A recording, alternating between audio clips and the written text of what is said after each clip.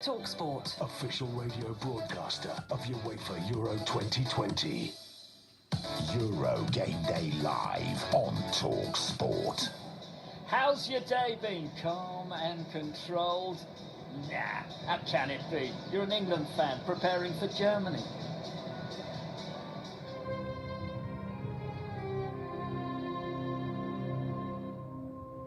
Germany are always a good side. I just always trust Germany to handle the occasion better than England. We know the quality that what Germany have, and it's about us being prepared. This game for Southgate, I think this is bigger than the semi-final of the World Cup. There's nothing about any of the England performances that we can say is compelling. Would you want to be Chris Waddle now? And England are out of the World Cup. West Germany are through to the final on penalty kicks. On to the volley. No! Gascoigne went flying in there. The other, that's faintness of touch that I would have scored. I keep on thinking about my celebration. An inch away from it, it was incredible. Every time I look at it, I think, wow, if I had scored that, what things would have been different. Recently forced his way into the England side, Southgate. Saved it! And the Germans go into the final, and England are out. Great turn to far edge of the penalty area. Lampard! Yes! It's it! Oh, he hasn't given it! He hasn't given it! Unbelievable! That clearly went over the line. It's rolled in. It's 4-1. England are out now. Thomas Muller has scored twice in 3 minutes. It's good night, Bloemfontein.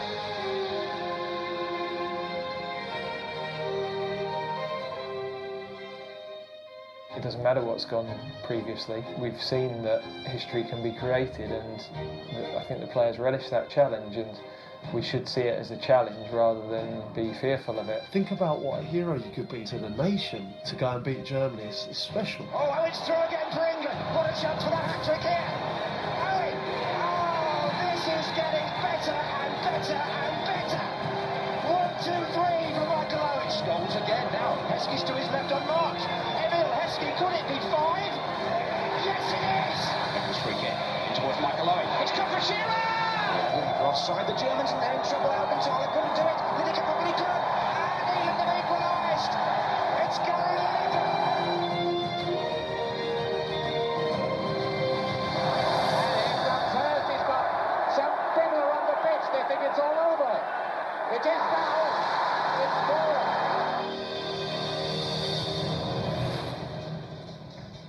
4. There's an arch high above us. There's an England flag across from us. There's a perfect pitch below us and a commentary team who is pitch perfect. Jim Proudfoot, Stuart Pearce, Sol Campbell. They're the 3 men alongside me here in the box as we look down at Wembley, as we look to our right for the Cross of St George, and it's there. Not 1, not 2, not 10, 15, 20 fans here. There's 10, 15, 20, 30, counted at least another 150 down Wembley Way. And that was at 11 o'clock this morning. They're here in the bars at Baker Street, just about to get on the Silver Line tube and up here. And they're out, and they're in full voice. And it doesn't matter what we think now, because we're all as one. We're England fans. What we know, of course, is it's not going to be easy. Over 90, over 120, possibly even with penalties. But we would not be anywhere else. Welcome to TalkSport and to our match commentary to come. It is England against Germany for a place in the quarter-final at Euro 2020 in 2021. Gentlemen, good afternoon. Very good afternoon to you, Sax. How are your nerves? They've never been better. They're shredded. You're buoyant today, fella, aren't you? We can tell.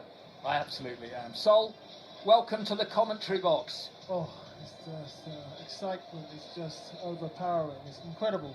You can feel it, can't you? You can feel it. You feel it in the lower stomach, and then it sort of catches up with you, and it takes your breath away, and then something magic happens. You think we're okay, and then the next minute you're not.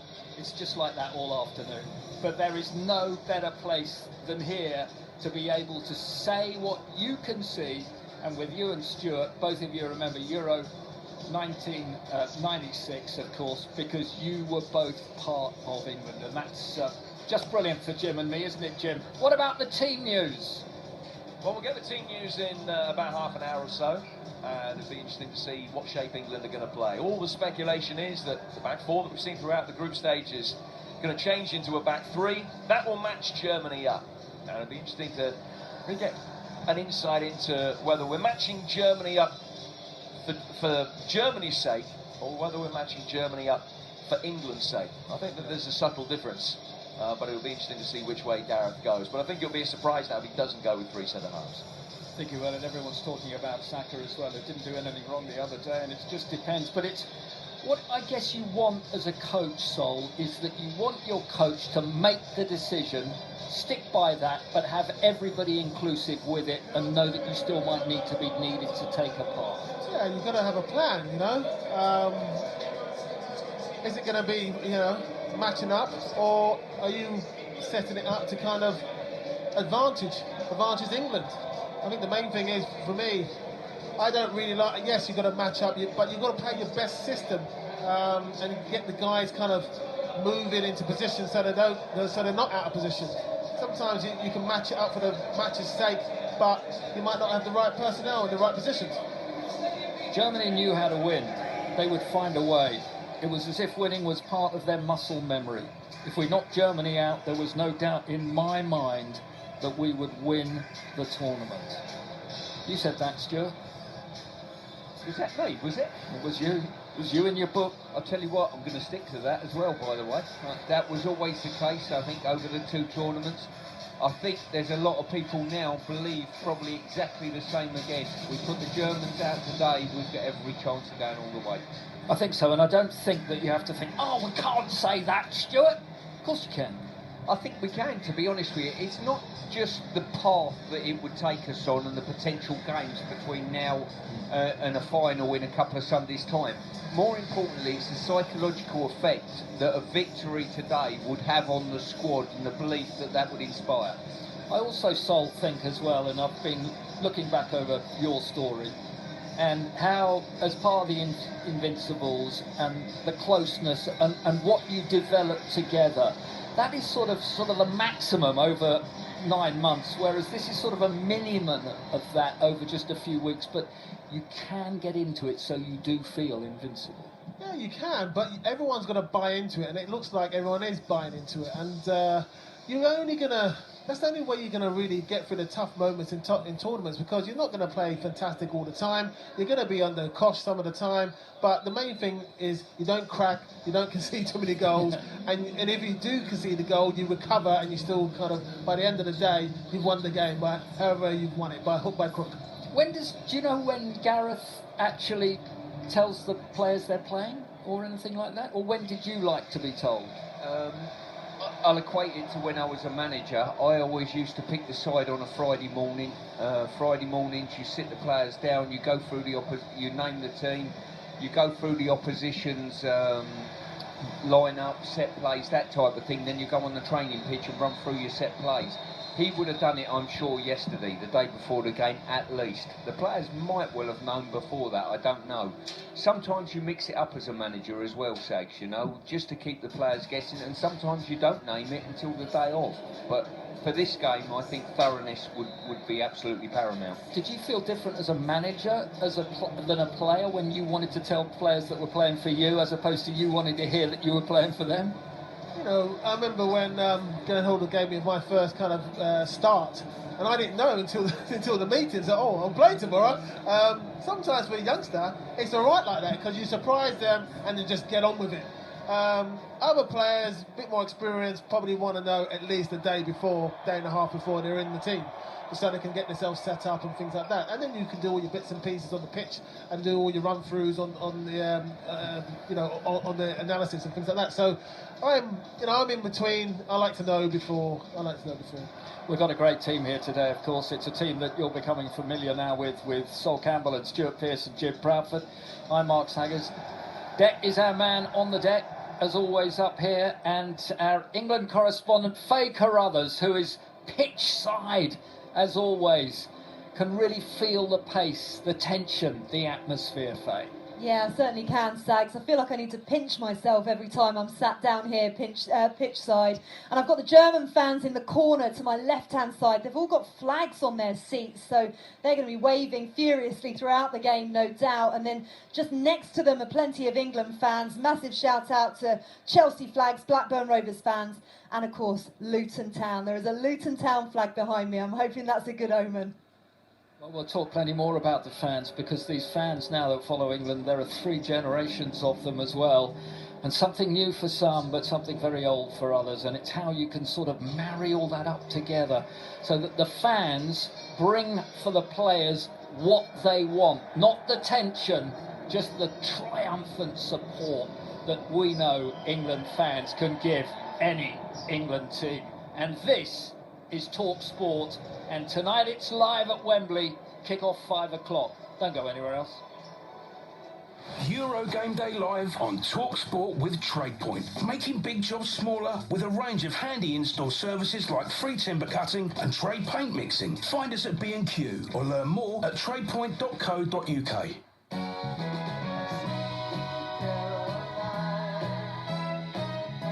Fair play and fair value.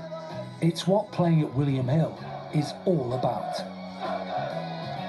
William Hill. It's who you play with. Gamble responsibly. Picture this. You're on a bike, a nice bike. Suddenly you see a helpful sign, pothole ahead. So you speed up and bunny hop majestically over the pothole. You land perfectly. Wow. Not today, pothole. Not today. It's just like Quick Check from Capital One. You know exactly what's coming. We let you know if you'll be accepted for a credit card before you apply. Capital One. That's credit done right. Did you know at Trust Ford, we'll buy your car or van, and we always guarantee to beat WeBuyAnyCar.com by at least £100 for your Ford. So don't be fooled. Trust Ford always pay more for your Ford, guaranteed. With Trust Ford now, you can find a new vehicle of your choice and have it delivered to your home, or collect it safely from your local Trust Ford. Visit your local Trust Ford dealership today, or trustford.co.uk. T's and C's apply. Visit Trust Ford now. Come anybody! Minions are now in the McDonald's Happy Meal. And some of these McNuggets. Huh? Hey, hands off. Oi, those were my McNuggets. And don't forget, you can choose a book or toy with every Happy Meal. Some fun, some food, it's all inside this Happy Meal. Minions Happy Meal until the 20th of July. Subject to availability, served from 11 a.m. Book or toy choices between toy or book, not the specific item or range.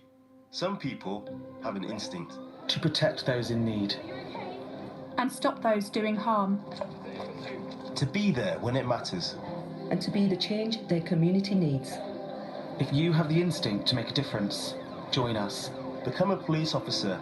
And get all the training and support you need. Make your difference. Search, join the police. And be one of the 20,000 new officers. Let the good times roll this Euros with William Hill. This Euros play Scratch of the Day for a free daily chance to win instant prizes, including free bets, boosted prices and exclusive offers. That's fair play, fair value. Download our app or visit williamhill.com. It's who you play with. William Hill. Online only. One offer per customer per individual promotion. Player restrictions and individual promotion terms apply. 18+, begambleaware.org. Euro Game Day live on TalkSport with Intuit QuickBooks. Don't rely on a last-minute winner. Get small business accounting software you can count on. Intuit QuickBooks, helping you take care of business. At Bet365, we're always innovating, creating. It's this constant pursuit of perfection that brings you new features and different ways to play. Like Bet Builder, so you can build your own odds for any football match.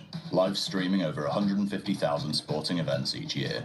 In-play betting, opening up a world of real-time bets.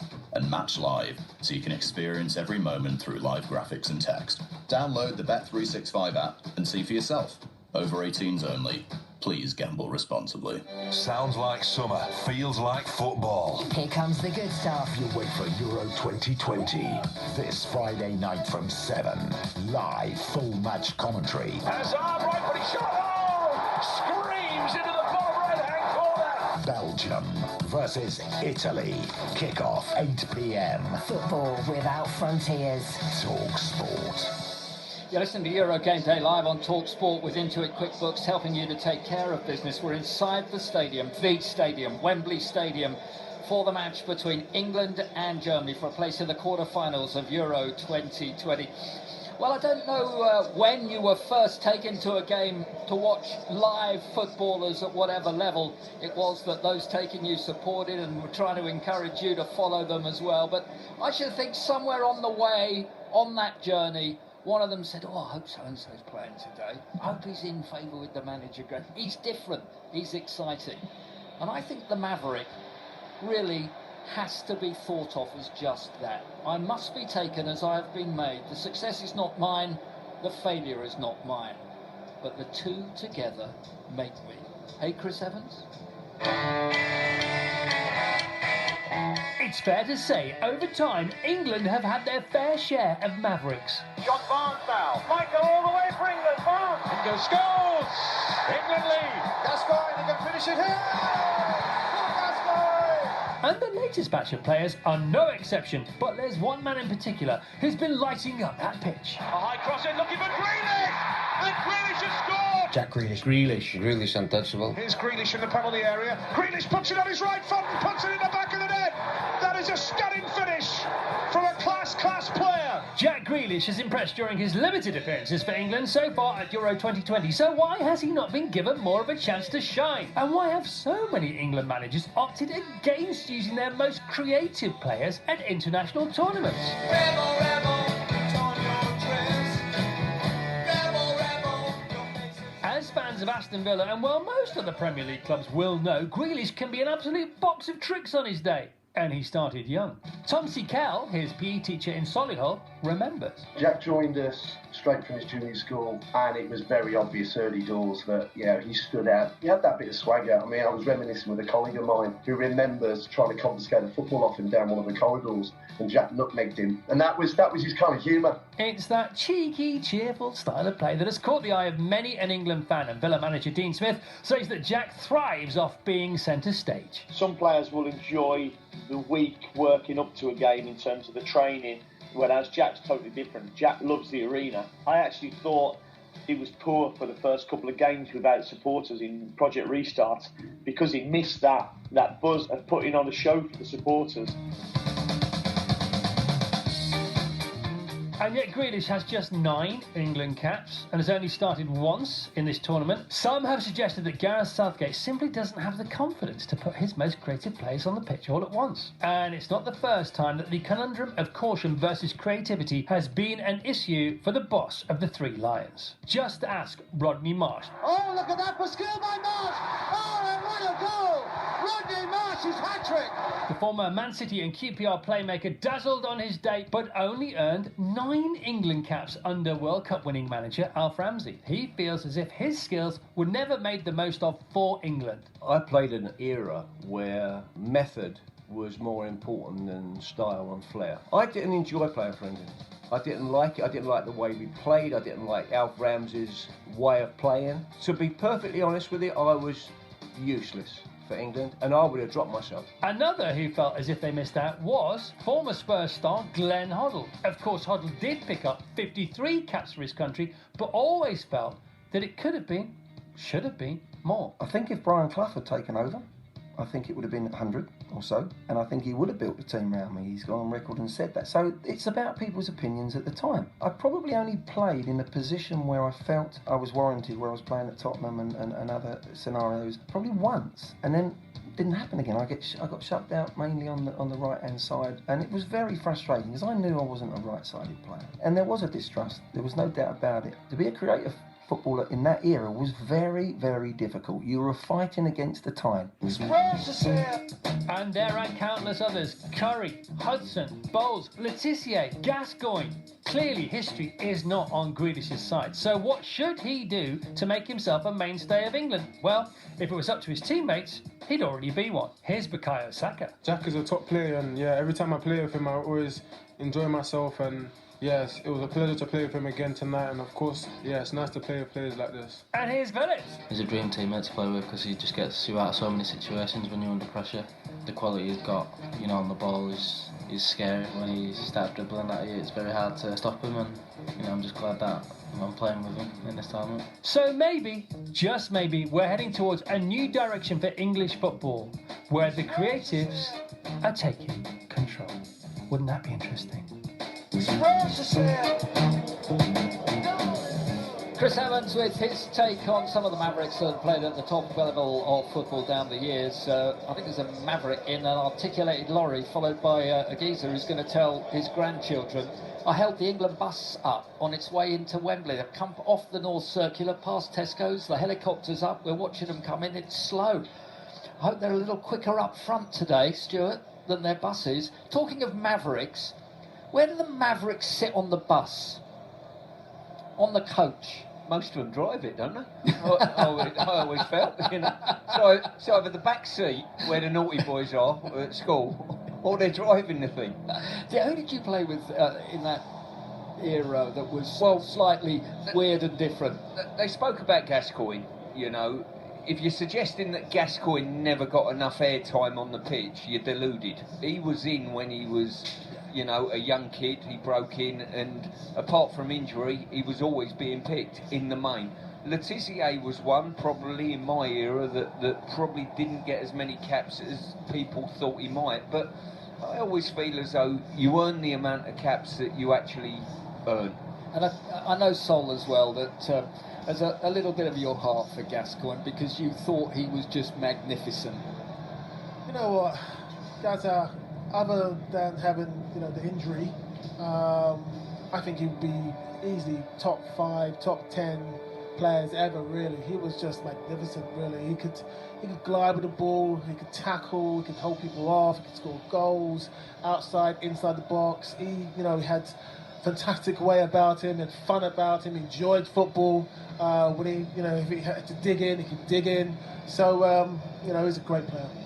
I think as well, I was just thinking about going forward in the game today. I would love a Gascoigne to be in our lineup today. And some might say, well, Grealish is our Gascoigne. He's not yet. He's got a lot to prove to say that he's going to be a Gascoigne. If we had someone of the arrogance and ability of Gascoigne in our ranks today, I would feel supremely confident out here. I'm confident as is, but someone of his ilk in the team. He's one of those, when he used to go on those runs that you thought, he's actually got the ball with him still. You didn't realise the ball. He didn't worry about the ball. It was under his control, wasn't it? He was magnificent. But you liked as well, didn't you, Sol, how he identified with the real fan? Yeah, he's a fan's favourite. He's lovely gentleman. All the lads loved him. He just knew he had that affinity as well. He knew it's all about entertaining. He loved football. They knew he loved football. It was great. He's from Newcastle. They love football up there, and so he had that connection straight away. Yeah, I mean, there have been others that would have got you out of your seat every now and again. Matt Letizier scored some unbelievable goals. Chris Waddle, I know he wasn't a Maverick and he was a mate of Gazza's, but I mean, if you ever look at him, not just when he played for Spurs, but when he was down at Marseille and some of the goals he scored down there, that is an I'd recommend anybody watch that. He was a fantastic player. You know what? He was, he could, dance along that line, come inside and whack it with his left foot. And, obviously after the World Cup, going to Marseille, what a wonderful move. And at that time, it's very rare for English players kind of going over there. And he's one of the first to go over there. Obviously, Hateley went over there after as well. But he made a success as well. Anyone else that you played in the great club sides that you played with that was somebody who was slightly off the wall? I think Paul Merson. I think you could put him in that. He was a fantastic player. He was a maverick on the pitch as well for Arsenal, and probably didn't get as many games as he wanted as a player. But I think I'd put Paul Merson. What do you reckon, Stu? Yeah, he certainly was a pristine talent, Merce, wherever he went. But it's one of those, I think we've been fortunate, some of the names you mentioned. I was young enough to go and watch Rodney Marsh at QPR, Stan Bowles at QPR. I know. But as Rodney said in his interview there, he probably didn't enjoy the environment with England, and his form wasn't good enough to get him more caps than he actually got at this level. And a lot of clubs, sometimes you build clubs around you. I know I had to compromise when I played for England, when John Barnes was in front of me. At club level, I surged forward and I got the ball back. At international level, you give it to John Barnes and support him. You have to compromise at times. I understand that as well, completely. But it is, isn't it? There is not just one part to the Maverick. There are all those little bits and parts, as we said. The failure is not mine. The success is not mine. But the two together make me.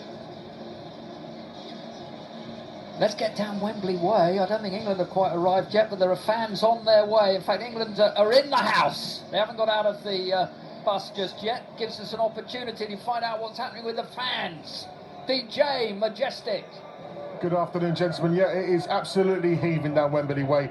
The first time we've seen this many fans in such a long time, and I'll tell you what, the vibe is absolutely extraordinary. Just bumped into TalkSport and ex-England international Danny Mills. He's vibes, and he's actually got his mask on, and he's blended in with the fans, but making he's even chanting with us. It's absolutely heaving down here. It really feels like football has come home to Wembley.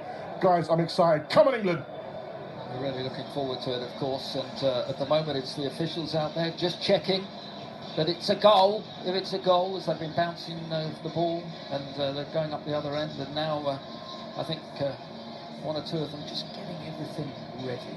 England have arrived, and Jordan Henderson is the first that I've seen calmly come off the coach, and the rest of the boys will all follow him in there, just looking out for one or two of them. Tyrone Mings, he's done England proud, hasn't he, so far in this tournament, no doubt about that. I think, is it from now that they're all back together again, Jim? Do you know at all? Is Mason Mount back in now? It was last night that they could all get back together, because they could be on the bench, isn't it? Could be. Yeah, it was last night that they were assimilated back into the party and came out of solitary, as it were, and that they could be playing today. I think that on the basis that they haven't been assimilated back into training yet, I think that it will be a very big call. There's the potential, obviously, for them to come on if things aren't going England's way, but I would be very surprised. I can't see Ben Chilwell starting. Mason Mount you can make more of a case for, but I'm not expecting. Just seen suited and booted Gareth Southgate looking very calm, and Harry Maguire looking very determined. Let's get the very latest from Betfair, the official betting partner of TalkSport's Euro 2020 coverage right now. The European Form Zone on TalkSport with official betting partner Betfair. Bet with a cash out you can rely on this Euros, with no cash out suspensions on match odds. Exclusions apply. 18 plus. BeGambleAware.org. Darren Hughes, good afternoon. Or is it? Yeah, of course it's afternoon. Which way are the punters going right now? Good afternoon, lads. Yeah, look, I'm the other side of the Irish Sea, but I can still feel every bit of that atmosphere coming from Wembley Way there. It's really phenomenal and great to see fans back at a game. A full 60,000 in Wembley this evening. But I'll just give a quick mention first of all to our charity bet from earlier on today. So we've had England to draw and Sweden to win, and that's 7.92. So a tick under 7 to 1. £50 will return £396 for the Bobby Moore Fund if that bet does click for us. And of course, at Betfair, we live up to our name of betting fair. We don't spend cash out on in-running football bets. But for the match itself then, England are favourites. I suppose home advantage is standing for them. There's over £2 million bet on the match, and about 55% of that is on England. England are currently 2.54, so they're about a 6-4 shot to win the game. Germany then 3.15, so about 21 to 10, tick bigger than 2 to 1. And then the draw then is 3.4, so a small tick under 5 to 2. And then in the to qualify markets, that's the 90-minute odds I've just given you there. But to qualify, so for obviously one team has to go through tonight. England again, narrow favourites, 1.85 in the exchange, so it's about a 5 to 6 shot.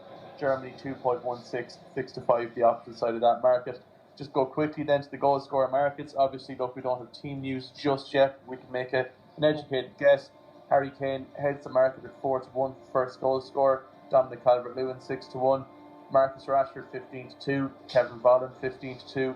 Timo Werner 15 to 2. Raheem Sterling 15 to 2. And Serge Gnabry also 15 to 2. But there's a couple more bigger prices as well. We can touch on them when we do get team news later on. Thank you, Darren. With Betfair, you can get a £5 free bet when you bet £20 on multiples on Bet Builders. Available daily. Betfair this Euros. 18 plus. BeGambleAware.org. The European Form Zone on TalkSport with official betting partner Betfair. Betfair this Euros and get a £5 free bet when you bet £20 on multiples or Bet Builders. Available daily. Conditions and minimum odds apply. 18 plus. BeGambleAware.org. England are in the house. There's quite a few German fans away to our left, and they're enjoying themselves. The England fans still to make their way down Wembley Way and in. They'll have been coming out from the centre of town, and they're ready. They'll be in full voice, and it will be in the voice of Jim Bradford very shortly with that team news. As Gareth Southgate arrives, he'll take it and say, "That's our boys." Euro Game Day live on TalkSport with Intuit QuickBooks. Reverse VAT, invoice management, CIS, sorting. Intuit QuickBooks, helping you take care of business.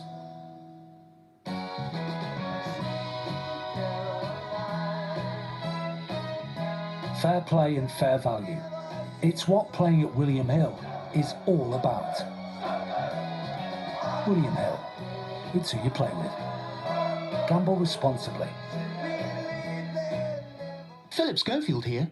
Did you know you can sell your car to WeBuyAnyCar.com in 3 simple steps? 1. Get a quote online in under 60 seconds. 2. Book an appointment at your local branch, usually no more than 15 minutes away. 3. After a quick once-over, they'll send the money to your bank. Easy as pie. To find out how much your car's worth in 60 seconds, enter your reg number now at WeBuyAnyCar.com.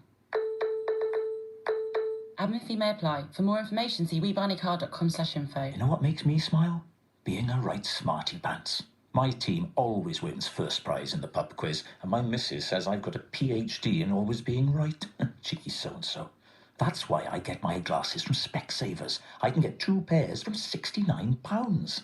At that price, they don't just look smart, they make me feel smart too. That's something to smile about.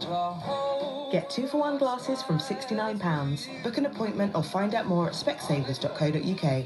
Conditions and exclusions apply. Visit all new faster William Hill Vegas with all your favourite games in one place. Get a £5 no deposit bonus for infinite blackjack in our live casino sports lounge. That's fair play, fair value. Visit williamhill.com. It's who you play with. William Hill.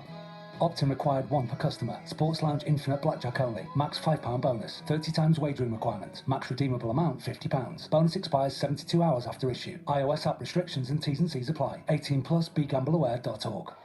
Show Dandruff a red card with the on-target action of T-Gel. Steps up and scores! Neutrogena T-Gel Therapeutic Shampoo is the only scalp treatment with Nutar, a unique coal tar formulation with a triple effect proven to fight flakes, soothe itching and calm redness. It's a hat-trick! Get your head in the game with T-Gel Therapeutic Shampoo. Contains Nutar solubilized coal tar extract for the treatment of seborrheic dermatitis of the scalp, scalp psoriasis and dandruff. Always read the label.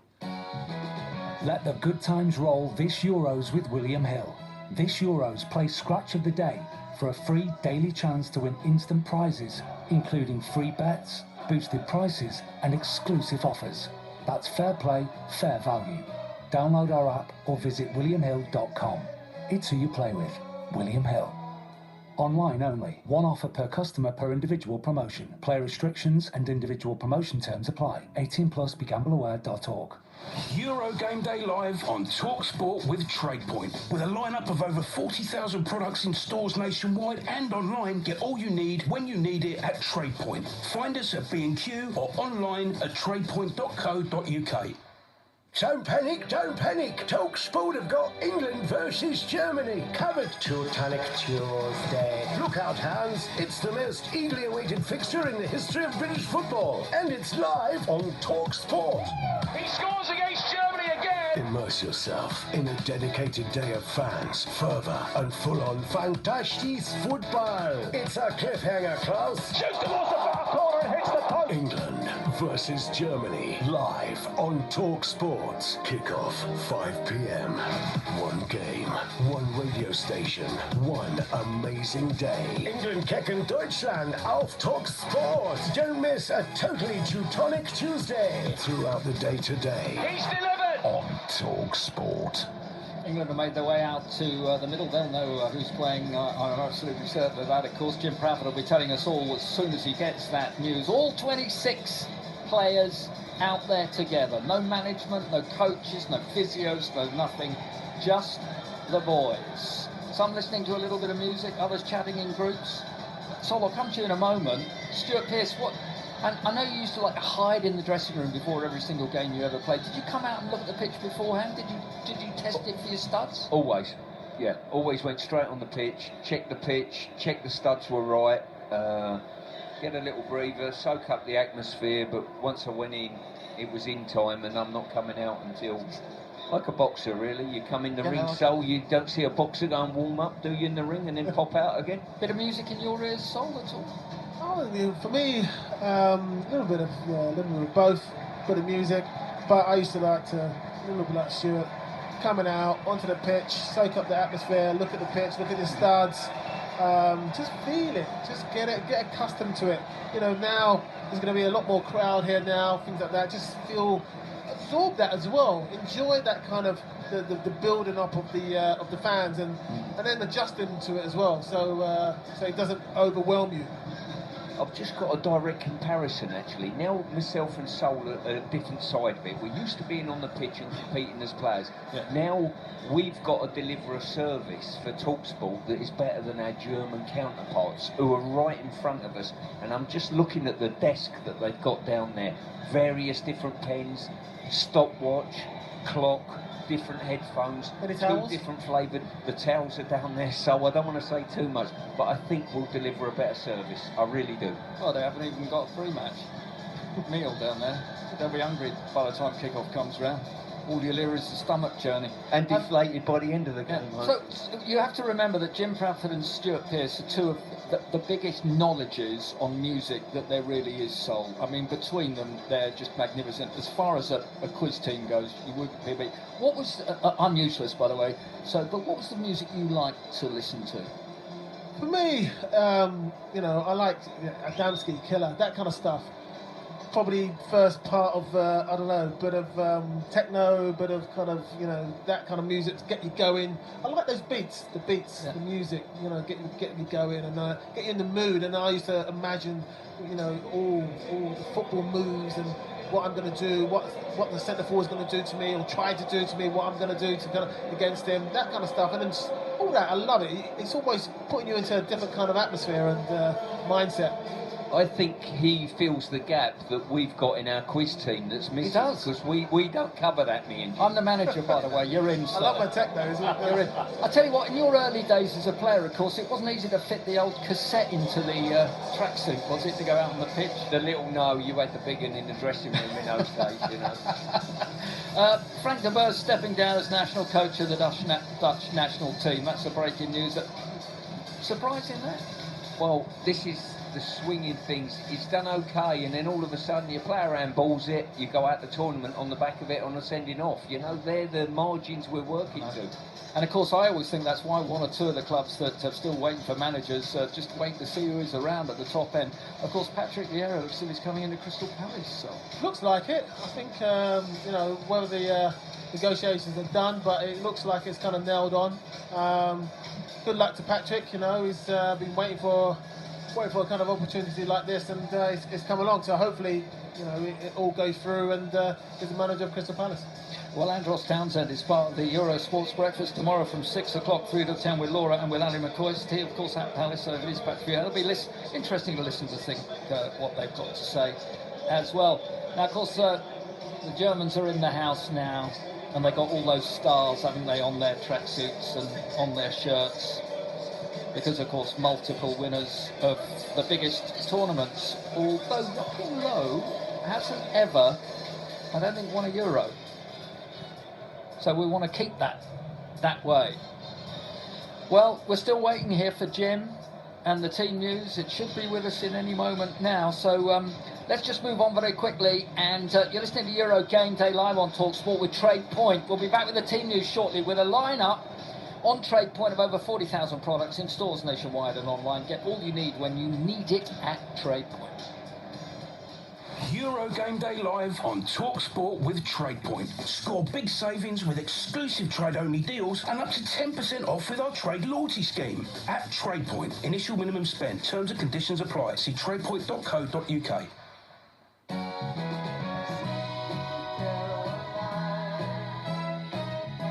Fair play and fair value.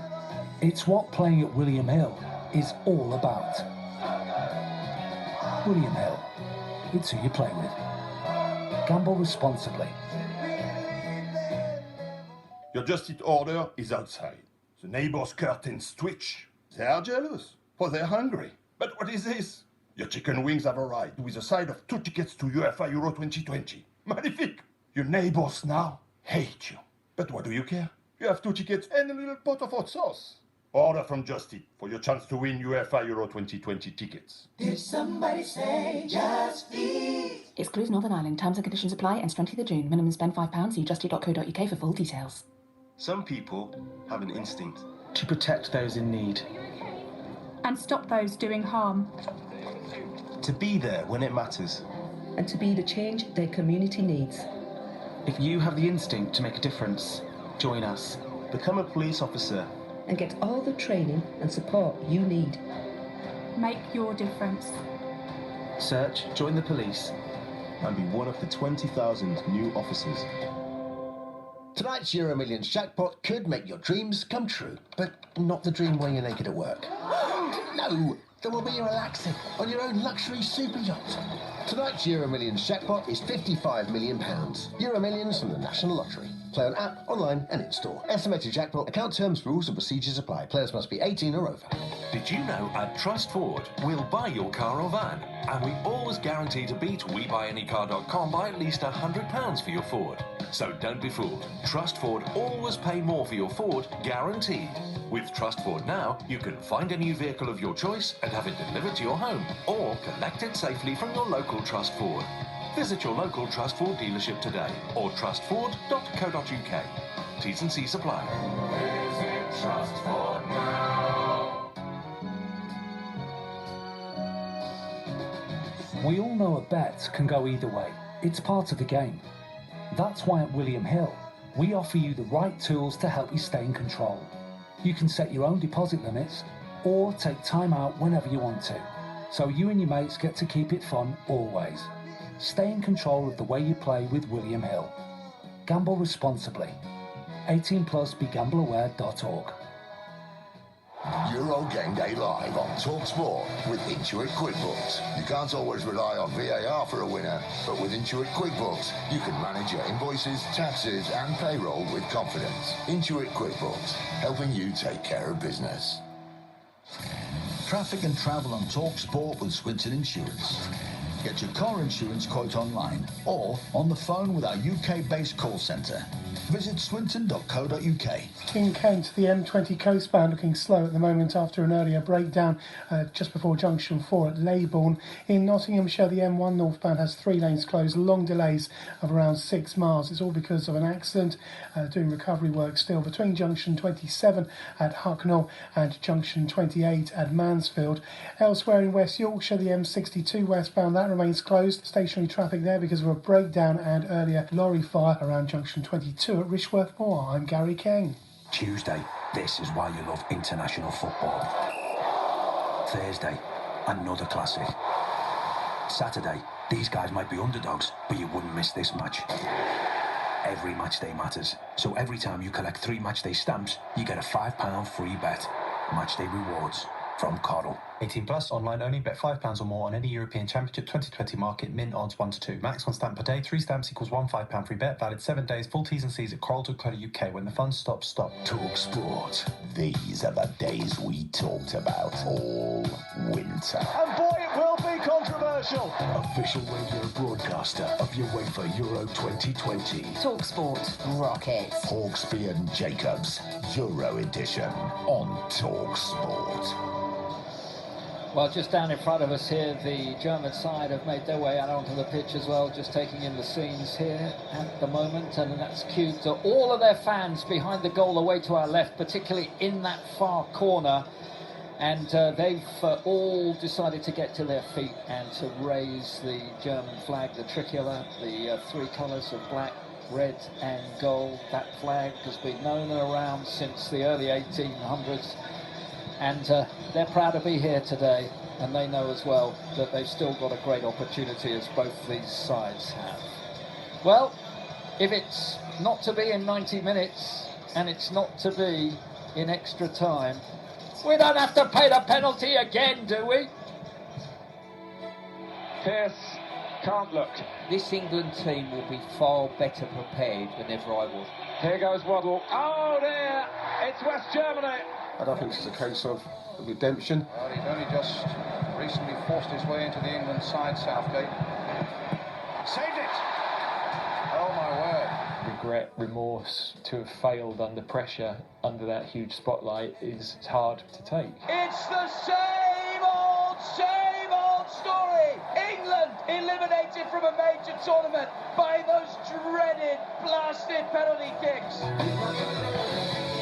I could feel the nerves of this stadium, that sense of anticipation from the crowd, that they were desperate for me to score. Nobody really wants to see him miss it. And he hasn't! Wow, he's fired up for that. This is the moment. It's Eric Dyer against David Ospina. England have won a shootout. Ghosts are exercised. We'd only won one penalty shootout in 7, so they were obviously huge psychological hurdles for the team and future teams to overcome. My name is Ben Littleton. I'm the author of 12 Yards, The Art and Psychology of the Perfect Penalty, and I work with Premier League teams and national teams to improve their penalty record. No team prepares with more purpose and with more efficiency and with more detail than the England team at the moment. When I equate it to myself and my first tournament in 1990, I was a bag of nerves. One of the first things that goes are your decision-making faculties. So if you're in a stressful moment, you don't want to use that moment to make the decision of where you're going to kick. Mendieta, who scored his penalty past Oliver Kahn after 3 minutes of normal time, does it again in the shootout. You get the ball, you put it there, I'm going to go right or left, and you carry on with that. When you don't know what you do because you're waiting for the goalkeeper to move. So if that confidence is not 100%, you already have a big percentage that you're going to miss. The England coaching staff have watched England take penalties, have watched the players take penalties. They know now where they will kick their best penalty if it comes to it. It's about mentally, you know, picking your spot and just wanting to put the ball in the back of the net. Phil Foden places the ball on the spot, steps up left-footed, no matter, no problem, still cool and calm and slamming it in. Why not, you know, I feel confident to take one. I shoot well in training, so why not? And he's Pickford, wow, he's whacked that in, brilliant penalty. I do a bit of practice with myself and just be confident in my approach, and it might go all the way at 1 to 11, so I've got to be ready any time to take a penalty. Harry Kane, right-footed, against Pinedo, England and 2 up, wonderful penalty. We've won our last 2 penalty shootouts as an England team, so it shows that we're definitely on the right track. It's just about the process, making sure we're sticking to that when you're training. You're not changing your mind last second or thinking about it too much. I think one of the greatest successes of Gareth Southgate's tenure as England coach is to rid the team of its penalty complex, and he's done that. And he's done that simply by convincing the players that penalties are a trainable skill that can be improved. You know, it's about a process in your mind that you can go up there and you can put the ball in the back of the net. And up steps Declan Rice to take the penalty. When the ref blows his whistle, just give yourself the extra couple of seconds, you know, breathing techniques just to relax yourself. And then all about visualisation, how you're going to put the ball in the back of the net. And they're things that I've started to develop as I've got older. Right-footed underneath the goalkeeper. Declan Rice scores from 12 yards. Traditionally, England players were the quickest in terms of reaction time after the referee's whistle. They used to wait an average of 0.28 seconds after the referee blew his whistle, and Usain Bolt's reaction time is 0.18 seconds. So it's essentially like a sprinter desperate to get it out of the way. But now we see the players always waiting at least an extra 2 seconds. And it's only 2 seconds, sometimes it's more, but it makes an enormous amount of difference. Right foot in, oh, it's saved by Jordan Pickford diving to his right-hand side. England win another penalty shootout. Old England get beaten on penalties. New England don't. Team news is in, thanks to Intuit QuickBooks. Let's get all the very latest. Here's your match commentator on TalkSport, Jim Proudfoot. Game day team announcements on TalkSport with Intuit QuickBooks. Don't rely on a last-minute winner. Get small business accounting software you can count on. Intuit QuickBooks, helping you take care of business. So it is pretty much what we expected. One change for England. Kieran Trippier coming in for Jack Grealish. And it is a change of formation to a 3-4-3 to match Germany up. It's the first time that Walker, Stones and Maguire have played together as a back three since the World Cup semi-final against Croatia. England's last 8 games have seen them utilise a back four since a 4-0 win against Iceland here in November, but they've gone back to a 3 today. So it's Pickford in goal, Walker, Stones and Maguire, Trippier as right wing back, Shaw on the left, Phillips and Rice in the centre of midfield.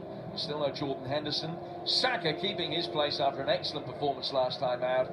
Raheem Sterling on the left, Harry Kane through the middle. The 3 England players who aren't involved on the bench are Chilwell, White and Calvert-Lewin. So Mason Mount is back involved in the 23. As far as Germany are concerned, 3 changes from the side that just about scraped through the group after being held by Hungary. Out go Gundogan, Sane and Gnabry. In come Goretzka for his first start of the tournament. He scored the goal that kept Germany's hopes alive. Timo Werner making his first start of the tournament as well. And Thomas Muller is back up front after a knee injury. He's started now 3 of the 4 games so far. So it's Neuer in goal, Ginter, Hummels and Rudiger the back 3. Kimmich, Goretzka, Kroos and Gosens. And then Havertz and Werner and Thomas Muller playing through the middle. Referee tonight is Danny McAlee from the Netherlands, who took charge of England's Nations League defeat in Belgium earlier this season. And kick-off about an hour and 10 minutes away as England go back to a back three for the first time in 2021. Well, that was a look ahead to the squad in today's match, brought to you by Intuit QuickBooks, official sponsor of TalkSport's coverage of UEFA Euro 2020. Game day team announcements on TalkSport with Intuit QuickBooks. Don't rely on a last-minute winner. Get small business accounting software you can count on. Intuit QuickBooks, helping you take care of business. He's had to change the formation then, Stuart and Sol, but what he also does, he's always on the lookout for somebody who's proved a point and deserves a place, and Saka is exactly that, isn't it? I think he's been outstanding in the last game he played, and it's a massive pat on the back. That Gareth played him in the last game and had confidence to do so, but I think he's been like that with all his young players over time. You know, he's backed them if he thinks they're good enough, and it's a big one for him today as well. I think for me, it's just fantastic for him. Amazing season for Arsenal. Obviously, he's kept the training, the quality behind the scenes. Gareth and the management have seen that, and he's come on and he's played unbelievable. He's played a wonderful game for such a young man, and you know, yes, pat on the back, and he's in there again. He's got to show it again, but you know, hats off. He played an amazing game. He's just got to carry it on now. So talk to me, Stuart, then defensively now here with the 3 central defenders and the 2 wing-backs. What you've got pace and height and stature in the back 3. You know, Walker will never get done for pace against anybody, you know, as long as he's switched on. He'll also supplement, as we see quite often in the Premier League with certain teams. You play a 3, one of those 3 will be a fullback, let's say. That's Walker. So it wouldn't surprise me if we see Walker surging on, sometimes going past Trippier even. Trippier, the 2 wing-backs, Trippier and Shaw, probably, I would say, better wing-backs now are actually full-backs, you know. Happy in advanced areas, happy to come onto it, but also as well, if we're forced into a 5, if we are, and we'll try to avoid that, those boys, that barrier of 5's pretty strong, and certainly I'm sure you'll touch on the ones in front of it as well. We'll come to the ones in front of it in just a moment or so, but Sol, for you as well, what are you looking for if you were playing as one of those 3 central defenders of your other 2, your 2 wing-backs and your keeper? Well, for me, it's all about possession. You've got 3 at the back. You know, you've got to make sure you're split. You make sure if whoever's coming at you never gets hold of you. Don't allow two guys to mark three. So you split once you've got the ball, good possession. Obviously, when you lose possession, you tuck in, everybody kind of gets into shape. But for me, it's all about possession and keeping the ball and also the tempo. I mean, we watched the last few England games and we've been a little bit unsure, you know, the sort of Pickford scenario suggesting that they weren't playing out to the tempo that they actually wanted to play out from. I think the three at the back, it's easier to play. I don't know how you found it, but playing out from the back, I always found if I was one of the three, it was easier to get on possession and play out from the back than it was in a four. I think for me, the easiest position is in the centre because you're kind of controlling it, and you've got to obviously be a talker and making sure you're instructing and make sure you're pushing and you're bringing the players in so there's no gaps, and then when you have got possession, you're pushing everyone away so the Germans have to run. They have to run. They can't pick you up. The main thing, back three and the back five really, is make sure you don't get caught. Once you've got possession, move the ball quickly. No standing football. Plenty of time to talk about this more with Jose Mourinho joining us in about a quarter of an hour's time. Just a quick word about those going forward. I mean, Phillips and Rice, wow, what a partnership they're becoming, aren't they, Stu? Well, both of them high energy, both cover the pitch, both have got the legs to get forward in advanced areas, both comfortable on the ball, and they'll offer a really strong shield in front of the back three, I think, you know. So, sort of, I can see sort of Ricey playing, as we've seen with a pair of them before, Ricey playing probably just offset and slightly deeper than Phillips, but Phillips' energy to get up and in people's faces has been really there for all to see in the last three games. I've got a sense as well that Sterling is absolutely right for this one with Kane. I'm glad he's kept that. I think for me, it's all about, you know, how can you not play him? He's scored 2 goals. So he's on fire and he's finding the net. And we just now need, you know, Kane to find the net, and I'm sure he will. That movement in front of Kane will obviously dislodge their back three and will create that space, and hopefully he gets the chances. Sol Campbell, Stuart Pearce, Jim Proudfoot brought you the team news. Jose Mourinho will be joining us. Faye Carruthers is our football correspondent. I'm Mark Saggers. We've got an hour to go to kick off at 5 o'clock on TalkSport. We'll follow that up with all the other games to come. There's one later on as well, which if England hopefully have made it through, we'll find out who they would play in Rome. We're not going that far. We are not getting on top of ourselves, but we are TalkSport. Euro Game Day live on TalkSport with Intuit QuickBooks. Simple, smart accounting software and expert support, all in one place with a team that's got you covered. Intuit QuickBooks, helping you take care of business.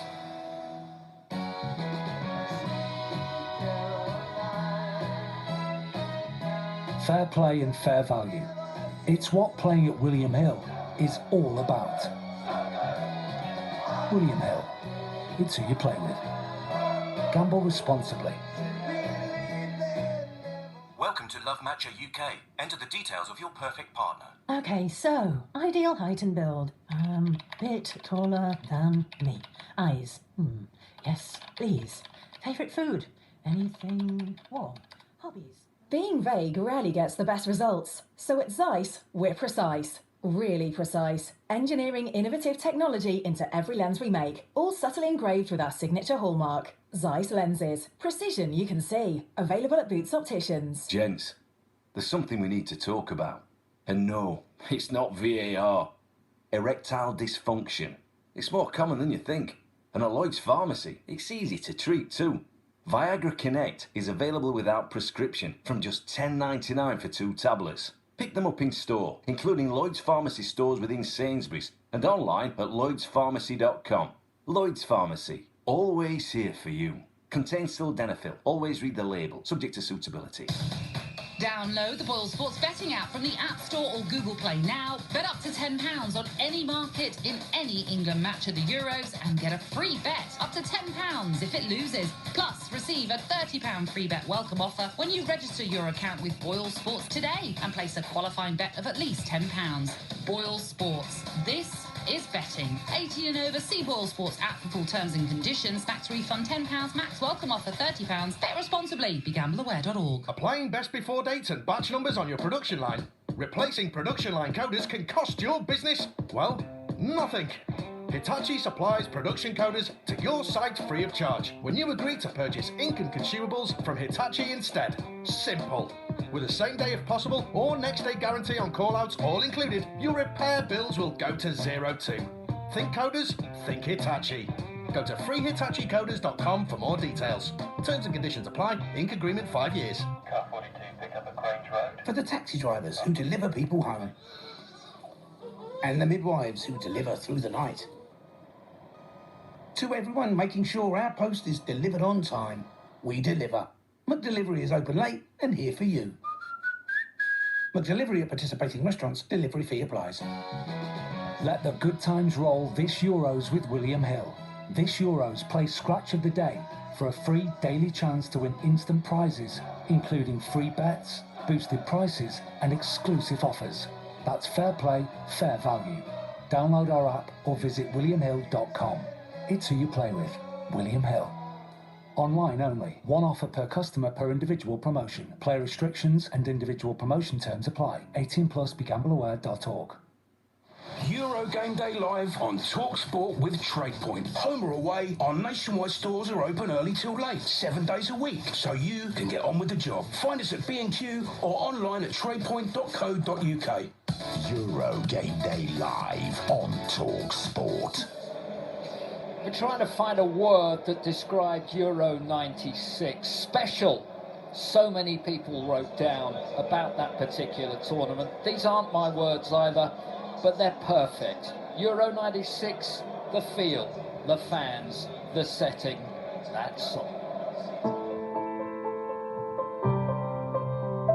The semi-final against West Germany was just a sensational game of tournament football, I think. Wembley's biggest football occasion in 30 years. We became one as a nation, and it was just fantastic to be involved in. I'd never experienced an atmosphere, a feeling of togetherness, if you like, everybody being pro-England and wanting us to win. Ince with the volley, twisted away by Kupka. You know, it was kind of iconic, you know, the songs were coming out, football's coming home, and it just felt like we were bringing the nation together, you know. Everything was just tailor-made for us to win that tournament, it really, really was. And that's why I think this song will never get old.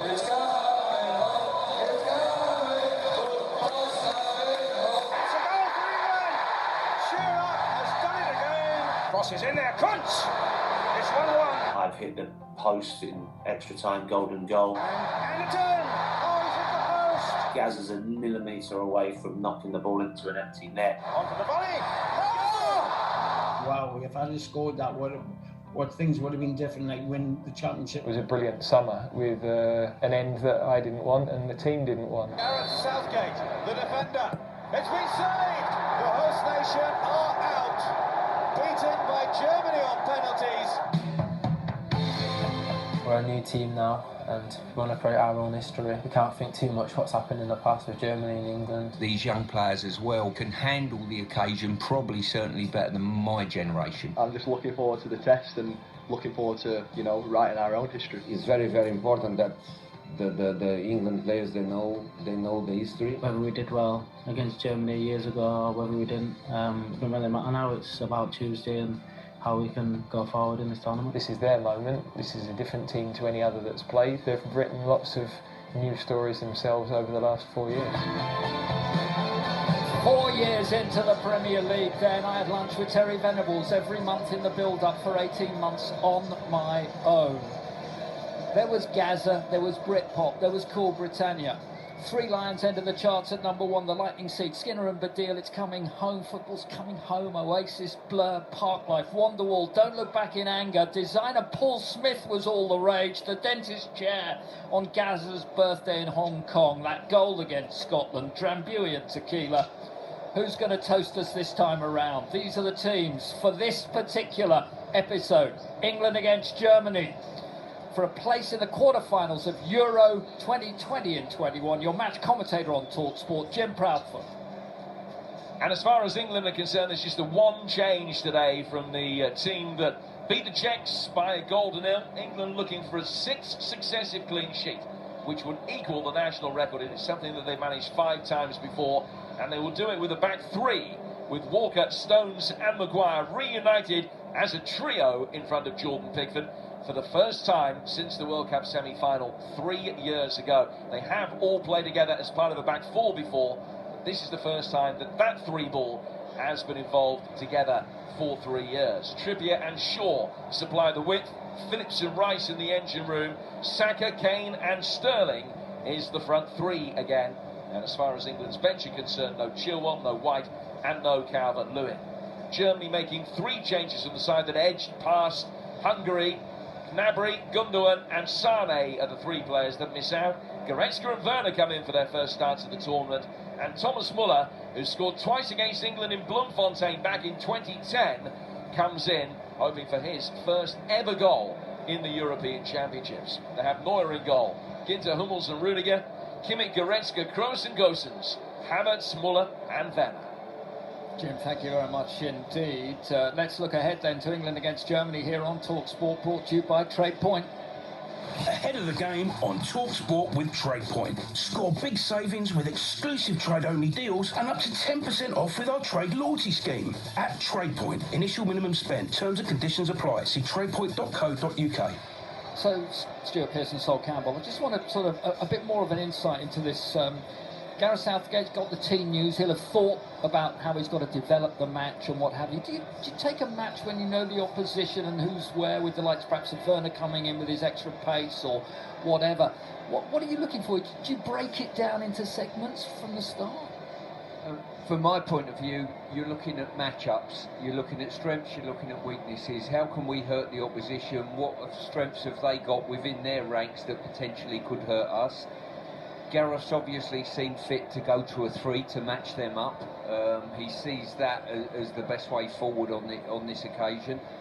I like the fact that we've got enough flexibility, even with the 11 on the pitch, to go to a 4 at any given time, I think, and just advance probably Trippier or Shaw up a position so that would work.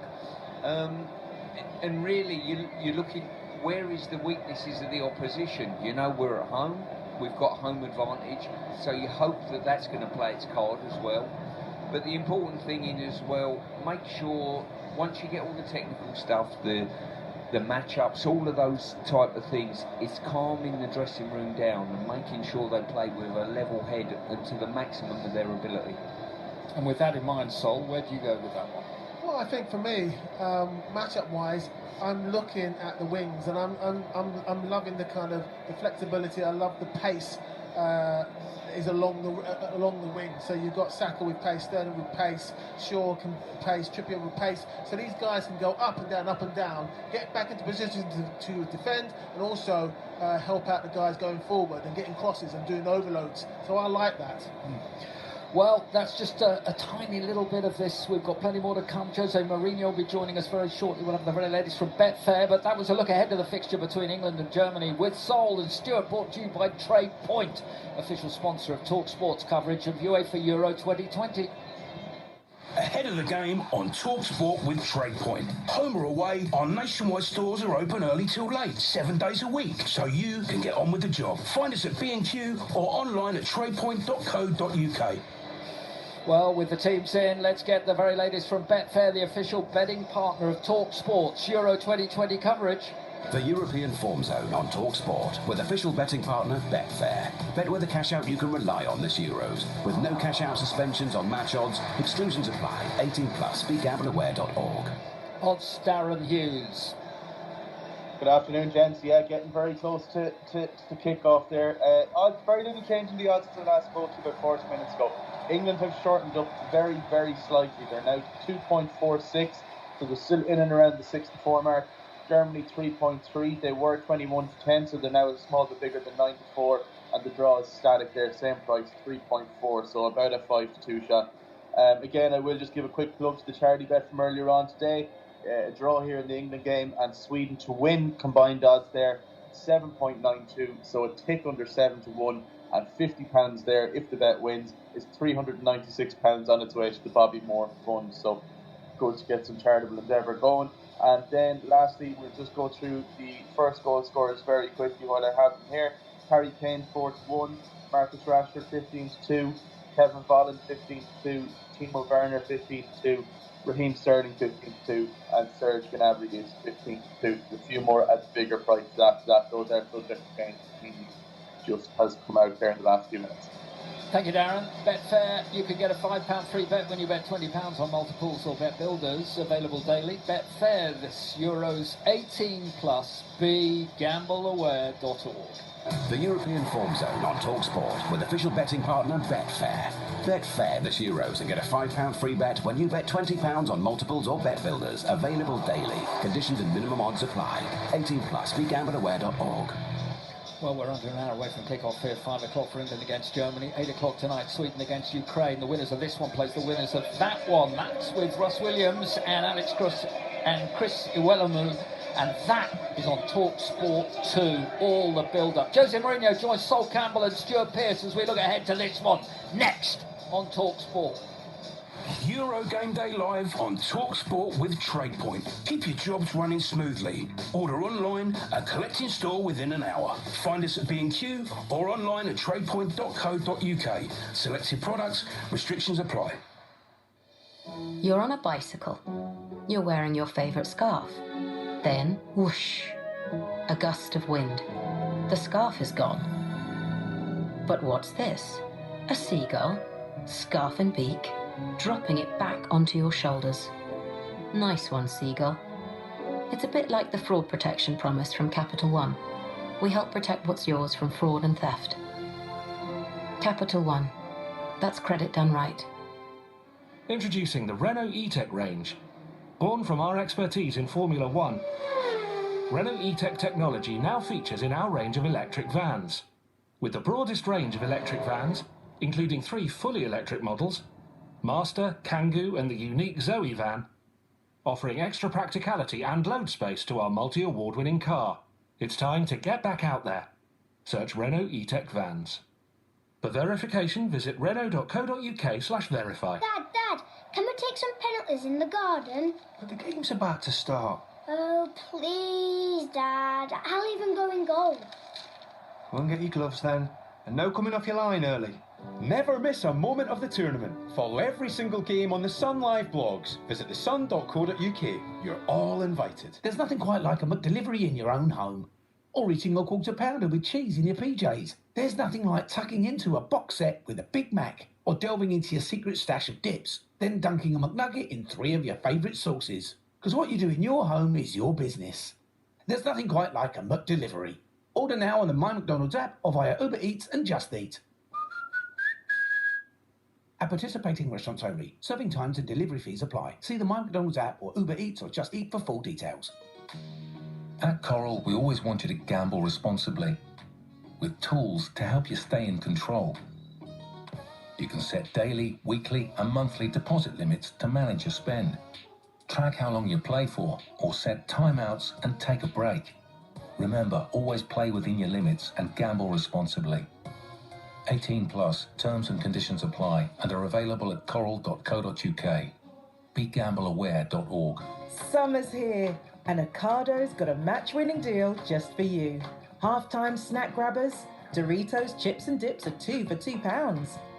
And for you together at Lasters, it's been too longers. Get 25% off 4 packs of beer. However you do summer, there's an Ocado just for you. Ends 20th of July. Selected items, geographical restrictions. For the facts, drinkaware.co.uk. Make a quality save this summer with the Ryobi One Plus cordless power tool starter kit, including combi drill, jigsaw, not 1 but 2 Ryobi One Plus 2-amp batteries, charger and 3-year warranty, all for just $149.99. A world-class saving of over £140. And we'll even throw in the fancy footwork with free delivery. Get in. The Ryobi One Plus combi drill and jigsaw DIY starter kit, available online only at ryobitools.co.uk.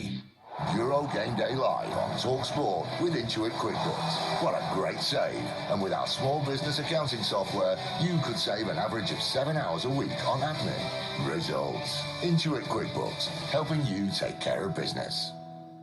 UEFA Euro 2020. Eat my goal. This Saturday afternoon from 4.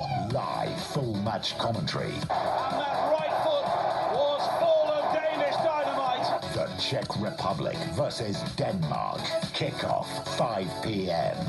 We've got the Euros covered. TalkSport.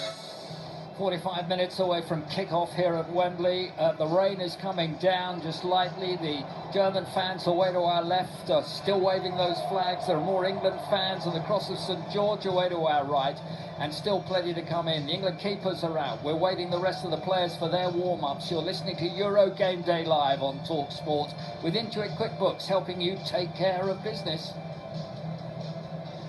Jose Mourinho can now join Sol Campbell and Stuart Pearce to talk about these lineups and matchups. Jose, it's great to have you with us again. Thank you to have me. Thank you to be with you guys. Thank you so much. Where do you stand, Jose, when you're sort of planning to take on a side like Germany, who play these three central defenders at the back? Are you on for matchup? What do you look at your own side or squad when you think, I'm going to match them because? Depends. If you, my opinion, my personal view on it, and my feelings and my experience. If you play against a team with the back three and two wing backs, with the three players up front playing, let's say, on the inside, and the wings being used fundamentally by the two wing backs. If you are a better player, if you are a better team than your opponent, then you don't get into geometry. You try to run away from the geometry of the game. If you feel that the forces are very equal, or in some extreme cases your opponent is better than you, I think the best way is to go into geometry. You create a similar situation on the pitch. You go to individual duels, and in this case I think it is what is going to happen. Kroos and Goretzka, Phillips and Rice, who is going to win it? There is no strategy in here. There are duels. Kimmich against Luke Shaw is basically a 1-against-1 situation. Trippier against Guzans. Is Trippier going to control Guzans, or Guzans is going to dominate Trippier? Is a lot of this kind of battles on the pitch, because if you put on the same tactical sheet, if you want, the design, the diagram of these two teams, it looks geometry, and this means both teams they respect each other very, very much, and I would say even with the risk of in the end of the game the result doesn't show us that, but I would say that a part of some individual choices, but in terms of the design of the game plan, I'm not far from Gareth Southgate at all. And of course then what you want to do with these matchups is to make sure you get the very best out of your players. So from a start of a game like this, how do you develop, how do you begin to boss things but also keep that shape and keep yourself secure early on? Look, you have to be dominant in your duel, because there is not a lot to think in this situation. You have to think when systems don't fit each other. You have to think when you have to think about zones, about covers, about my area, but I need to analyze the game permanently. This is not the case. This is going to be, I repeat, I don't find a better word, this is going to be geometry. The situation now is Luke Shaw going to dominate Kimmich, or Kimmich is going to dominate Luke Shaw? Trippier is going to control Guzan, and is he going still to find a way to go over him, to cross, to assist, to be offensive? This is about being dominant. Kroos and Goretzka, Phillips and Rice, are they going to be dominant? Or is going to be, in an extreme situation, a game so equal where not even mistakes are going to happen, and you are going to have a game super tactical, probably not as beautiful as both matches of yesterday, but I can imagine, I can anticipate, doesn't matter the result, is going to be a big football match. That's what I expect. Jose, we look at and see, and it looks like a man-to-man almost matchup, as you mentioned there. Absolutely. But is there any areas of the pitch that you would put the team out and say, out of possession, we want to match up against them? In possession, are there areas of the pitch we can create overloads? I think Luke Shaw and Trippier are going to be fundamental. I believe that in the first phase, instead of getting depth, they have to provocate Kimmich and Guzans. How do they provocate? They provocate them being far away from them. For me, Shaw and Trippier, they have to be low, very low in the first phase, attracting Kimmich and attracting Guzans. And then what this creates is space behind the fullbacks, where the Sakas, the Sterlings, they have to get into this space behind fullbacks. But probably Joaquin Low is going to try the same. Kimmich is going to try to attract Shaw. Guzans is going to try to attract Trippier. And then they have fast people like Werner, for example, which in England, in my opinion, he was not yet the Werner that I knew from his times in Leipzig. And they are going to attack the spaces behind. So even with this geometry, even with these designs on the pitch, there are of course ways to try to create problems to the opposition. And for me, the easiest way to do is to attract the wing backs, because in the end what they want to do, both teams, is to defend with the back five. And you have to try to create a situation where you try to destroy the back five. How do you destroy? Attracting them. Come to me. So Luke Shaw must get the ball, Trippier must get the ball and say, come to me. If you don't come to me, I'm free to play. So come to me.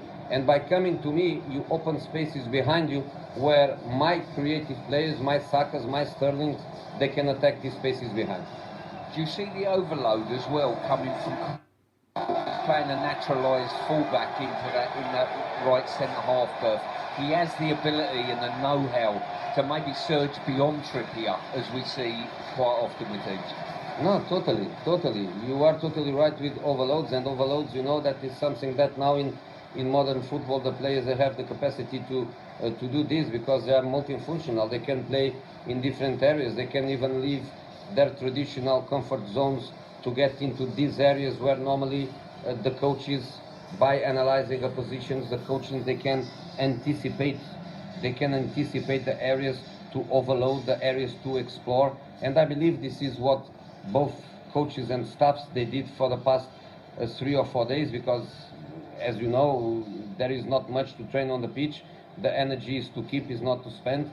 So the majority of the work now was recovering on the pitch, preparing some set pieces, even on penalty situations, and to try to do the work on match analyze, to do the work on the tactical screens. So for sure, both coaching staffs, they did it, and the players are ready to try everything. But in the end, a game for man. When I say man, don't get me wrong, I say game for people with strong mentality, people that goes there looking forward to this game, not going afraid to perform, not just going there for not to make mistakes. Is a moment for the guys to go there and to try to express themselves at the highest level. Jose, hi. Hey, okay. Sol. How you doing? One of the things I want to kind of look at is the matchup up front with Saka, Sterling, Kane, and the movement they will need to dislodge Günther, Hummels and Rudiger. What do you think is the best moment for those guys to really make it happen and make that back three work, and also get opportunities for goals? When I was looking at the team, I think that Gareth did something which was, by playing Kyle Walker as one of the three and not as the wing back, what is going to allow is for Trippier to feel very comfortable going forward, because Walker can deal with that space behind better than anybody, because in the end he will be attracted to a right back position, and he is a right back. So by playing in this centre back position, I think allows Trippier to go forward. And with Trippier going forward, Saka has to try to go to areas where Rudiger doesn't want to go. Because Rudiger on individual duels is a little bit of a Sol Campbell. He wants to dominate opponents. He can do it. So if he has a player not far from him, Rudiger dominates. Rudiger wins the majority of duels, aerial duels, ground duels. He is really strong on this. I think with Trippier going forward, protected by Walker, Saka can be almost a number 10 that England doesn't have in this game. Saka and Harry. Harry dropping and Saka going from the right to the inside. They can go into an area behind Toni Kroos, and Toni Kroos is not a great central defense midfielder. Toni Kroos is a creative player. So Saka and Kane, they can go behind Kroos and Goretzka. I don't think Rudiger will go all the way chasing them, because that will be to take Rudiger out of his natural habitat, and Sterling to attack spaces. Don't drop Sterling. Don't drop. Attack spaces. Hummels is not fast. He was never fast, and now even less. Attack spaces and try to expose Hummels, which for me, fantastic player, but clearly not the fastest one. Lovely stuff, Jose. Plenty more to come from Jose Mourinho as we continue to build up to our kick-off at 5 o'clock here tonight. Just listen to this for a few minutes with so many fans in the ground.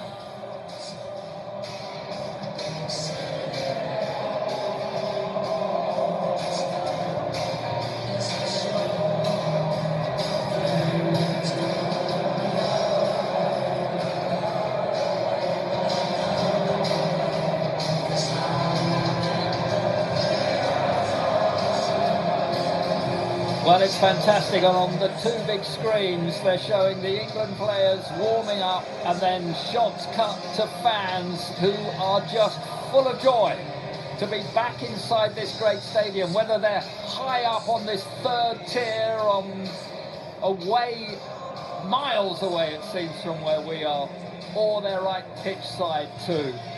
It's a big moment, this, for both of these two countries. It's an important game for everybody here today. It's been a wonderful tournament. Yesterday was quite extraordinary. Today is very different from a point of view of who is the one who's going to get the better of the other side. These two sides, England and Germany, it's live on TalkSport.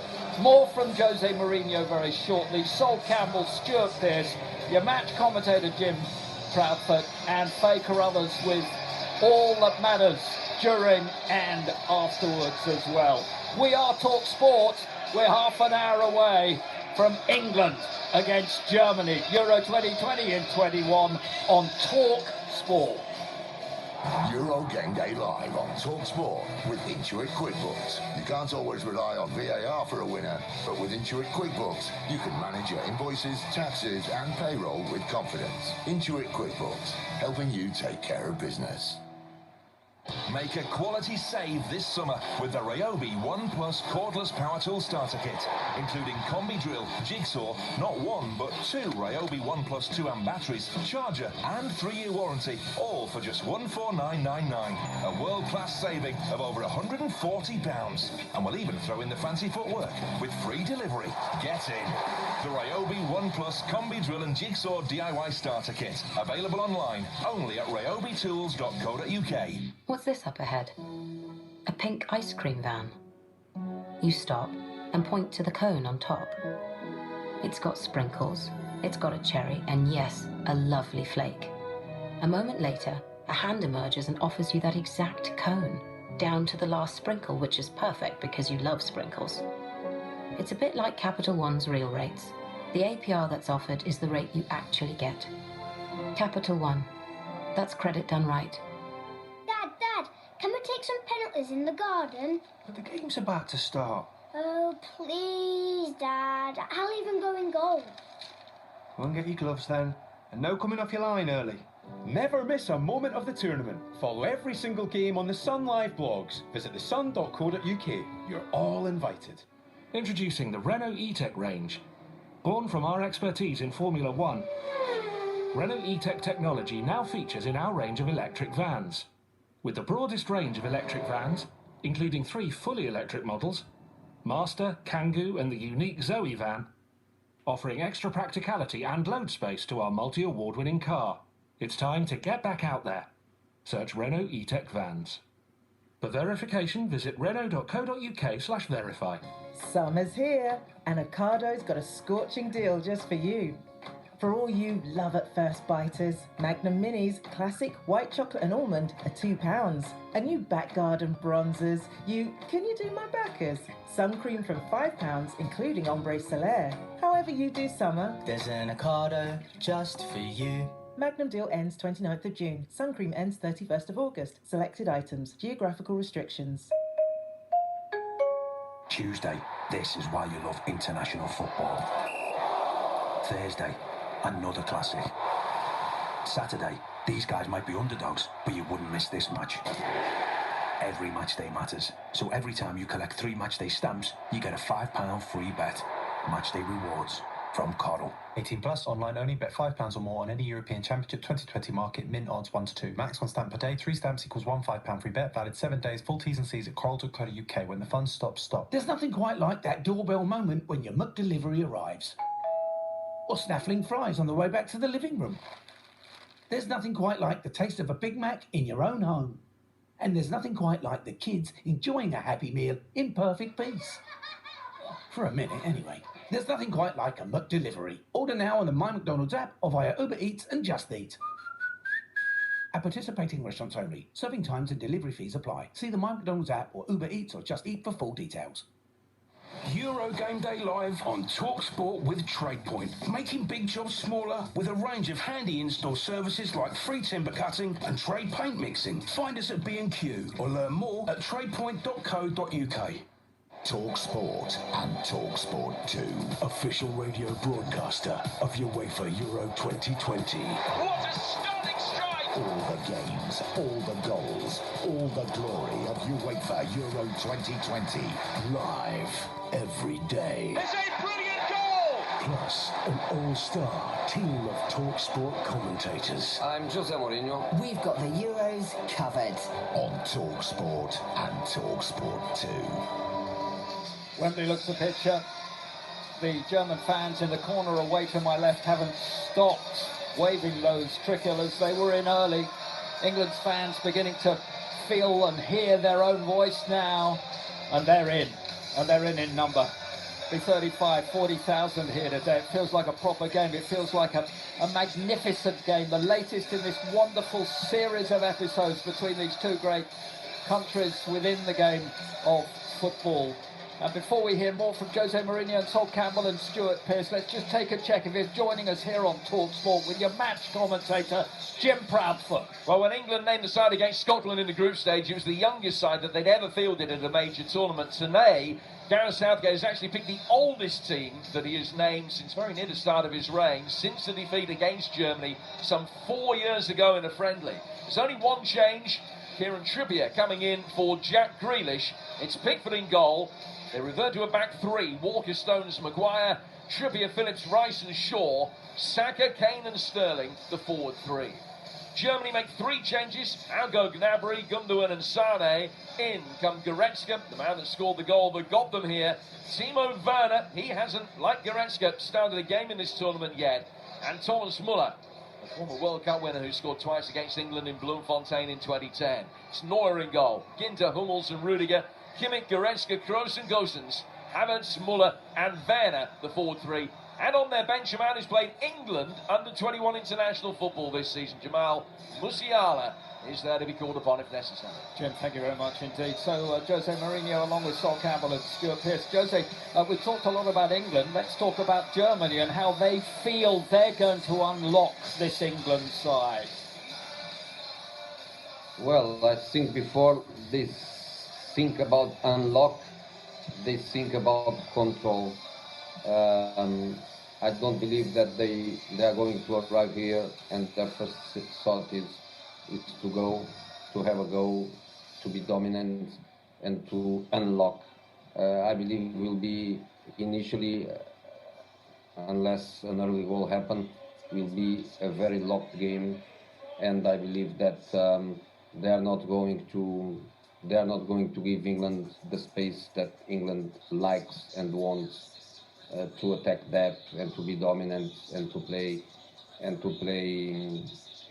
being in the total control of the game. The three centre backs are going to be low, in my opinion. Toni Kroos and Goretzka for sure. Kroos without Gundogan is going to stay much more positional, and Havertz and Müller, I see them of course trying to unlock by playing on the inside, but when the team doesn't have possession, I see Havertz and Müller to come to the sides and to try to make like a 5-4-1, to be much more compact and always with two players in each corridor. So when we say unlock but before lock, and I think this is going to be their mentality. Also by the emotional point of view, to try to control the emotions. They are playing away. They are playing with the stadium. The feeling will be a full stadium, in spite of it's not full, will be the feeling of a full stadium of English. So I believe they are going also to try to control emotionally the game. It's a fascinating point there, and we can look at how well they want to frustrate England, but I'd like to sort of just move on up front with Werner. As you mentioned, you haven't seen the best of him since he arrived in England, alongside the wise old Thomas Müller up front as well. How do you see that partnership along with the three up front for them working? Because both of these sides have goals, even though certainly the Germans can concede, as they have done at this tournament. You know, I believe that they are going both teams to play with these three, let's say, attacking players: Havertz, Müller, Werner, Saka, Kane and Sterling. But I believe that in England, of course, Harry will be the 9, but the 9, so the central one, where the predominancy of his movements are going to be in between the lines. By the other way, I think that the German number 9, Werner, is exactly the opposite. Werner will be the one to stretch. What England is going to ask Sterling to do, coming from the left, Germany is going to do with Werner playing as a number 9. Havertz and Müller, they are going to play in between the lines. They are going to try to come from the sides to the inside. They are going to try to play behind Phillips and Rice. They are going to try also to drag them away from these positions, and they are going to try Werner to attack spaces. That's for sure. And unfortunately, in England, Werner is not scoring goals. Is not scoring goals at all. But the reality is that this boy is a player with an incredible potential, with this physicality, with this intensity, with this speed. If they find him in transitions, he's going to be a very dangerous player. And Thomas Müller is this kind of player that you don't see him, but normally when you see him is because he scores. So keep an eye on Thomas, because he's a very talented player in the box. Jose, you mentioned, you touched briefly on the shield that England have got in Rice and Phillips. And in previous games, it's been Rice, the deeper line one, with Phillips with a bit more licence to use his energy and press onto people. Do you think that they'll be a little bit more conservative with this formation and play alongside each other? I think depends on what Havertz and Müller they do. Because if Havertz and Müller, they are going to try to attract Walker and Maguire, if Stones is the middleman, which I believe he is, they are going to try to attract Walker and Maguire outside this line of 3 to leave Stones a little bit more exposed. If Havertz and Müller, they are very far from Walker and Maguire, I think England has to keep the line of 3, don't open spaces, keep the line of 3, and then Phillips and Rice to be almost ends together and being both there, a shield, not just to be in control of the zone, but also to get Havertz and Müller.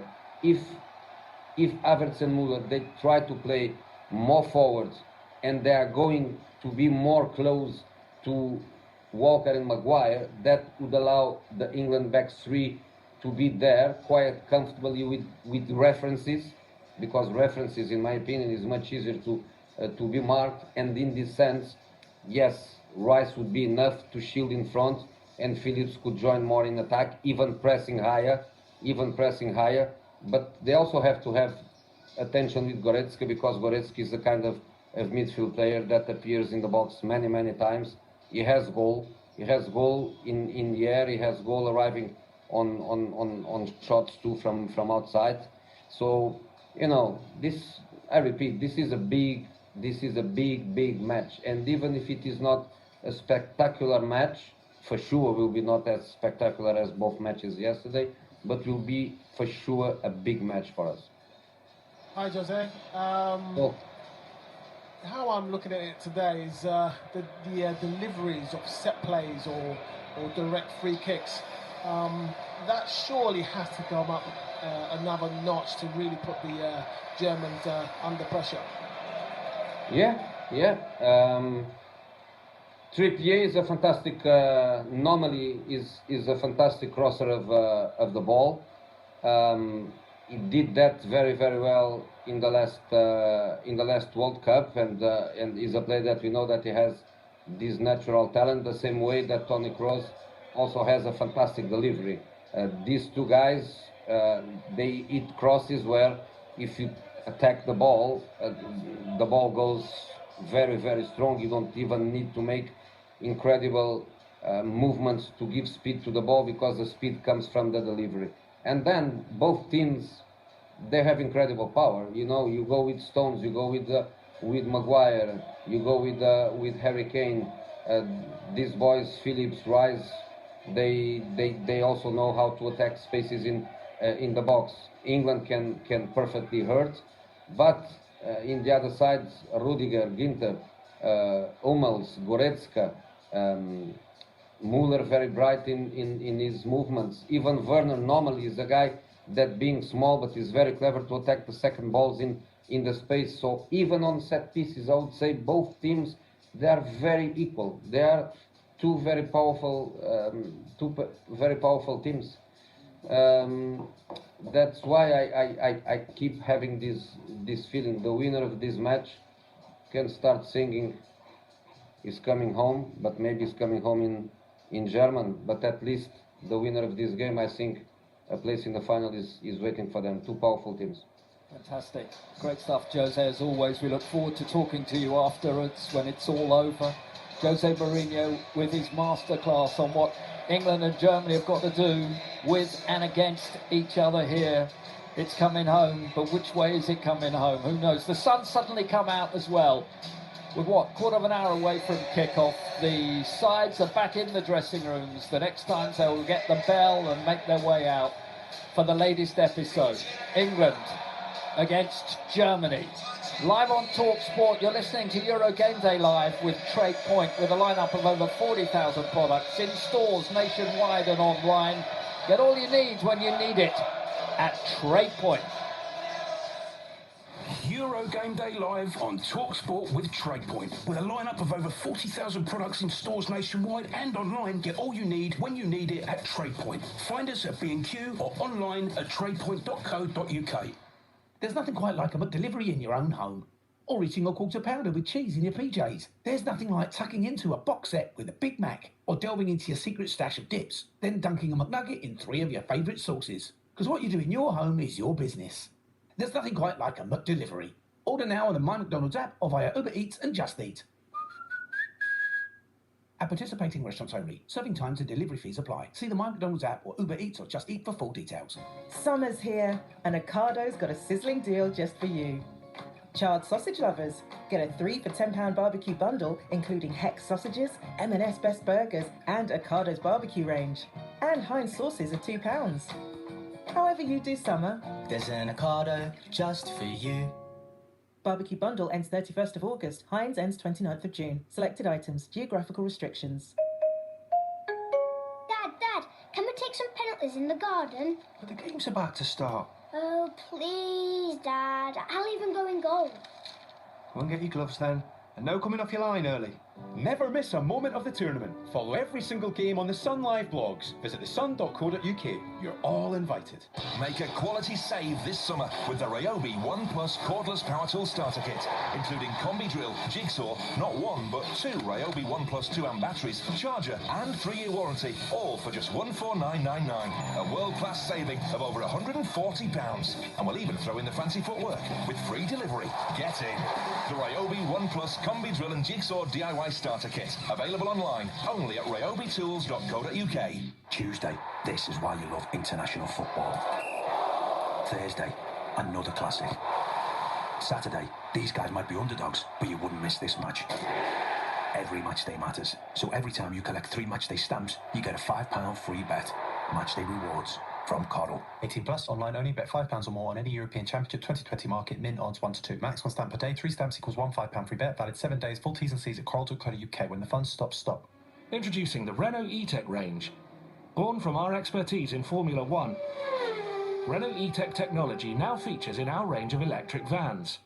With the broadest range of electric vans, including 3 fully electric models, Master, Kangoo and the unique Zoe van, offering extra practicality and load space to our multi-award-winning car. It's time to get back out there. Search Renault E-Tech vans. For verification, visit renault.co.uk/verify. Picture this. You're on a bike, a nice bike. Suddenly you see a helpful sign, pothole ahead. So you speed up and bunny hop majestically over the pothole. You land perfectly. Wow. Not today, pothole. Not today. It's just like Quick Check from Capital One. You know exactly what's coming. We let you know if you'll be accepted for a credit card before you apply. Capital One. That's credit done right. Euro Game Day live on TalkSport with Intuit QuickBooks. Don't get caught out by penalties. Get small business accounting software you can rely on. Intuit QuickBooks, helping you take care of business. TalkSport. Here comes the good stuff. UEFA Euro 2020. He's volleyed it high into the roof of the net. Every game live. From Stockport to Seville. Euro Game Day live on TalkSport. Sun is shining here above us at Wembley. The arch is sparkling, so too is the noise from these fans that are inside. Up to 45,000 will be here to enjoy this one. We're just going through the opening ceremony and unfurling the banner of London with everything on it, the Millennium Wheel, the competition itself, the big buildings all down by the Thames. But this England fan base has come from all over the country, from all over Europe, and some across the world as well. It's much more difficult for them to do any of that because of what's happened in the whole of the world in the last 18 months or so. But a lot of these England fans back together again, and you can feel what this means to them and what it means to the Germans as well to be over here and enjoying, they hope, another victory against England. Later on tonight, there's another very important game too, of course, and we'll bring you Sweden against Ukraine with Russ Williams in the chair. That's on TalkSport 2, an 8 o'clock kickoff. And whoever wins that one will be playing who's ever won this one. Just a thought, last moments in a game like this against Germany. Stuart, I'll come to you if I may first of all. Sitting in the dressing room, knowing what you've got to do. Is it different when you know it's against Germany? Because there have been so many great moments and dark ones over the many years. I think this head-to-head is more in the minds of the English than it probably is the Germans. You know, a lot's been said about that, and a lot's been said by German players saying, you know, the game against England's a biggish game, but I think it is more so for the English. But we've got a game here, and this could be symbolic for me in regard to the tenure of Gareth and for the evolution of these young players to go on. If we're going to be good enough, and these players are going to be good enough to achieve, these are the games we've got to come out as victor. Absolutely. Sol Campbell, you must have known as a player, because of the great level that you reached throughout that magnificent career, is some stage comes when you have to test yourself to live with the big boys.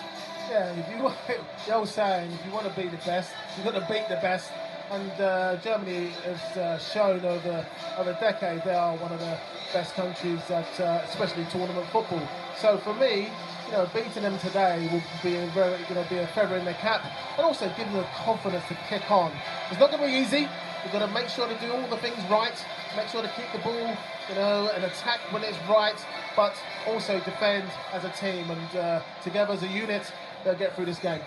And when you look, Sags, as well, you compare team on team, there's very little to choose between any of the players. Jose talked about being a head-to-head, man-on-man scenario. Yeah. 3 of these boys play in the Premier League, Werner's had a difficult-ish season, let's say, you know what I mean?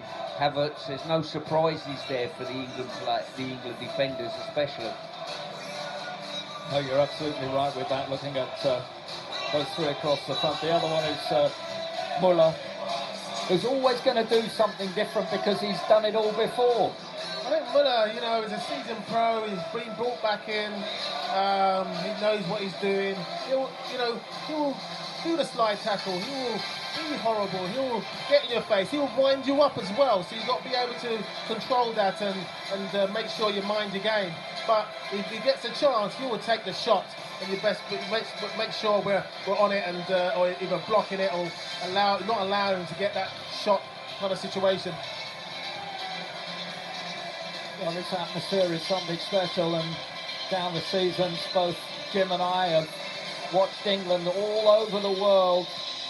Some moments have been magnificent, others have been desperate. But everybody keeps coming back. Of course, the fans do as well, and on the screen there was a time to shine on the back of one of the fans' shirts. The Joachim Löw, who is still just possibly, I'm hoping, is going to be his last game in charge of Germany today, but he's got more business, he hopes, before the end of this tournament, finishing back here as a finalist at the very least at Wembley in a couple of weeks' time. And I've seen a picture of him. He's done all his business, as has Gareth Southgate. We're just awaiting the bell. And the 2 teams now beginning to make their way into the tunnel beneath us. And the Germans, I can see on my monitor here, just a final congratulations to each other, a nod. And then England's substitutes will begin to make their way out, and the players as well. And of course, these days everybody knows each other. And there's a nod and a word, and Joachim Löw, with his hands crossed, looks at his team, looks at the opposition. As the players on the bench make their ways to the respective benches, everything's cleared up in front of us. The perfect green baize in front of us once more. 3 tiers. Let's pretend they're full. They sound full. They're not full yet. They would be full if they could be, but there's as many people as possible as everything begins to change again and we get back to a little more normality. And wherever you are listening to us, and it could be anywhere in the world today, if you're an England fan, you'll know exactly how all of us feel, because we all feel the same when it comes to taking on one of the greatest sides and nations in football we've ever seen, Germany. And now England, in their blue tracksuits, have made their way from their dressing room, and they're together. Harry Kane at the front, Jordan Pickford just behind him, and Harry Maguire back and ready to go. It's just quiet, it's just easy, it's just thinking their own thoughts at this stage. They know what they have to do, and they make their way forward now. There's Raheem Sterling with just a little bit of a neck movement, and here come the officials, and they pick up the ball, and here comes Harry Kane and Jordan Pickford and this England side. There are fans around the ground standing here who've waited so long for this moment. 2 years they've been waiting to be part of this today. Many of them never dared hope they would have a chance of being part of it. And I look at the fans standing, and you can hear now the reaction to Germany as they make their way. And a hop and a skip for one or two of the England players. Saka's just cannot stop moving at the moment, and why not two?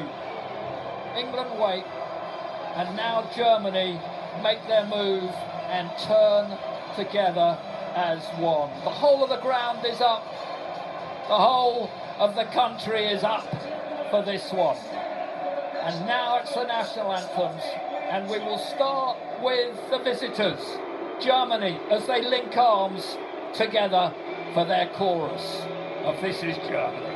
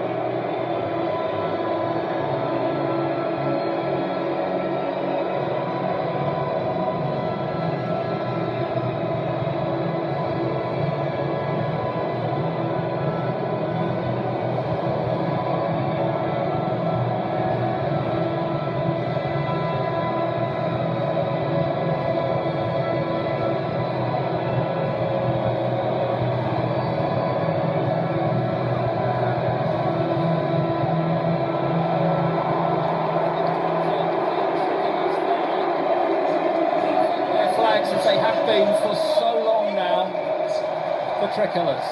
And now it's the turn of the majority here. We all know it.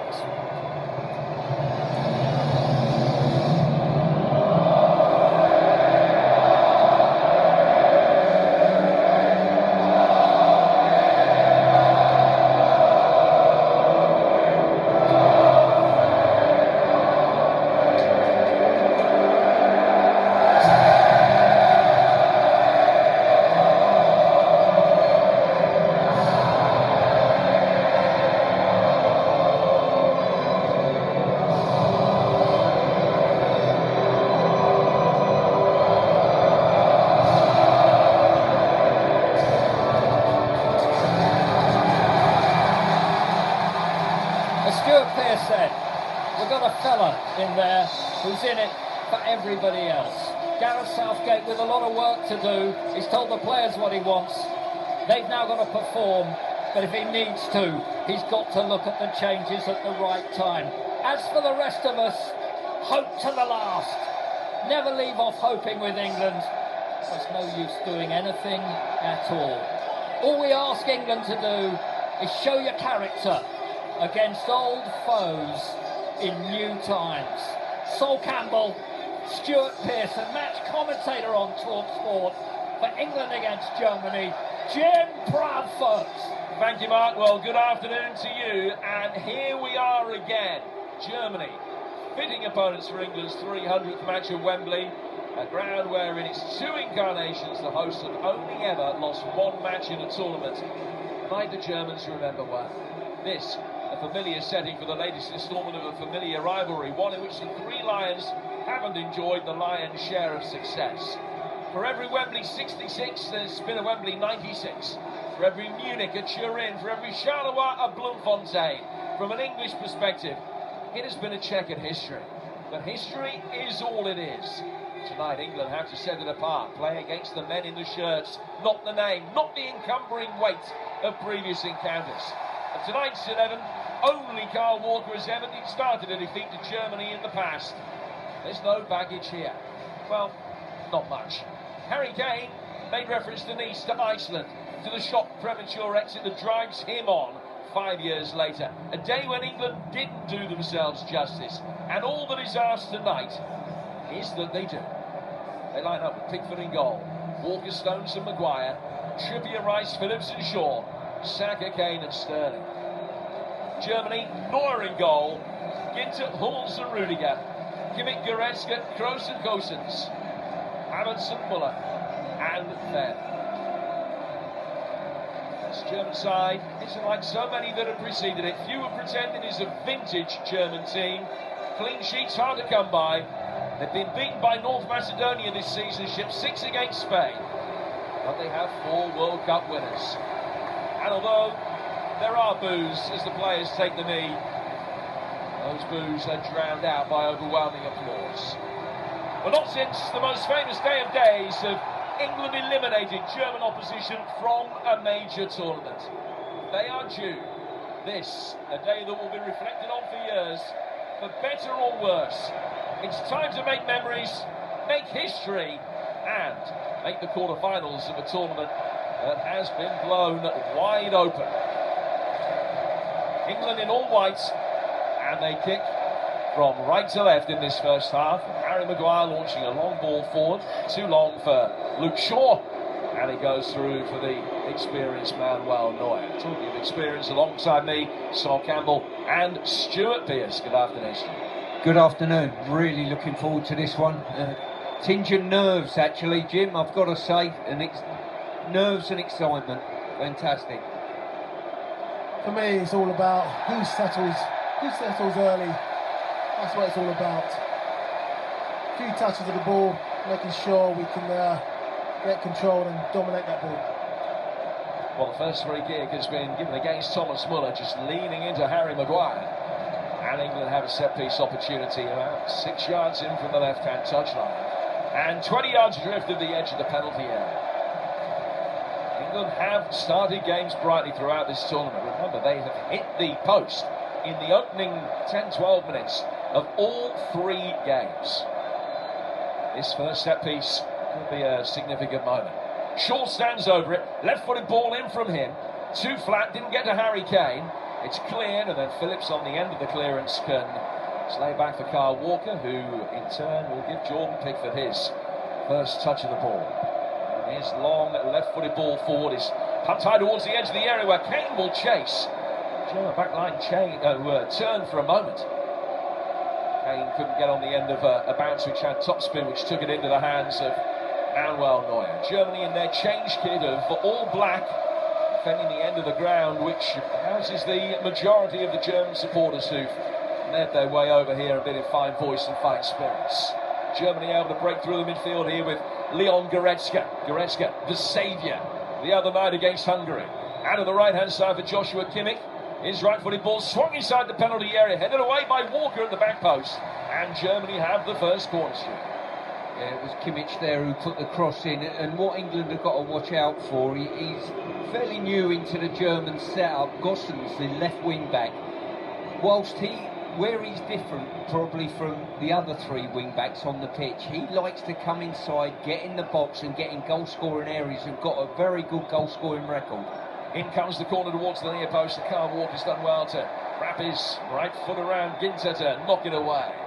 Back out towards that left-hand side. Kroos with the reverse ball down the left-hand side of the penalty area. Kai Havertz tried to turn it in. England again repel the threat. And he goes out for a throw that will be taken on the German left. Still, only about 15 yards or so from the corner flag. 3 minutes gone here on TalkSport. Jim Bradford, Stuart Pearce, Sol Campbell talking through the action here at Wembley, underneath the arch. Such a metaphor, that arch, for England's fortunes over the years, up and down, but it'll be England on the front foot today. It's Germany that have started with the majority of possession, more than happy to try and take the game to England, which may actually suit England well. Havertz towards the edge of the penalty area, trying to release Timo Werner. Declan Rice stops him getting a shot in, but the clearance only falls for Goretzka, and Jordan Pickford can just collapse forward onto a 30-yard shot from Goretzka and calmly bring it into his body. It's 4 into the encounter, and it is still 0-0. Havertz has got into some very intelligent positions, received it on 2 or 3 occasions on the half turn, and the back 3, and certainly Phillips and Rice have got to be aware of where he is on the pitch. John Stones in the middle of the 3 centre-halves for England, playing with a back 3 for the first time in 2021. The last 8 games have all seen them utilise a 4. As mentioned earlier, this is the first time that these 3 have played together as a back 3 since the World Cup semi-final. And they've already had a fair bit of work to do. It's a nice turn by Kai Havertz in the midfield, just deceiving Phillips. The ball played down to the left wing, overhead. Trippier's got all the time in the world to run after that, bring it under control, and find Kyle Walker. Werner pays a little bit of lip service of putting Walker under some pressure. Back pass towards Jordan Pickford was neatly controlled on his chest.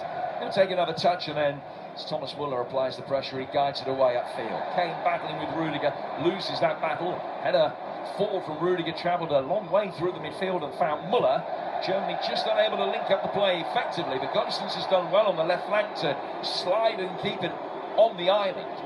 And Germany will work it from the left to the right-hand side of their back three, and then back four. Their goalkeeper, Manuel Neuer, who takes a touch, lays it out to Antonio Rudiger, but something or nothing more forward from him, and easily brought under control by Walker.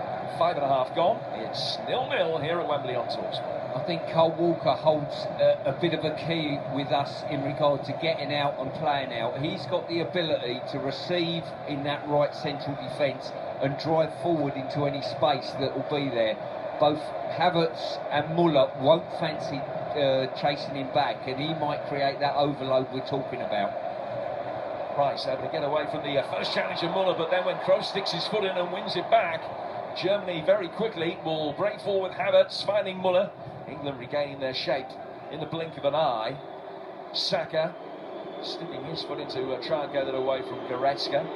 It's Germany that have been playing much the better football in the opening 6 minutes or so, but no alarm as yet from an England perspective on Jordan Pickford's goals. Neuer plays that one down towards the left-hand side. Trippier he used his body to make sure that it beat him and Gosens, and goes out of play for a throw, which will be taken on the England right-hand side.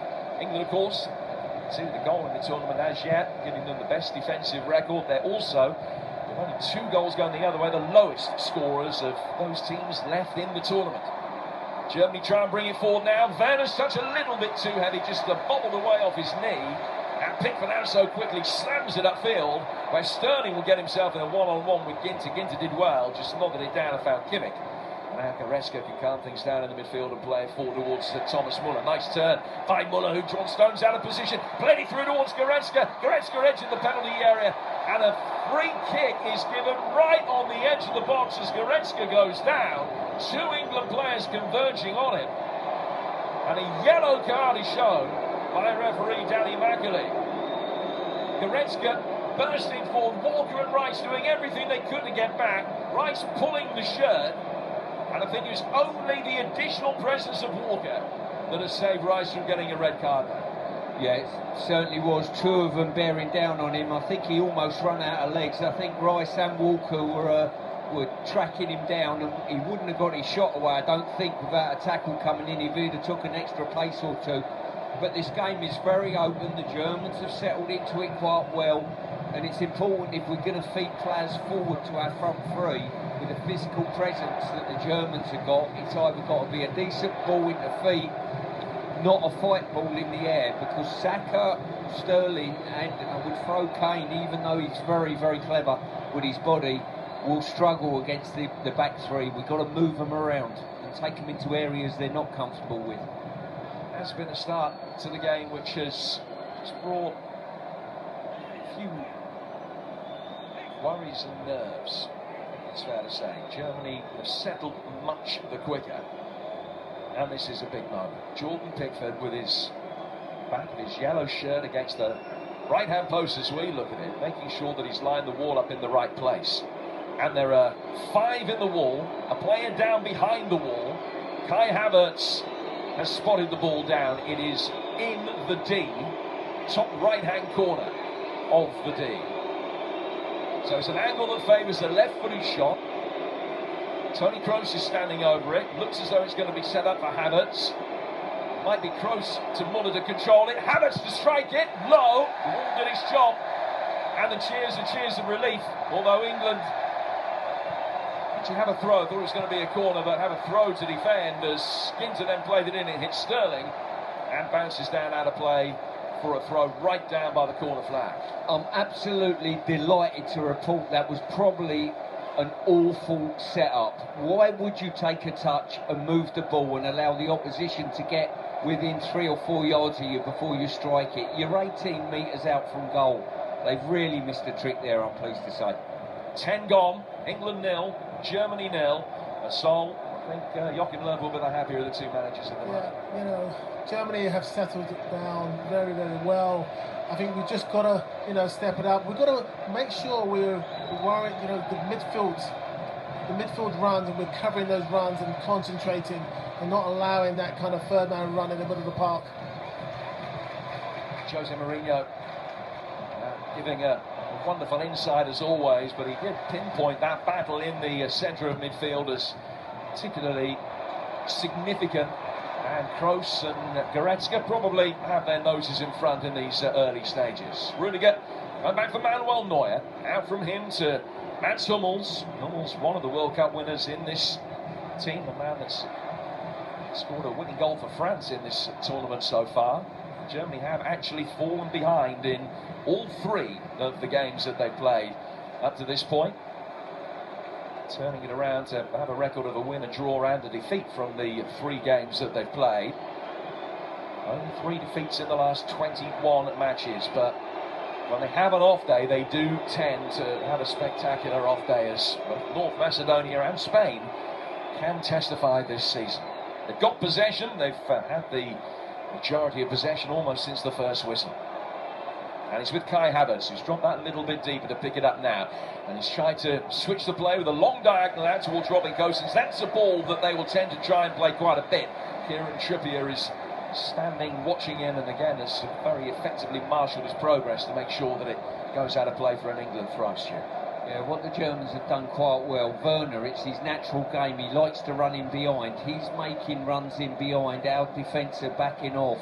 And then it's creating those little pockets of space. Just on that occasion, Goretzka drifted into there. We've seen Havertz get into that area, and Muller will do it as well. Trippier heading on a long throw down the touchline, turned back through the midfield towards Rudiger, but only after it had gone out of play for another England throw, which will be taken nearer the halfway line, midway between the edge of the penalty area and the halfway line. That was where the ball went out of play. They're not going to take it from there. They're going to edge forward and steal a good few yards, and then Trippier takes a throw intelligently into the feet of Sterling, and Luke Shaw very quickly had made a darting run down to the left-hand side, and Kimmich just was oblivious to his progress. He's come across to face Shaw up now by the time the ball gets there. But that is a pass that is on for England. Now they will try and switch it the other way. Walker coming forward from centre half. Played out towards Trippier. Trippier flicking it back down the touchline. Sterling and Saka. Good making progress. Saka shortly fouled, and it is a free kick to England down by the corner flag. Yeah, we've just seen that situation where Cole Walker's find himself in that sort of just tucked in right back position. And every time he receives it on our build-up, he's got to drive forward, and all of a sudden he'll commit somebody, and it's like a chain effect then. Someone has got to come out of their slot, all of a sudden more room for the likes of Saka, Sterling, Kane. England's first set-piece opportunity. Will it be a more effective one than Germany mustered at the other end? Saka and Trippier are the two players standing over it. John Stones and Declan Rice, numbers 5 and 4 respectively. Both standing, both attacking the ball. Maguire is peeling off towards the back post. He's sending it back across the edge of the 6-yard box. Goretzka heads it away. Maguire won the seconds. Walker will just play the way that he's facing, and as he picks up the ball inside the centre circle, he works it all the way back for Pickford. And England can then turn and build from the back. First contact won by an England player, encouragingly, inside the penalty area. Now Saka has done very well. Commit Gosens and then turn with possession. Lays it down towards Declan Rice. Rice down towards Luke Shaw on this near side, the England left. 0-0 on TalkSport. We played 14 minutes. Kyle Walker has the ball at his feet. Winners of this one take on either Sweden or Ukraine in Rome. And you can find out who it will be in the game that kicks off at 8 o'clock on TalkSport 2 tonight. We've got it all covered for you over the course of the Euros, as you know. John Stones has got the ball at his feet now for England. Harry Maguire showing for him, but Stones electing to work it all the way back for Pickford instead. Pickford just leans back and pings it left-footed out towards the England right-hand side, where Gosens will head it over Trippier and out of play for an England throw. And England have just got a bit of a foothold in the game now, settled down a bit after that nervy opening 8 or 9 minutes. The last 4 or 5 have been much better. Yeah, it certainly has. We've wrestled some of the momentum away from Germany, and what we need is a touch of the ball, moves the ball, and gets good, secure attacks into our strikers, rather than hopeful balls that are too high that they're fighting against the physical presence. Yeah, a few signs of encouragement now, Son. I think this is where England needs to be. You know, lock them in and just have that relentless passing, probing, and see what we can get. The 1-2s are in around the box and make their backline think a lot more. It's an England throw level with the edge of the Germany penalty area. Into the feet of Bukayo Saka, who was born the same week that England stuck 5 past Germany in Munich. Those of us privileged enough to have been there will never ever forget. Here's Raheem Sterling now, score of England's 2 goals. He unleashes, right footed shot, well saved. Neuer diving away to his left hand side, got a strong hand to it, goes out of play for a corner. Much better from England, as the volume of the home support will testify. Yeah, well done, Raheem Sterling. Once you get it into feet, isolate somebody, pick someone out, go and take them on, and have an effort at goal. Comfortable save by Neuer, but it's stretching him, and it's the impact psychologically that these little body blows create. First England corner. And they make first contact on this as well. Rice making running towards the near post. Space for Maguire. Got the header in. Didn't get the power. And Neuer took 2 hasty steps to his left and made a comfortable save. A much more comfortable save than perhaps might have been expected with a free header 12 yards out. Everyone was man-to-man marked, apart from Maguire for some unknown reason in the German defence, and it was him that was free. Movement everywhere, Maguire free, and you expected him to maybe hit the goal with a touch more violence than he did. Timo Werner ended up on his backside inside the centre circle, and the referee said play on. Ball has gone back for Pickford. Pickford will play out and find Harry Maguire.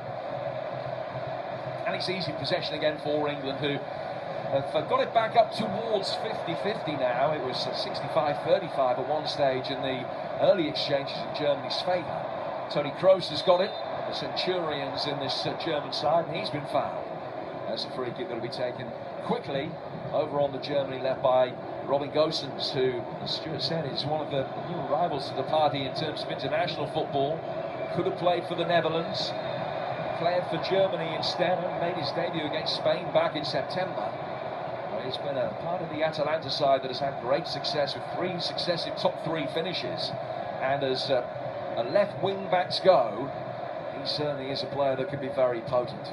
Toni Kroos has got the ball in the midfield, and he's turned it down towards the right hand side for Ginter.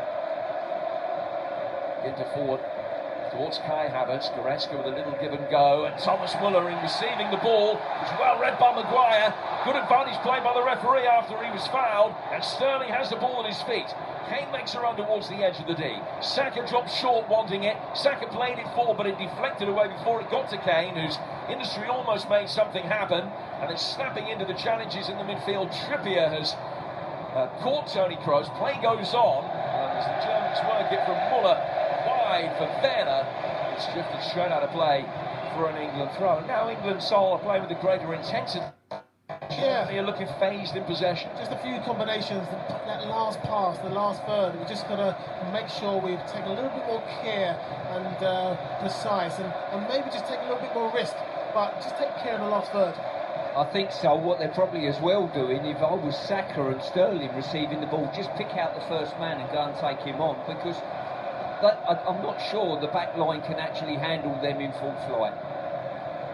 It is one of the well-publicised criticisms of this German back line that they struggle when they get turned, and struggle to deal with anybody attacking them with real pace, particularly Mats Hummels, who had an international retirement forced upon him at one stage, but brought out of the cold for this tournament after 2.5 years on the sidelines, along with Thomas Muller. Muller's got the ball at his feet now, just played to him by Goretzka. He's chipped it over the top for Timo Werner. The pace of Walker gets him there first, and he can guide it all the way back for Jordan Pickford. 19 gone, Stuart, 0-0. Yeah, he really is an insurance policy, Kyle Walker, at the back. His little bit of pace is helpful. He was happy to start even Stevens with Werner in a foot race from the halfway line. And I've got to tell you, there's no other England defender could give Werner that sort of space. England have only reached the quarter-finals 3 times in the last 12 European Championships. Beat by Iceland, of course, at this stage 5 years ago. Well, the campaigns has contributed to England playing more games in the Euros without reaching the final than any other nation. This would be a significant step forward. It's played down towards Trippier, who's flagged offside. And it's a free kick which will be taken on the German left. Manuel Neuer has thrown the ball outside the penalty area. Rudiger restarting play, finding Mats Hummels. And Hummels will bring it forward. Joshua Kimmich has made a run from out to in, trying to draw Luke Shaw out of position as he did so. Havertz has dropped back into that little area, but Harry Maguire followed him. Kroos, all forward from him, given away. Well intercepted there by Kieran Trippier. Trippier controlling it, laying it back towards Walker. A lot of England possession in German territory now. Rice for Sterling. Shaw again holding the width on that England left. Just trying to give Kimmich something to think about. Kyle Walker now forward towards Kieran Trippier. Trippier 20 yards inside the Germany half. Lovely turn by Saka again, who has adapted to the rigours of international football so ably over the course of this season since his debut. Ball laid back for Neuer. Neuer again looks long. Harry Maguire with a commanding header. His battle against Thomas Muller is an intriguing one. And it claims from Kimmich that he played the ball off Sterling and out of play for a throw, but that wasn't how the referee saw it. McAlee pointing that it is, and England put in level with the edge of the penalty area. Yeah, I'm looking at the matchups now where I think England might get the ascendancy over Germany. It's Walker driving forward in the setup on the right side there, and also as well Sterling and Saka. They've got to get good ball control, they've got to get turned, and their first thought has got to be attack the opponent that's in front of them. That will put the Germans on the back foot and see problems to them. For me, also just keeping the Germans in their half. You know, that relentless passing, putting them under pressure, putting that back three under pressure. The more they do that, the more opportunities they're going to get. Germany in possession, playing out from the back. We're midway through the first half on TalkSport, and it is 0-0. Sol Campbell and Stuart Pearce alongside Calvin Phillips. Putting it back well for England in the midfield, and now Saka driving forward again with real intent. Didn't get too far, but as the ball deflects to earth, Goretzka, it falls for Rice. Rice picked up that yellow card very early in the game. Phillips back for Declan Rice again. Nobody in the England starting lineup, incidentally, on a yellow card. Going into this match, although Phil Foden on the bench is. Germany have 3 in the starting lineup who will be suspended from the quarter-finals if they're booked tonight. And England have another set piece here. Saka has really taken the game by the scruff of the neck. Playing out on the right-hand side, found himself an inside left there for a moment. And was fouled. It's another opportunity for Luke Shaw just to tease one in for the aerial targets. And from what we've seen so far, you think that England have an appreciable advantage in attacking set pieces going high inside the Germany penalty area. Can they make the most of it? Trippier's come over as well now, so it could be a right-footed in-swinger. Shaw with his right arm above his head. And it is Shaw that is going to fire it in too deep for Kane. Coming round the back, the header keeps it alive. Might yet drop for Rice inside the penalty area, it doesn't quite. Werner will play down towards his own corner flag. Kimmich lays it back for his goalkeeper who clears.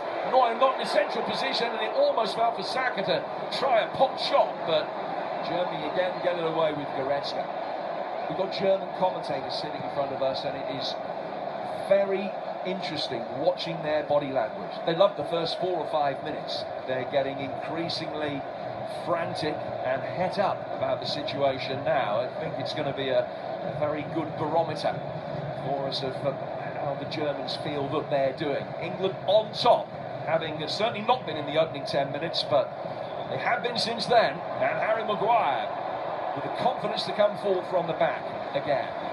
Into Saka. Ball has been magnetically attracted to him so far.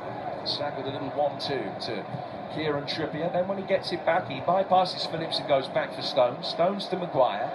Sterling and Shaw working in combination on the left-hand side. Shaw making the run past Raheem Sterling. He got the ball at his feet. Now Shaw will try and come around the corner. Shortly pulled back there by Ginter, and it's another free kick to England. And Ginter's going to be spoken to. He is one of the players who's a yellow card away from a suspension. I don't think he's going to get caution for that. Is he? Yes, he is. Has his name taken, and Ginter will miss the quarterfinals if Germany get there. I think what we've got to do, we've shown in that situation there, it was Luke Shaw putting Ginter under pressure, and various other players, Saka, Sterling. If you ask questions of people by running at them physically, dropping a shoulder, they're not particularly adept at handling that. The other side of that is when they're up, they're getting into good positions just between our midfield and back line. That's what they're particularly good at. What we're good at is these one-on-one scenarios, and we've got to keep playing our strongest hand against them. Well, England have made first contact from nearly every set piece that's come inside the German penalty area so far. Maguire standing very deep at the back post. Goretzka knows where he is, but he isn't marking him. In it comes in, Trippier with the delivery, a little German flick out, and Neuer punches it away, trying to prevent the corner, but he's failed to do so. And Trippier will sprint over towards the right-hand touchline. Clearly wasn't getting the movement he expected there, Kieran Trippier, because there was a little inquest on his way through with Maguire and Stones, but we'll go and take this corner now. That was a top quality ball in, I've got to say, and he's right in what he's saying. I think he expects an England player to get across their front man. If he would have done that, then it takes the eye line of Ginter away from the ball and it stops his first contact. Rice makes a darting run near post, trying to create space for Stones and Maguire in behind him. Germany made the first contact that time on that corner. Cleared out towards Phillips, great ball back. Trippier down by the byline, right-footed ball, stamps it up. Harry Maguire's missed the target. Now he was put under a bit of pressure, but he was only 8 or 9 yards out, and he would have expected to come much, much closer than that. That is a chance. I've got to say, there was Gossens who got the physical contact on Maguire, and it was good defending. It was almost a foul, I've got to say. He's just dived straight into Maguire, but he's done enough to take his eye line off the ball. He's done really well. Just put that kind of shoulder into his chest, and in a way, it's good defending. Does enough to put him off. Harry Maguire scored the late winner against Poland in March, one of 3 international goals that he scored in his career. Had a couple of sighters today. England fans encouraged by this. Sterling. England much more on the front foot, much more proactive than they have been in swathes of previous games that we've seen. On this occasion, the move breaks down and Goretzka can bring it forward through the midfield. He's laid it back for Hummels. Hummels to Ginter. Ginter to Joshua Kimmich. Such a versatile player, playing at right wing back in this tournament, that can play in the centre of midfield. England doing well with Saka, who's covered an awful lot of ground, battling with Muller. Much his senior, and lays it back for Pickford. Pickford to Stones, and straight back again. Pickford now playing it out towards Walker. And Walker's ball forward was some miscontrol by Rudiger, who got a little bit lucky because as it flicked off his foot, it found Hummels and not Kane. And then Ginter will be able to completely mop up for Germany and try and get them going again down their left-hand side. It's a straight ball for Havertz, is run well read by Stones, who shuffled across, chested it down, and now can just flick it to his left-hand side for Luke Shaw. 28 gone, it's England 0, Germany 0. Often the way of it in England matches, that shots on target at either end at a premium. They've been 3 so far. England have had 2 of them. They have a free kick now as Havertz fouls Maguire. Yeah, a couple of things that I've noticed. The front 3 of Germany are not particularly enjoying chasing the defenders sort of back and doing their defensive slant, so we might get out on those scenarios. Also as well, when England play at high revs, the Germans look uncomfortable, decidedly uncomfortable, and it suits us. So we need to keep the tempo of the game up. We need to keep asking questions of them defensively. First goal, clearly, always important, but you feel it could be more significant in a game like this, where England have counter-attacking ability, and that is an area where Germany struggle defensively. So if we get to a stage where Germany are chasing the game, you just wonder whether that might play right into England's hands. That's how Spain put 6 past them earlier this season. Maguire laying it out towards Kyle Walker. We're just a few seconds shy of the half-hour mark here on TalkSport. England hoping to be able to make their recent dominance count. Unable to do so at the moment. Goretzka turning the ball through the midfield. Coordinated hand gestures from the The Germans right in front of us as the ball is played forward and headed away by Stones. Stones now for Phillips. Phillips trying to dink one over the top. Sterling's going to chase it and keep it in on the left-hand touchline. Now he's waiting for the cavalry to arrive. Kane's in there, Saka's in there. Sterling twisting, turning, trying to get across it. Stands it up. Kroos heads it away. Falls for Rice on the edge of the box. Just tries to nod it into a dangerous area, but away from Shaw. And Ginter had time to take a couple of touches. He needed them both. And he lays it back for Neuer, who will chip it away down towards the touchline where Kimmich and Shaw do battle. And Germany win a free kick. Sol made a good point earlier about penning him in and keeping him in there, and we've just seen a great example where England could have pressed. We've lost the ball on the edge of the box. They rolled it back to their goalkeeper. But our first reaction wasn't go and press the ball, it was just stand still and see what they're going to do with it. That's when you've got to press them, that's when you've got to say, you've got to move the ball quickly or I'm going to take it off you. That's Hummels, vastly experienced, 76 cap for his country today. Just pops into his right-hand side for Ginter, back for Hummels again. Now to Antonio Rudiger, still wearing the protective face mask, the injury that he picked up late season for Chelsea. Goretzka turning in the midfield. Germany playing between the lines much more effectively now. Muller to Havertz, Havertz to Kimmich. This is a good German move. Left-footed ball chipped inside the air. They got an overload at the far post, and Gosens stretched but couldn't reach. That's a let-off.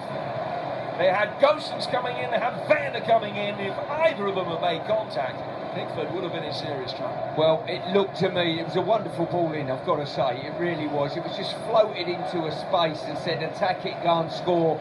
And I've got to say, I think it was Phillips who just bodied out Phillips and Trippier together. Gosens is in the danger zone once again and just managed to edge it out. Warning shot across the England bounds. 0-0, but an entertaining 0-0. Havertz playing it forward, trying to release Werner. Good save. Pickford came out there at the angle. And Werner getting the run down the side of John Stones and getting the left-footed shot in. And Pickford out very quickly to effect the block. Top quality stop by the goalkeeper there. John Stones has just given Werner too much space to go into. It's a great pass into Werner. Difficult to cut out, but the goalie's done brilliant coming out and smothering it. Will bring it forward with Rice to Luke Shaw. Shaw to Sterling. Goretzka coming back, forcing Sterling just to retrace his steps. Smidge finds Rice. Back for Sterling again. And then Declan Rice going back inside his own half for Harry Maguire. Maguire playing it forward down to the left-hand touchline for Shaw. Shaw goes back for Rice under pressure from Muller. Harry Maguire will bring it forward. Still England concentrating on the left-hand side, but always looking for the quick switch of play. Saka finding himself in a very central position now, if England can work it into his feet. Ball's gone out towards the right-hand touchline where England again just maintain possession easily enough. Kroos in there with a little body check on Calvin Phillips. England retain possession. Phillips, right-footed, clipped over the top. Kane making a run, just trying to give a surreptitious shove to That's Hummels. Ball cleared by Ginter. Ginter fighting it forward. Werner coming to meet it, very cleverly just cushioning it into the path of Thomas Muller. Back for Toni Kroos. Kroos to Goretzka, level with the edge of the centre circle. And then back for Kroos again. Possession still pretty level. It is England that have now got their noses in front, and the shot count is dead level, but 3 apiece, 2 on target apiece. 0-0 the score, with 11 minutes to go in a first half that has raced by here on TalkSport. Hummels. Kimmich ahead of him in the half space on the right-hand side. Back he goes for Ginter. Now Kroos has a good ball forward, and Kimmich has brought it under control. Werner's waiting in the middle, and it was Maguire that got the defensive angles right. And when he is able to block it, the flag then comes up against Joshua Kimmich for the initial run. Yeah, well offside there. Good back line, good straight back line by England. Just going to make a point on Harry Kane. He's finding it really, really difficult to get involved in the game, and I think it almost suits the German back three to have a sort of target man type up against them. I wonder what we would be like, and I'm not suggesting it's a substitution anytime soon with Harry Kane's goal scoring record, just wonder what it'd be like, Jim, if we had a false nine, someone like a Grealish on, that's coming to pick the ball up and then driving at them, because they're struggling with people running at them. Well, up to this point, Harry Kane has had 2 touches of the ball, I'm told. So it will be a concern. England certainly feel that in an offensive capacity have played pretty well. No breakthrough as yet. Shaw laying it back for Harry Maguire, who feeds John Stones. Don't forget, we've finished here at Wembley at 8 tonight. Jason Cundy and Andy Goldstein will be taking your calls on national radio at 08717 22 33 44. Get your calls in. Sports Bar with you from 8 tonight after Euro Game Day Live. Maguire in possession here for England in their all-white kit. Back for Declan Rice. Rice will go back behind square to Stones again. And Stones will turn it back for Pickford. Pickford plays out to Phillips, who'd just dropped in as a passing option. Now Kyle Walker, 4 from centre-half into a slightly more advanced position. He's just, in this phase of play, alternated with Calvin Phillips a moment. That allows Maguire the opportunity to push forward on the other side from centre-half and win a throw for England, which will be taken about 15 yards into the German half on the left-hand touchline. Also bring you a podcast to kickstart your day from TalkSport, as we're now the biggest talking points from Euro 2020. All the biggest interviews from the managers and players that matter from their England correspondent Faye Carruthers. And you can download or listen to the Euro Daily Podcast on the TalkSport app or wherever you get your podcasts. Here's Declan Rice making his way forward for England. And he plays it out towards Kieran Trippier. Now Walker with a chance to control the ball. Roll his studs over the top of it. Elected not to play it in. Rice might be able to, down on the right-hand side of the area. The defending by Gosens knocked it away. England win the second, so Phillips has it again. Now Saka. Rudiger follows him out towards the touchline. Saka and Trippier with a neat little 1-2. Great reverse ball. Calvin Phillips inside the air, trying to put it back for Kane. And Germany block it and just prevent it going out of play for a corner. Yeah, great set-up play, great movement by Phillips. I think he should have done better personally. You know, he's just played a ball off the Goretzka, I think it was, who cut out. I'd have liked to have seen him take him on if he possibly could. Well, Phillips had it again and just lost it around the edge of the penalty area. Germany looking to try and get Werner in. Stones has stepped up. He would have been offside had the ball been played. And Havertz ends up on the deck. Calvin Phillips with the challenge. I think it's nothing more than a throw, which will be taken over on Germany's left-hand side. I think the referee has given a free kick for it. No, it is a throw. Over on that far touchline. 7.5 minutes remaining in this first half. Germany have scored in all but one of their last 22 games, but it's clean sheets that they've struggled with. 6 minutes away from elimination the other night before Leon Goretzka scored against the Hungary side that breached their defence twice. Portugal managed to do that as well. 6 games without a clean sheet for them coming into this game, whilst England have only conceded 1 in the last 9 matches. 0-0 the score here. A game that has ebbed and flowed. Germany on top early on, England then having a period of superiority, a little bit more level since then. Free kick's gone England's way for an offside, and Stones has taken it and found Rice, who his feet straddled the halfway line as he played the ball forward. Sterling then with a neat little turn. Kimmich came to meet it. It was there to be played by Sterling. Kimmich ended up on the deck. Werner, then it's rolled through towards Havertz. Havertz using his pace, and England have covered very well. Kyle Walker fouled, but what was critical there, Sol, was that Walker had the pace and the wherewithal to be able to get between his man and the ball as quickly as he did. And he's done it from time and time again. It's been fantastic. It's been, 1+. When it comes to that sheer pace, he's got that in abundance. But the one thing I've noticed is when Germany are attacking, just coming off the centre, the backs, the in between the midfielders, and finding those spaces, those combinations. They've got to stop Germany combining together, because one of those are going to come off. Pickford takes the free kick, sweeps it forward, some 60 yards. Kane going up for it. Saka then trying to win the seconds with Rudiger, and it just rolled down Saka's back for a moment.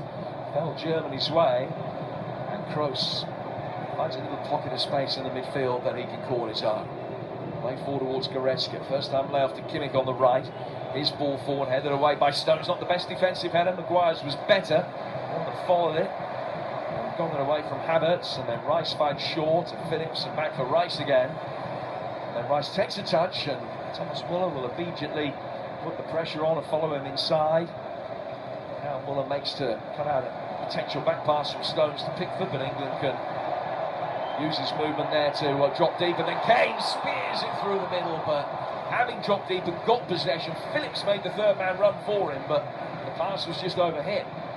But that was an idea that certainly the right idea, even if the execution wasn't quite up to the mark. As an athletic contest between two teams, it's a mismatch when England play to their full potential. It really is. And you get a feeling when England play slowly, the Germans breathe a sigh of relief and think, thank goodness for that, we can have a breather now. We've got to make sure we keep playing at high revs, we keep taking people on, we keep looking to do things quickly. It suits the Germans if we don't. Jordan Pickford's got the ball at his feet inside his own penalty area. With 4.5 minutes away from half-time, it's 0-0. Kane dropping deep to get on the end of Pickford's long ball forward. It flicked off a German head, almost fell for Sterling. Germany can mop up at the back and go back for Neuer. Manuel Neuer, who's in the side that beat England in the World Cup back in 2010. 12 years his international career has gone on for now. 104th cap for him today, and a 31st in major tournaments, which is some record.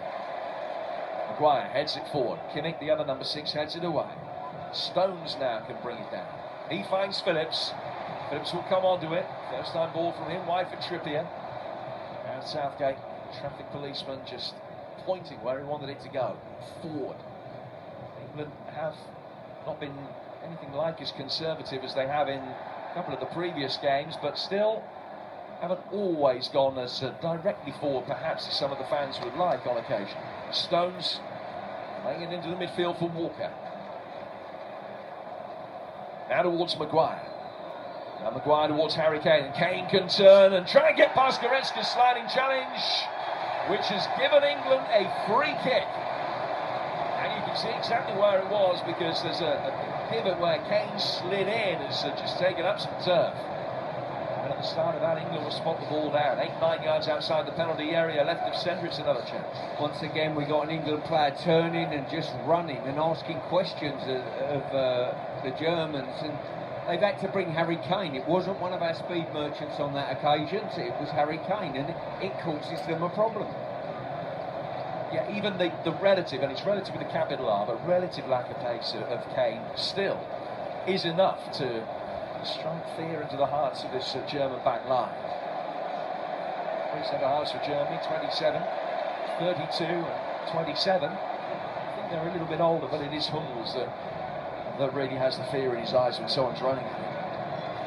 Well, Kieran Trippier scored for England in the World Cup semi-final from a not dissimilar position to this. It was maybe just a couple of yards more central, and a couple of yards further he's clipped this one in towards Kane, and a diving header knocks it away from Hummels. And what happened on that occasion, none of the runners ran, and it just left space, and Kane attacked it, and Hummels got there. His diving header goes out of play for an England corner. That was a clever set piece from England. Well, we're looking at a smarter outfit from set plays with Trippier in the team. He's put a couple of free kicks in now that have been absolutely on the money. Sterling on the edge of the 6, 4 making runs from deep. Rice by the penalty spot. Kane is in there, Maguire and Stones as well. And Germany knocking away. I think it's close to the top of his head to it might have been Ginter, and has cleared his lines. Calvin Phillips just having to step up through the gears a little to make sure that he got there ahead of Kai Havertz, but gets it back for Jordan Pickford. Pickford again sending it long, left-footed. It's a nice pass that Phillips does well to bring down. Havertz fouled him, but England still have possession, and the referee indicates that play should go on. It does, with Stones finding Trippier. Now Saka making a run, darting in between two of the centre-halves, Rudiger and Hummels, and he's perhaps a little bit unlucky that his was the last touch. It's gone out of play for a throw, which will be taken by Germany level with the edge of their own penalty area. The final minute of the first half, Sol, it's 0-0. 0-0. It's that longer pass. I mean, with the experience of the back line for the Germans, they can see that. I think we need to shorten up a little bit and more quicker to kind of surprise them. Kroos trying Trying to bring it away in the midfield and ran into Calvin Phillips. Is that going to be a yellow card? The referee reaching for the notebook, and he's calling Phillips over. And he is the second England player to have his name taken. So both of the central midfielders have been cautioned in this first half. Phillips going in for the ball, just overextended a little and came down on the top of Tony Kroos's right boots, Jim. Yeah, he's a little bit unfortunate there. He's gone in, taken the ball, but obviously the roll of the ball and his foot, he's gone over the top of the ball and caught Kroos. He's not giving much quarter, I've got to say, Phillips. We're into 1 additional minute at the end of this first half. 3 in the book for Danny McAleen, the Dutch referee. Ginter, Rice and Phillips. Rudiger has the ball at his feet. He's played it forward now towards Leon Goretzka. Goretzka towards Tony Kroos. Kroos guiding it forward over the halfway line where Kai Havertz has dropped back. Havertz just playing it back inside his own half for Hummels. Hummels to Ginter. One eye on the clock from the German players, I have no doubt, just maintaining possession as we move towards the half-time whistle. Muller playing it back. Oh, he didn't find his man. Chance for Sterling. Sterling to run towards the edge of the penalty area. Still Raheem Sterling goes. Brought down was he Kane. Takes a touch. Got it away from Neuer, but a sliding challenge came in and denied him a shot on goal. England with a glorious opportunity that they couldn't really get right at the end of the first half. And now Germany will play it forward at the other end. Timo Werner. Kroos making his way forward. Thomas Muller's so experienced, but it was the back pass from Hal. Germany had got away with it, and England frustrated that they couldn't make the most of the chance. Sterling and then Kane right at the end of the first half. Hugely entertaining stuff. England's second best in the opening 10 minutes. Well, you could certainly make a case that they've been the superior side since then. Most significant, dramatic moment of the day still lies ahead of us. At half-time, it is England 0, Germany 0. Thank you, Jim. Well, all sorts to talk about in that first 45 minutes. It's 0-0, and it's interesting. Don't forget, later on tonight, we'll be finding out who the other quarter-finalist is in this particular game. And we've got that game to come later on, Sweden against Ukraine at 8 o'clock on TalkSport 2. On TalkSport, you'll have your chance to have your say. 08717 22 33 is the number to ring. Well, I think we could have seen a bit more pace in this game. Come on, we don't have to worry too much about this German side. Thanks to Intuit QuickBooks, let's take a look at the key moments from the first half. Half-time highlights on TalkSport with Intuit QuickBooks. Reverse VAT, invoice management, CIS, sorted. Intuit QuickBooks, helping you take care of business. I want us to be a bit more instinctive at times here. Trust our quality. I think it's all about, we've got ability. We go against their ability, don't go against the grain. We've got guys who can probe and got good pace and got skill with it at the same time. Utilise that. I mean, why drop off and try to kind of allow Germany to lull you into let's play a football game. Let's just play a really quick game of football, and see if you can live with us. Yeah, I mean, I think they're playing again to tactics here, England. But I think that they've got. I think they could be more expansive and go for it, because if they don't do that, they can find themselves 1-0 down here from something that happens at the other end, and then they're chasing the game and we're in trouble. I think conservative suits the Germans. Oh, totally. If we're more expansive, a little bit more quicker and dynamic, certainly on turnover we've caused them a problem. Even in build-up play, if we can be a little bit quicker. And the big call for me is this, and I'll throw it in the mix now. I think if we had another player of the like of Saka and Sterling up front, and I'm talking about maybe Harry at some stage coming off, and the likes of Grealish or Rashford or Foden that's prepared to pick it up and run at somebody. But we need that to take. If we take the lead here, I think we can command the rest of the game. But if we let them get in front here and chase the game, it's a different matter. I mean, the ball's not quite run, has it? for us either when we got into position, but I don't know. I expected a bit more from us than this. I mean, they got in. Tino, great strike, fantastic save for Pickford. You can't allow the Germans to pick up the ball and pick up those kind of lovely kind of pockets and feed, the front line. We just can't allow that to happen because one of those going to go in. We've just got to really concentrate on our game. Make sure we tie at the back. Make sure we keep on playing the ball. Don't get frustrated. It's going to be a tight game. Understand that. And once we get our chance, just go for it in different scenarios on the right or the left. Really expose their back line. Really go for it. Create those 1-on-1s or 2-on-1 scenarios all over the pitch, especially in the last third. I think shifting that ball just a little quicker once we get into their half as well, Stuart. Oh, without a doubt. As I say, it is the one-on-one matchups. There's probably 5, 6, 7 of our players on a one-on-one scenarios, which Jose was talking about beforehand, that can't defend one-on-one. Tony Kroos in midfield. If Phillips is running at him at pace, he won't be able to stop him. Our 2 wider players up front, they can't be stopped. Teams need to double up against them when that is the case, and we need to keep doing that. Cole Walker, if we can work the ball and get out, they've got a nice little rotation between Walker and Phillips. Phillips has dropped into the back line, Walker's come into midfield, but once we do the rotation, get on the ball, get turned and get driving forward with it. Sol? I think for me, it's all about, controlling the game, playing in their half. We look so good playing in their half, controlling the game, putting them under pressure. And the more times you put a team under pressure and you're controlling the ball, the more the likelihood they're going to make a mistake. At the end, a little bit Muller, short ball. We need more of that. Yeah. There's going to be a few more scenarios like that popping up. But we've got to make sure we provoke them into those mistakes. Absolutely, and the way to do that, of course, is to do it at pace. And they don't like this at the back at Germany at the moment, but England, I think there's more to come. There's got to be more to come. It was a look back at the first half, 0-0, brought to you by Intuit QuickBooks, official sponsor of TalkSport's coverage of UEFA Euro 2020.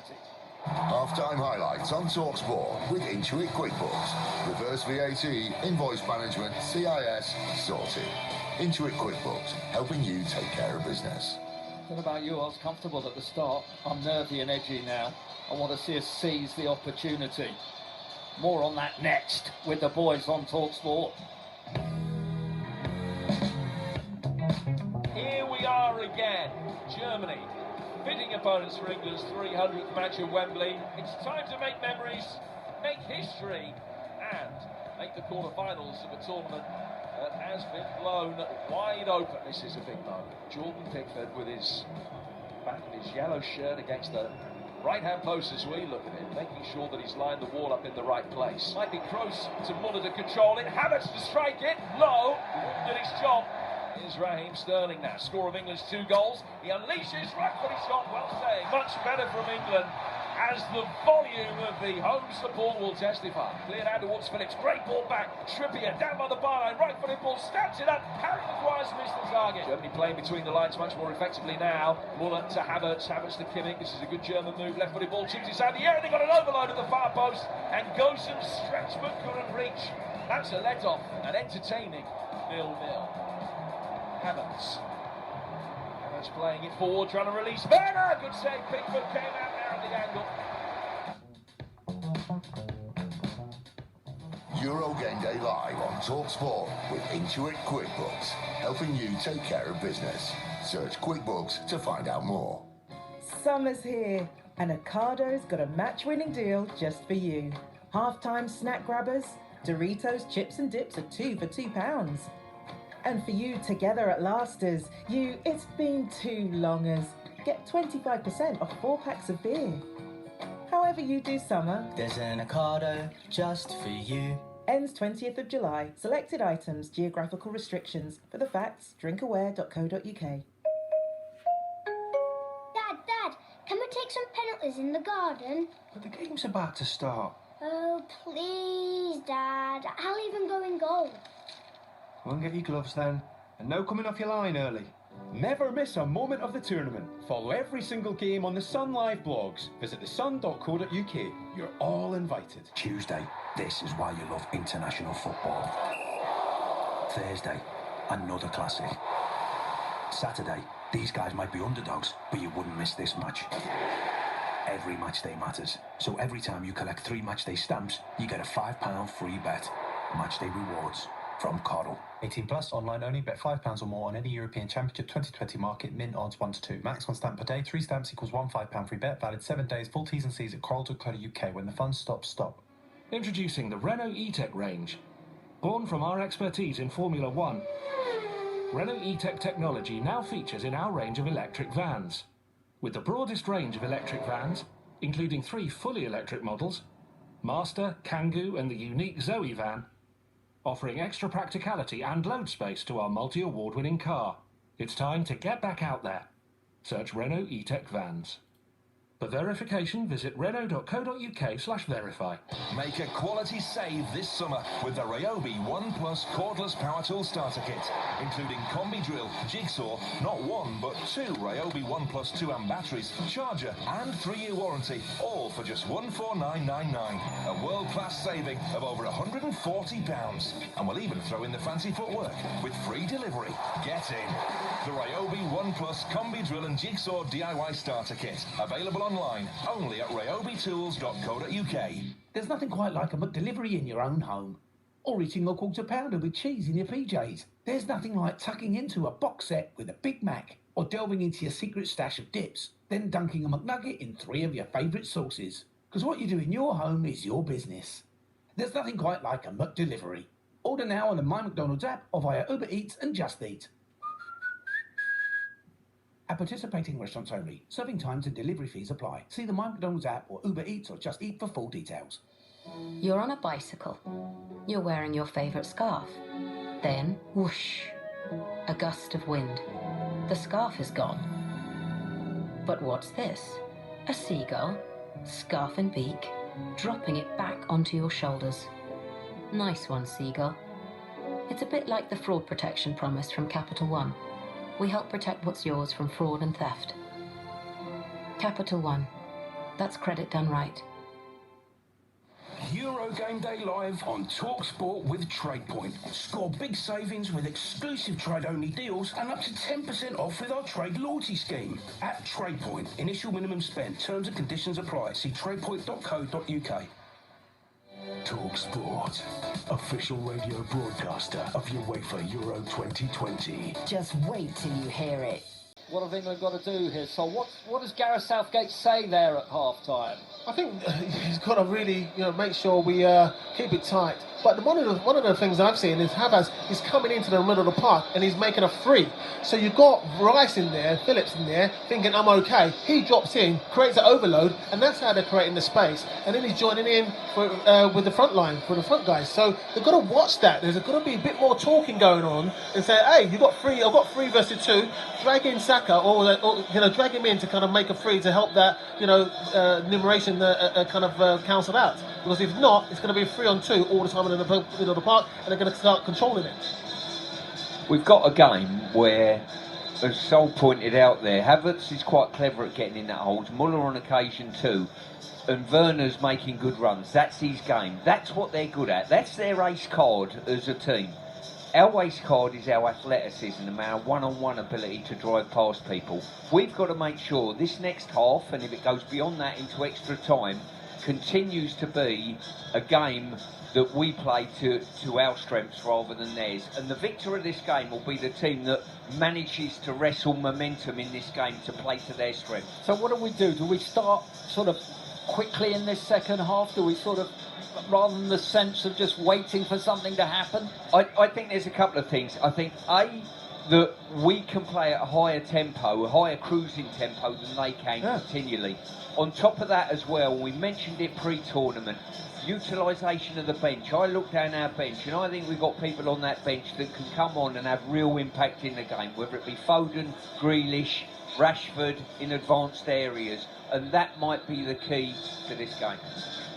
What it is no doubt for me, though, where we are here, the first goal now is absolute key, because that's going to change the tactics of either side. If England can get that first goal here, then I think we can see them go on and get more. But if Germany get it, It's going to be this. We've been there before so many times. It's England, Germany. We're working fine margins. You know, it's always been fine margins. The first goal is so crucial in modern day football. Yeah, no, it absolutely is. And I don't know. I mean, it's difficult because we're not quite low enough to see the real pace of this game. You can't always see that, but they've respected each other a little bit too much, I think, at times here. I want to see someone go away from that now and have a little bit of a go. I just feel once they get into the last third, is committing and committing the defender. And also, who cares if it goes wrong? You know, that doesn't matter. It doesn't matter. Your last third, go for it. I mean, do your clever 1-2s and reverse passes, you know, and then get your shot off. I don't want 58 possession, 3 shots on target, and come out losing by a goal to nil, Stuart. None of us want that, Sags. Don't worry, we'll be okay. Do you think so? We'll be okay. No, I thought we'd be okay. I've been thinking we'd be okay all day, but a bit like a lot of the people on social media, they're starting to get a little nervous. And it's concentration as well. You've got to keep the concentration in these kind of games. I know. We've still got to keep our concentration. Oh, I think I can see the sides. They're on their way out. We're 45 minutes away from extra time. Let's just finish them off here and now. Stuart Pearce, Sol Campbell, and your match commentator Jim Proudfoot. Well, he could conceivably, but the last 45 minutes of Joachim Löw's international career as a manager, which started back in 2006. If it is, the vast majority of us will be celebrating inside an hour. We're back out for the second half. I've just been speaking actually to the French World Cup winner Vicente Lizarazu, who's just in the next commentary position to us, and he was saying that he looked at France's performance last night and was very critical of it because Didier Deschamps went from a back 4 to a back 3, and he was saying, I don't understand why England have done that with the relative success that they've had in the tournament so far. So that was an interesting take from a non-Englishman. Used to be in the game and won just about everything from around the turn of the century, but just he couldn't quite see how it was going. He said it's not great to watch, but it's only going to take one chance and England will win. So back out for the second half, no changes in personnel. England lining up, Pickford in goal, Walker, Stones, Maguire, Trippier, Phillips, Rice and Shaw, Saka, Kane and Sterling. We're back underway. England in all white, kicking from left to right. And Germany with Neuer in goal. Ginter, Hummels and Rudiger. Kimmich, Goretzka, Kroos and Gosens. Havertz, Müller and Werner.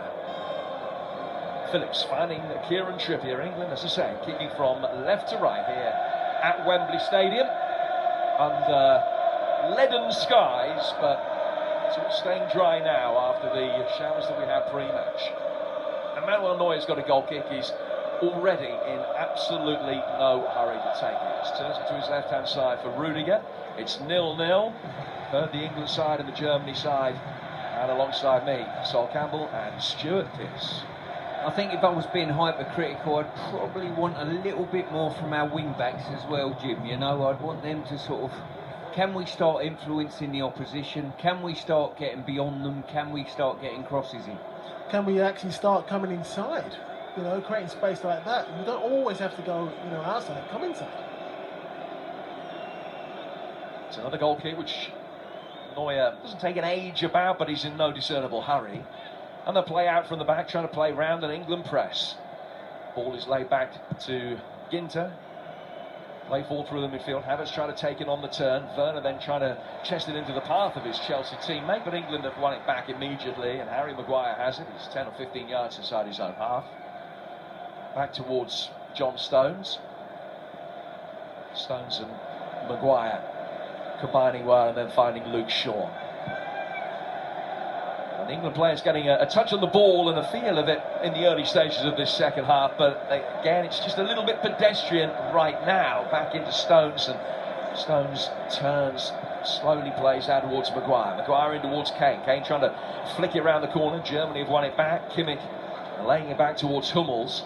Interesting, we're talking about the potential for changes at some stage in the game, that one of the 3 England players who isn't on the bench today is Dominic Calvert-Lewin. So you can't bring Calvert-Lewin on for Kane as a straight swap at any stage of the game. Rudiger Back towards Hummels, inside the centre circle. Just ventures into England territory. Germany playing no quicker than England at the moment. They've played 7 halves of football in this tournament so far. There've only been goals in 2 of them. Ball goes out to the German right. It's laid back for Toni Kroos. Kroos almost getting into a shooting position. Muller with a little layoff. Germany trying to go up through the gears. Kroos couldn't get himself into a shooting position. Able to keep it live, working wide for Gosens, who's done well to turn it in left-footed. Left-footed shot from the edge of the area. What a save! Havertz struck it so sweetly. And Pickford threw up a right hand instinctively to help it on its way over the bar. Really good build-up by the Germans there, slow and deliberate. And when it fell for Havertz, he's fantastic strike with his left foot. He really should have hit the free kick earlier, akin to that. And Pickford made an absolute wonderful save. He's been on top form, this boy. Scored the winner in the Champions League final. Close to giving Germany the lead there. Corner comes in. Harry Kane, the free man to attack it for England, got his head on it. And Trippier does the rest, slamming it forward. And Joachim Löw acting as the ball boy. Just throws it down for Ginter to try and restart play quickly from the throw. Kane then putting Kimmich under pressure. And the ball goes back to goalkeeper Manuel Neuer, driving it forward. Havertz going up for it with Shaw. Shaw won it. Rice plays it back to him. Then Maguire, tall, dark-haired, round-shouldered, plays it out towards Luke Shaw, but Germany, industrious in the midfield, have won it back. Timo Werner scored 12 goals in his first season with Chelsea in a rate of about 1 every 4 games or so. Back towards Hummels, Hummels to Rudiger. 3 Chelsea players in this German side today. Goretzka's got it now. Goretzka playing it forward out to the German right. Easy possession for Germany, as they had at the beginning of the first half, where the brighter of the 2 teams out of the traps, and they have been again in this second period. That has been the domain of England in the tournament so far, that they've had bright, quick starts. England grew into the first half, and they just need to grow into this second one a little bit as well, as Neuer chips it out to the German right. Kimmich sliding in, can't control it, and it goes out of play for an England throw.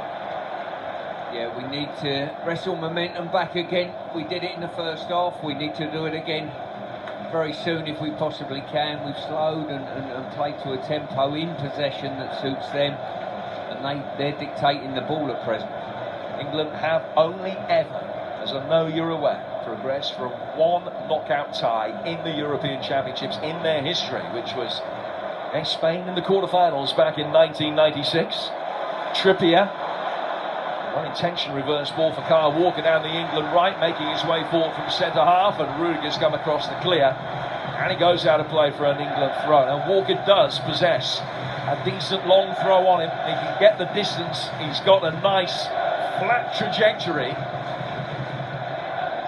And he has an opportunity to try and launch one in here. And it's the cue for Maguire to come forward. Stones is much deeper. He's on the edge of the penalty area. Maguire on the edge of the 6. In it comes from Walker. Bypasses Maguire, went over him, but was headed away by Hummels. Loose ball bounces down. Werner finding Havertz. Good sliding challenge to win it back from Trippier. That's excellent defending. And England will drive forward again with Rice playing it wide out to the England left for Sterling. Sterling cuts inside, leaves Goretzka on his backside. Now he's inside the penalty area. Raheem Sterling just trying to thread it into the feet of Harry Kane. Sterling then, after attack, the legs goes down on the edge of the penalty area. No foul. Stones gets there ahead of Werner's Germany trying clear, and England playing with a little bit more intensity again. Stones again to Phillips. Phillips now for Walker. Walker and Maguire and out towards Luke Shaw. Midway inside the German half, and 0-0 on TalkSport. 6.5 minutes into the second half. And they're trying to knock it through the midfield as Kane saw the run of Raheem Sterling ahead of him, but there was a collision involving Sterling near the edge of the penalty area, and free kick's been given Ginter's way. Goretzka, Muller sliding in to retain possession. Thanks work back for Manuel Neuer again. Winners of this in Rome on Saturday to take on either Sweden or Ukraine. We'll find out who when those two meet later tonight, 8 o'clock, the kickoff for that one. And it's live for you on TalkSport 2. This game finishes. We got all the fallout from it with Jose Mourinho and Faker Others, our England correspondent, will be talking to the headline makers, to Gareth Southgate as well. whether the news is good or bad. And following us, it's the Sports Bar with Andy and Jason, giving you a chance to have your say on national radio tonight. 08717 223344. Kroos playing it forward through the midfield now. Kai Havertz. Havertz in and around the edge of the England final third. Lay off towards Goretzka. Goretzka back behind square for Toni Kroos. This is decent possession from Germany. Muller peels out for the overlap on the right-hand side. Ball chipped in instead. Too high for Gosens. Actually on the top of his head. Pickford comes out and punches away before Gosens can win a second header. And then it's hammered upfield by England, where Hummels deals with Kane. Kane ending up on the deck holding his knee, but I think he'll be back on his feet in a moment. Maybe not, actually. Hummels is leaning over him and is looking concerned. And he's still with him as play continues. There's an accident. Havertz will make his way forward now. It's good defending by England, who will knock it upfield. But there's no way that Kane is going to be able to continue, certainly without the need for treatment. And Hummels picking up easy possession inside the centre circle. To his credit, side puts it out so that Kane can receive whatever treatment is necessary. I think if England are going to get a breakthrough in any way, shape or form, it will have to come through Sterling. He's been probably England's most effective player at present, I would say. Certainly done great defensive work just then, turning situations over. And slightly before that, we saw that man, the left wing back Gosens, driving in, arriving between the goalposts as well, getting his head on something. Tom? I think we've got to, I think we just got to take stock and regroup. Again, the Germans are controlling the ball, they're finding the pockets, they're playing with patience, and we just got to watch out for that, because that's how they build their play. We've got to somehow press their back line. Don't allow them to build up. Don't allow them to kind of go back to keep up. Fine, we all can shift up to the halfway line. But don't let their back three control the ball, control the tempo, and find those midfielders as well, like Kroos, and then he can dictate and then find Havertz. That's what we've got to do. We've got to make sure we put pressure all over the pitch. Well, Marcus Rashford's been sent out to warm up. Harry Kane is making his way off the field under his own steam and towards the touchline. Manuel Neuer, as always, wearing a rainbow-coloured captain's armband for Germany today. And Harry Kane, in kind, doing so for England. Two nations standing together in a particular cause. Kane's going to be able to come back on. A reminder of what's coming up for you: Sweden, Ukraine tonight, then Friday, Switzerland against Spain, and Belgium, Italy. Both games live on TalkSport at 5 and 8 respectively. Saturday, the Czechs take on Denmark, and then it will be the winners of the two games today facing off in Rome Saturday night. We've got it all for you on TalkSport. Harry Maguire brings the ball now. Kane is back on. Chests it down and goes back for Walker. Walker's got Trippier to his right. Turns it back for Jordan Pickford instead. Pickford plays it forward towards John Stones, who controls it on the edge of the D, and then plays it to his left-hand side for Rice. Rice now to Shaw. And Shaw goes back for Rice again. Rice into the feet of John Stones. 11 minutes into the second half, and it's still England 0, Germany 0. We've had a great example there of how you a tempo of getting on the front foot. Maguire's done brilliant. He stepped in front of Havertz, taking it on his chest. He's going in a forward momentum. He takes a few steps forward, checks out and plays backwards. We need to go forward. Sterling's got it now, linking up with Kane. Sterling turned right down a blind alley on the edge of the penalty area, desperate to get it onto his left foot. And there were three German players waiting for him, and they got it upfield quickly. Havertz has got Werner in support. It's Timo Werner, edge of the penalty area, shown onto his left foot. Great defending from Stones, and it's nothing worse than a corner. Yeah, it was good defending by Stones. He'd lost him for a moment there. He's got to make sure that Havertz has got one thing on his mind. He's not going to run past anyone and beat someone, but he will find Werner with a pass. But he managed to get a second good recovery once he fronted him up, held his ground, good defended by Stones. Well done. 12 minutes into the second half, the most significant moment of the night. These two nations' European Championship campaign so far still lies ahead of us on TalkSport. Corner work shorting towards the near post, poor ball back from Muller. Kroos stabs it in and Kane heads it away. England weren't expecting the short one, with Muller starting right in the shadow really of the near post, but a better ball from Muller back to Kroos could have caused England problems there. Didn't come. quickly taken throw. Can't get Havertz in from Gosens' delivery, and England will knock it away. Manuel Neuer, the original sweeper keepers, such an advanced starting position, comes out and he's almost left with the edge of the centre circle as he just nods it into Rudiger's path to stop Germany having to retreat too far. 0-0, 57 gone here on TalkSport in Wembley, and still shots on target at a premium. 3 for Germany, 2 for England with nearly an hour play. Kimmich has possession. And he drops 10 yards inside his own half to lay it back for Ginter. Ginter for Kimmich again. Kimmich looked up, Werner was on his bike. Stones just let him go, so the pass wasn't forthcoming. Werner would have been offside. Germany having to be a little bit more patient in the build.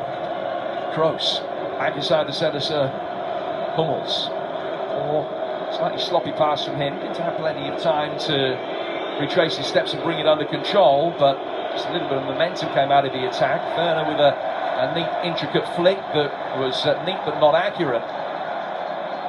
And England with Raheem Sterling facing his own goal for a moment, albeit 40 yards away from it. Lays it back for Maguire, and then Pickford whacks it away left-footed. Long ball forward upfield, which Kane has flicked on, and Saka gives chase, but Ginter's there first. He got the ball. How much of Saka did he get in the process? Saka stayed down, and Germany again put it out of play so that he can receive whatever treatment is necessary. There to be won. Ginter certainly looked as though he got plenty of the ball to start with. Was he dangerous and out of control on his follow through, or is he just with his knee clipped Saka's heels? He done anything that you ask so anything a good defender would do. Make sure you get good contact on the ball. Good contact. If you stop the advancement of the forward, so be it. Yeah, it's just unlucky really. Just went over his back of his Achilles. He should be fine. Saka's a strong old boy, so I don't think it will be wants to come off. So we played an hour, gentlemen. What stage the changes get made? What are the changes that need to be made? It might sound a little bit contentious, but it will be Harry Kane for me. You know, it really would. You lose a bit with height in your defensive box as well as the opposition's box, but at the moment I'm not seeing enough impact from him, especially when you couple that with the fact of the previous games as well, you know. Free kick to Germany in the midfield. So what would you change? I think for me, you know, what's crying out is Jack Grealish to come on really. I think him, you know, probing into the box, having that kind of putting them under pressure, and they don't know what he's going to do. I think that's the main thing for me. Someone like him coming on. Into place down the German right, and they just ran out of room before it was flicked on. It's gone out for a throw, which will be taken on the English left-hand side by Luke Shaw. We played an hour. England have only ever eliminated Germany, all West Germany, from one tournament. July the 30th, 1966 was the day. Since then, German sides knocked England out of 3 World Cups, and in Euro 96 as well. Who will be going through tonight?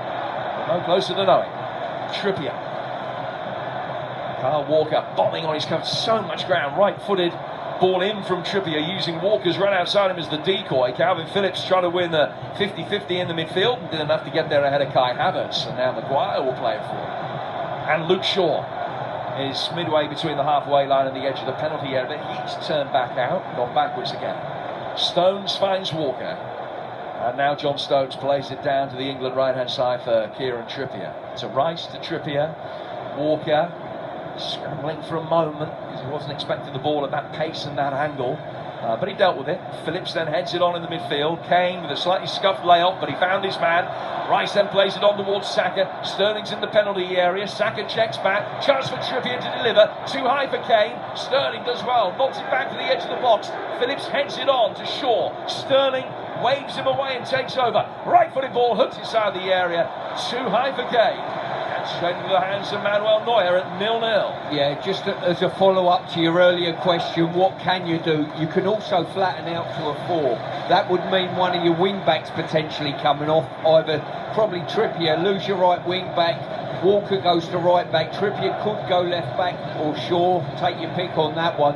and then you've got a chance to bring a more advanced player on, maybe a Grealish, and get a three-man midfield and go to a 4-3-3. So you bring Grealish on as a 10 rather than bringing him on as a winger, a left winger. Potentially, you've got a choice of doing what you want. If you wanted to keep Harry on and you've taken a wing back off, all of a sudden you could keep Sterling out wide and Grealish as that number 10. Rudiger playing it down the inside left channel, and Walker's there ahead of Havertz. Walker slams it upfield. Kroos heads it away, goes over the head of Declan Rice. Trippier lays it back for Pickford. Pickford takes a touch on the edge of the 6-yard box, but then can just chip it forward down towards the touchline. He missed Shaw. And he goes out of play for a Germany throw. We're 18 minutes into the second half. Camera pans to Jack Grealish sitting on his bench, chewing his nails, and crowd react to a view of him. But he's still sat on the bench rather than out warming up at the moment. Croatia, one player left out of the starting lineup today from the team that have beaten the Czechs. Trippier coming in, and Grealish the man that was left out to accommodate the change in shape. Hummels has got the ball. Germany in their customary shape. They've flicked it around between a 3 and a 4 over the course of the last 3 years, but have been settled as a 3-4-3 or 3-4-2-1 by and large for the majority of this season. Hummels will play back now for Ginter and back for Hummels again. Hummels rolling it forward into the feet of Goretzka, who looked as though he didn't want it, and plays it straight back. Goretzka now over the halfway line, where Muller got in between the lines and can link up with Timo Werner. Muller to the left-hand side. Kai Havertz running at his man left-hand side of the penalty area. Dangerous moments these for England as Rudiger plays it back again for Havertz on the corner of the box. Down the side of the penalty area. Werner trying to get it across. England got there first critically and knock it away. And now Sterling on the counter-attack might be able to make his way forward. And Kroos, using all his experience, knowing when to take one for the team, just made sure that he did everything to stop it. Yeah, well played again, Raheem there, turned, drove with the ball, and they just can't stop him, to be honest with you. Kroos can't stop him, he's not got the pace, and the form he's on at the moment, Sterling. I've been really impressed with him in this tournament, I've got to say. As you say, Jim, for me, I'd be really tempted to flatten out to a 4. The substitutions I would make, one of the wing backs off and maybe even Harry Kane as well, and bring 2 on, one of those being Grealish. Lawrence Stadium producer Declan McCarthy, who's got an eye for these details, tells me England haven't had a shot, not a shot on target, they haven't had a shot since the 27th minute. We're now almost in the 67th. 0-0 the score. Walker, Trippier trying to make a run around the back of Robin Gosens. Ball works short into the feet of Saka instead. Saka's got 2 converging on him. He's got away from Muller. And he, I thought, beat Rudiger fairly as well. I mean, he's up against a much stronger, taller man, but it's as though he'd out-muscled him. But a free kick has been given Germany as well on the edge of their own penalty area. Yeah, when he picked the ball up and got the turn on, he's facing up Rudiger, and he just stopped his momentum. What he should be doing is looking to shove it into Trippier and a give and go, and just darting off the back of Rudiger. I was chatting to my mates before the game, how do you see it going? I said, listen, I don't mind, I'll take the scruffiest 1-0 imaginable. Somebody might have been listening to me. I would still take the scruffiest 1-0 imaginable, but it is kind of panning out that way. Germany have with Hummels, still 0-0. Approaching the midway stage of this second half of, well, we now have to say, second half of the regulation 90, with very obvious potential for extra time and penalties to come. Harry Maguire on halfway, loses out. Germany will bring it forward with Kroos. Kroos into the feet of Goretzka. Goretzka goes out to the German right-hand side. Left-footed ball clipped in by Kimmich. Pickford came, and it was absolutely crucial that Walker heeded the shout to get out of the way. And Grealish is going to be coming off. Serge Gnabry as well for Germany, but the roar that you heard was one of appreciation for the imminent arrival of Jack Grealish. So I think, you know, him coming on will definitely give England a lift.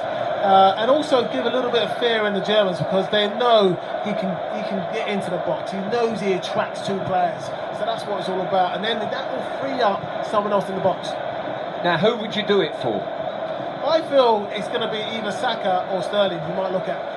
Well, I think Sterling's been arguably one of England's best players. I could see it being Saka. It's an easy one. For me, the tough one is Harry Kane. And I would be tempted to do Harry, I've got to say. Well, my money's on Saka as well. We'll soon find out as the number board comes up. It's Germany to make the first change, and Werner is coming off, and Serge Gnabry will come on to replace him. Gnabry, who started through the middle in all 3 group games. Great record at the start of his international career, but only 2 goals in his last 10. Whose number's coming up? It is Saka's. So Grealish for Saka is the England change being made midway through the second half, Stuart Pearce. Yeah, I think that was probably the easier change, if you like, the non-contentious change. The more of a gamble would have been Harry.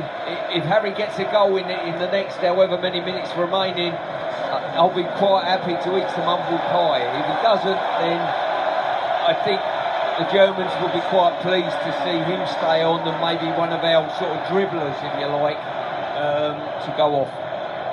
I think he'll look at it for the last 10 minutes. He might change it. He might change Harry, but hopefully he's going to get one chance and knock it in. So Jack Grealish coming on for England, and we have talked consistently about the fact that the Germans don't like England players running at them, particularly at the back 3. Grealish will do that, without a shadow of a doubt. Inter, the man that he finds himself up against if he just drifts out into the inside left position that he favours, is on a yellow card. It's England 0, Germany 0. Grealish playing his 10th match for England since he made his debut earlier this season. Started against the Czechs, got half an hour against Scotland, and he gets at least 25 minutes tonight, maybe the best part of an hour, we'll find out. Rice playing it out to the England left. Lots of anticipation when Grealish picks it up on the left-hand touchline. His first contribution actually is to lose it and then give a free kick away. It's caught Havertz, and it's a free kick which will be taken by Germany well inside their own half. 20 minutes of normal time remaining. England 0, Germany 0 on TalkSport. Game just lost a little bit of memento for both teams at this moment, and the closer you get to that 90-minute mark, the more each team will know that the first goal is so critical at that stage. Rice plays it back for Ginter. Ginter now to Hummels, and works inside his own penalty area where Neuer can take a touch and play it to his right for Ginter. One moment of magic may well settle this. Oh, a mistake. Phillips bringing it forward, but much to the frustration of my esteemed colleague sitting to my right-hand side, not quickly enough. Here's Trippier. Trippier then into space, and everybody of an England persuasion stood and watched. Germany first to attack that space, then gave it away. Trippier wins it back, but England still not playing dynamically, Stu. Definitely that. Phillips, wonderful opportunity there. Ball fell to him. He's got open space in front of him. He ambled into it and played safe sideways. We don't want safe sideways. It doesn't suit us. This is probably a debate for after the match, and will be framed by what the end result is. As Gosens fouls Trippier here, and will be spoken to by referee Danny Macklin. It's going to be a yellow card as well for Robin Gosens. That doesn't invoke a suspension. But the debate will be, do England play slowly and sideways because that's the instruction from the management team, or do they do it for the weight of pressure and expectation or fear or what? They play what they see. This won't be an indicator from the manager in any way, shape or form. What the manager will say, look, play what you see. If you see open space in front of you and you decline the option to take that, that's not a guideline from the manager. That's just what you see and the decision you make, which in my opinion wasn't a great decision at the time. England take the free kick. It's over here. Phillips almost to strike the corner flag as he gets it away from Luke Shaw. It goes out of play for a throw that will be taken by Germany, level with the edge of the England penalty area. 20% of the game to go. England 0, Germany 0. England from a positive perspective, they've only allowed Germany 3 shots on target, only 5 shots in the game so far. This long, impressive defensive record continues for now. Walker heads it away.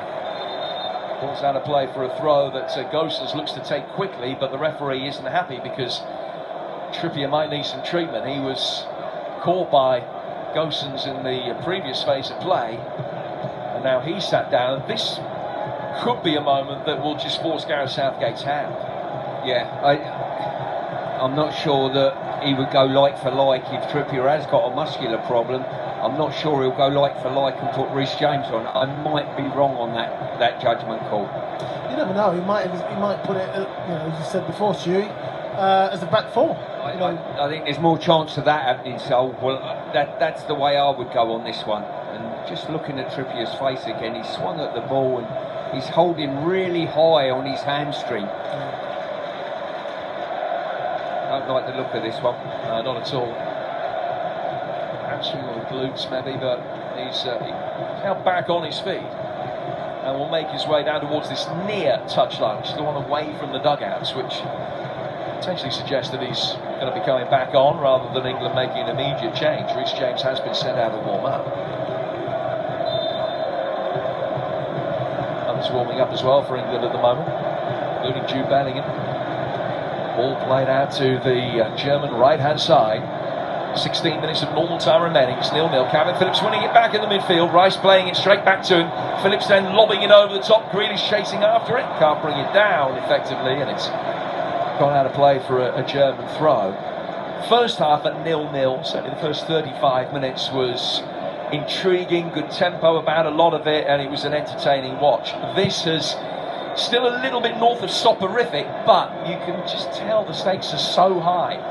Neither side preparing to gamble and take the game to the opposition. It's just about not making a mistake at the moment. Grealish losing out to Goretzka. Walker. England approaching the final 15 minutes of the game with Sterling trying to get away from Thomas Muller into the feet of Harry Kane into the penalty area. Laid back. It's Grealish. Grealish to Luxor. Low ball in.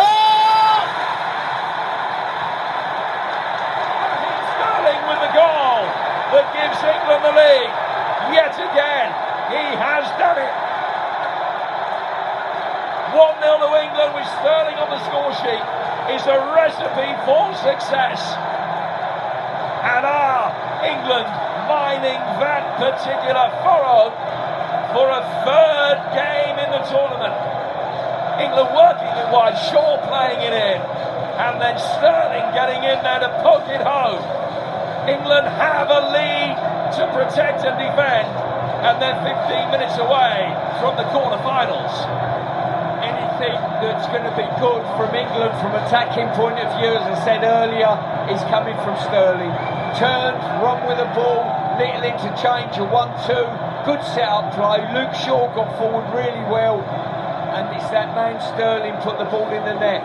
Just remember all those people, all those fans that wanted Sterling out the team 4 games ago. I don't think you want him out of the team now. It's his first ever appearance against Germany. He scored the winner against Croatia and the Czech Republic. Has he just scored the goal that will prove to be the winner against Germany? Now, it's just about England doing what they have been able to do effectively throughout the course of the tournament, and sitting tight and protecting the lead. They've got such a good record at Wembley from 1-0 up. Can they make it pay here? We talked about the first goal being absolutely critical. Can England set up counter-attacking opportunities while staying firm at the other end? As the ball is played forward here, problems for England as the referee spots an infringement in the edge of the penalty area. It's a yellow card shown to Maguire. And it's a free kick, only a couple of yards outside the penalty area. And England have to be alert here. It's Kimmich that have made the run, and Maguire brought him down. Sol said that magic word earlier, and that word was concentration. And that word underpins great defenders. That's exactly what we've got to do for the rest of this game. Concentrate at the back. It was Kimmich then who made a run from out to in.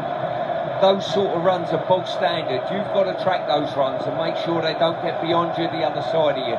Let them play in front of you. Good opportunity. It's probably slightly worse than the one in the first half, but it's a fantastic opportunity all the same. Muller stands over it. Tony Kroos stands over it, and Havertz as well.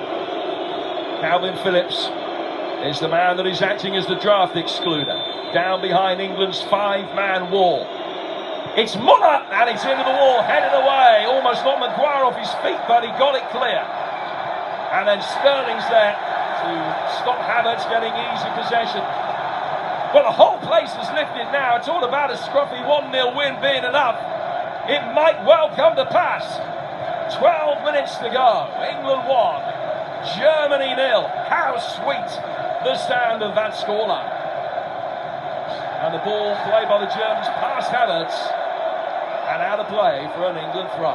Yeah, it's important we have cool heads out there now. It's about keeping possession of the ball but not losing track of the fact we still want to go forward, we still want to put pressure on them, and we still have the ability to hurt them on the counter-attack.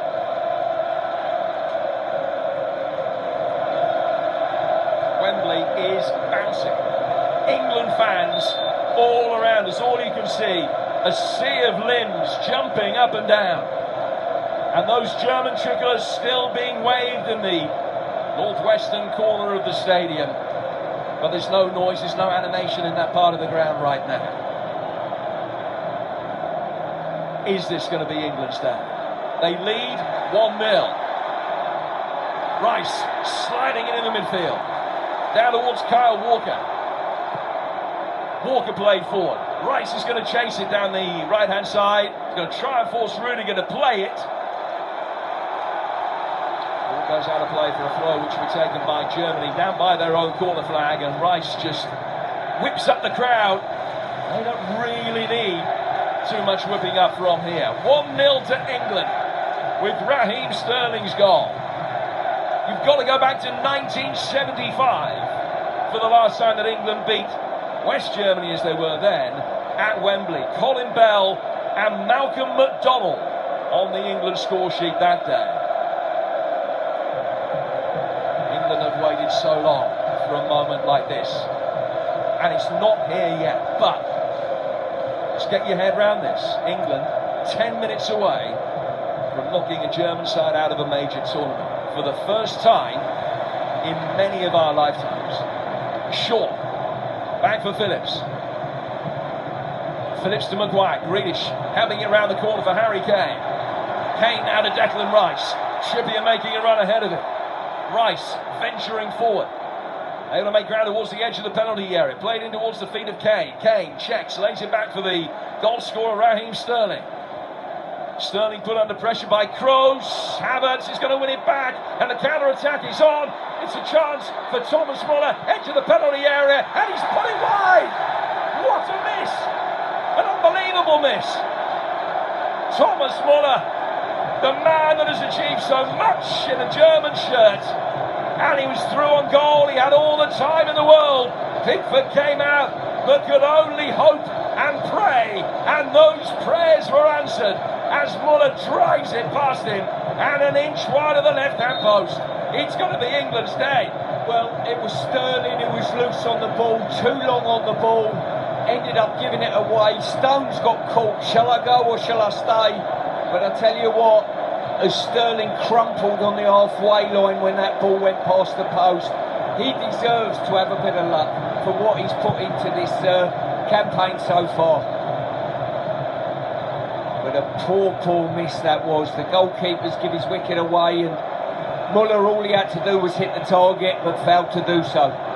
39 international goals Thomas Muller has scored. 2 against England in the World Cup tie 11 years ago. But he's not scored in 13 games in a major tournament since he netted in the 7-1 demolition of Brazil in a World Cup semi-final. 7 years on, he should have scored then. As it is, he might just have hastened his and his manager's international retirement by half an hour at the very least. 8 minutes to go plus stoppage time. Ball play forward, Grealish will help it on. Ginter forced the back track in the right back position, lays it down towards the goalkeeper who clears it. Neuer's ball out. Just got back to Neuer, the return ball. Grealish's eyes lit up for a moment. Neuer gets it away. Well read by Kyle Walker, who's in there quickly, finds Sterling. Sterling towards the edge of the penalty area, can't get past Gosens. But a better tempo from England now. Sterling's offside as Trippier plays it back into his path, and it's a free kick to the Germans in the left back position. It's 1-0 to England with 7 minutes to go. Well, it looks as though he's reaching for Jordan Henderson, a cool head in midfield, buffing out the midfield a little bit. We just need to make sure that we make correct decisions at this stage of the game. We're 8-9 minutes away, maybe a little bit longer with extra. But what we need to do, clear, concise decisions. Don't be turning out and coming backwards all the time and drawing the opposition onto us. Still keep hurting them and turning them around if we possibly can, but keep possession of the ball. Hummels plays it forward, Gosens heads it on, and Pickford's there. Emre Can's going to be coming on in a moment. So too Jordan Henderson. 6.5 minutes to go. And the camera continues to pan around the faces of the supporters in the stadium.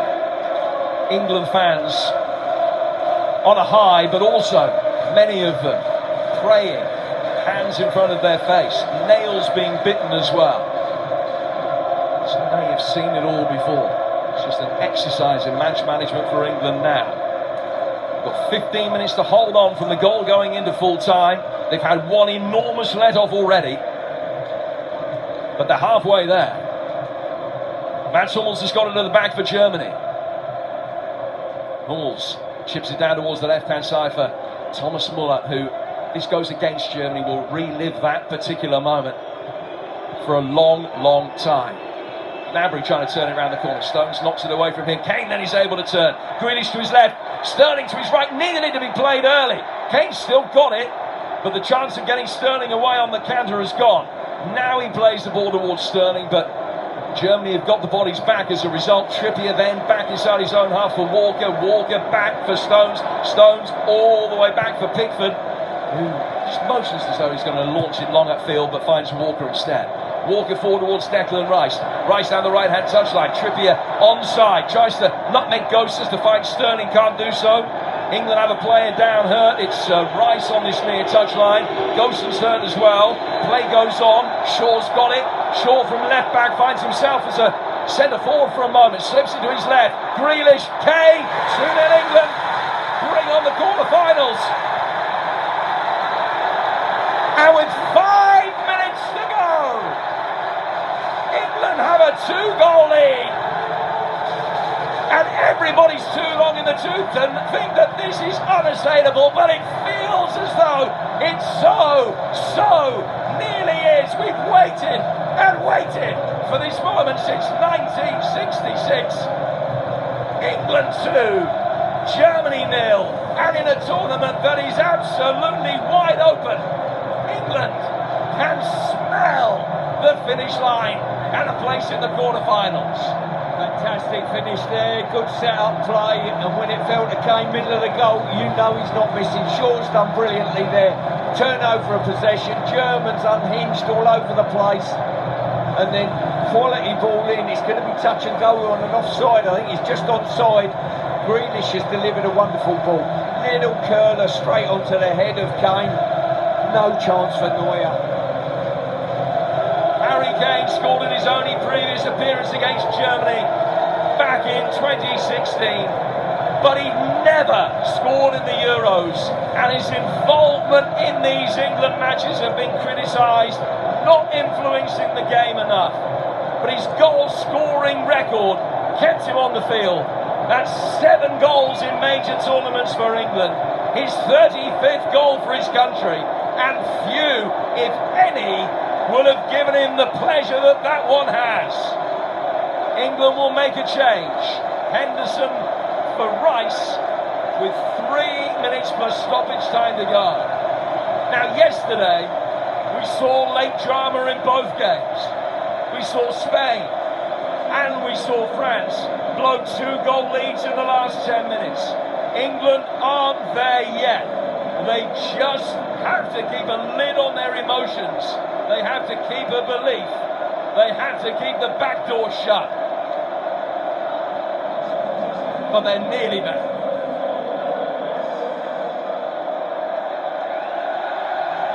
Ball played for by the German back line, beats everybody and goes out of play for a goal kick, which will be taken by Jordan Pickford. Germany made a change as well. Jan is on for Ginter. It is 2-0 to England on TalkSport. We're in a game now of just keeping behind the ball, keeping a good solid shape, turning that 3 into a 5. Keep the ball in front of you and make sure you track your runners and concentrate. That'll get you over the line. Just listen to the raw emotion.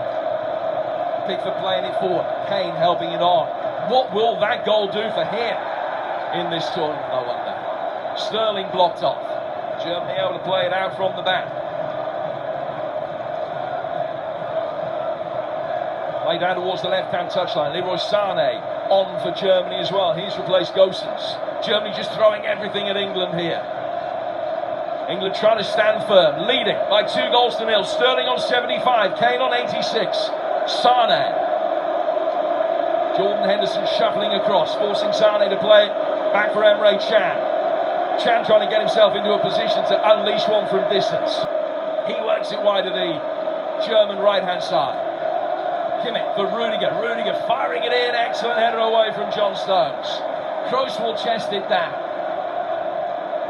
Almost in the 90th minute. It could well be 5 to be added on. Maybe 6. We'll find out very soon. Ball's gone back for Chan. It's 2-0 to England, who haven't been spectacular, but it looks as though they're going to be successful. Kimmich. Gnabry. High ball in from him.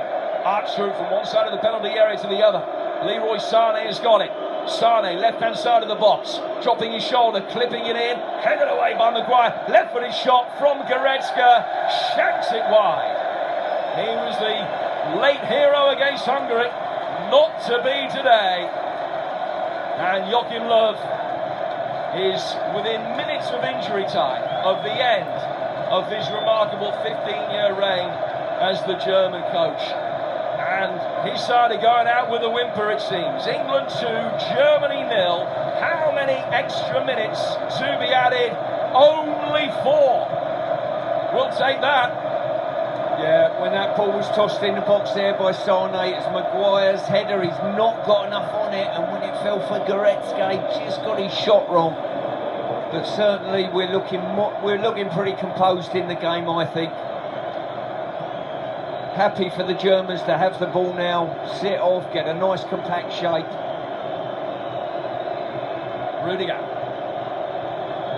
Played forward towards Chan. They're playing just with 2 defenders now. Everybody else forward. Launched on, flicked on. Almost broke for Muller. Might break for Goretzka. Little flick header from him on the edge of the penalty area. Out towards Serge Gnabry. Left-footed ball whipped inside the box. Heads go up for it. It was Walker's back heel. Overhead kick attempt from Goretzka. That one was going wide, but he almost found Havertz in the middle. But only almost. And it's out of play for a goal kick that Thomas Muller is suggesting to Jordan Pickford he should get on with. Jordan Pickford just coaching the ball boys now in the art of slowing things down. Match management, all important. Germany will make their final change. This time last year, Jamal Musiala was English. Made his English under-21 debut and his German full international debut in the same season. Musiala coming on. He's got 10 minutes against Hungary. And he's going to get 2.5 minutes tonight. Muller leaves the field. Missed that glorious opportunity to make it 1-1. And he leaves the field surely a beaten man. Maybe for the last time for Die Mannschaft. Phillips helping it on here. Neuer's going to have to come out. He just got there first ahead of Jack Grealish, a little header. England haven't got the ball, but Germany have got it way inside their own half. Play forward by Neuer. We've got 2 minutes. There will be a little bit of time added because of the substitution, so maybe 2 2 minutes 20 to go. England have a 2-0 lead to protect. Forward it goes from Kroos. Knocked on by Hummels. Shaw getting it clear.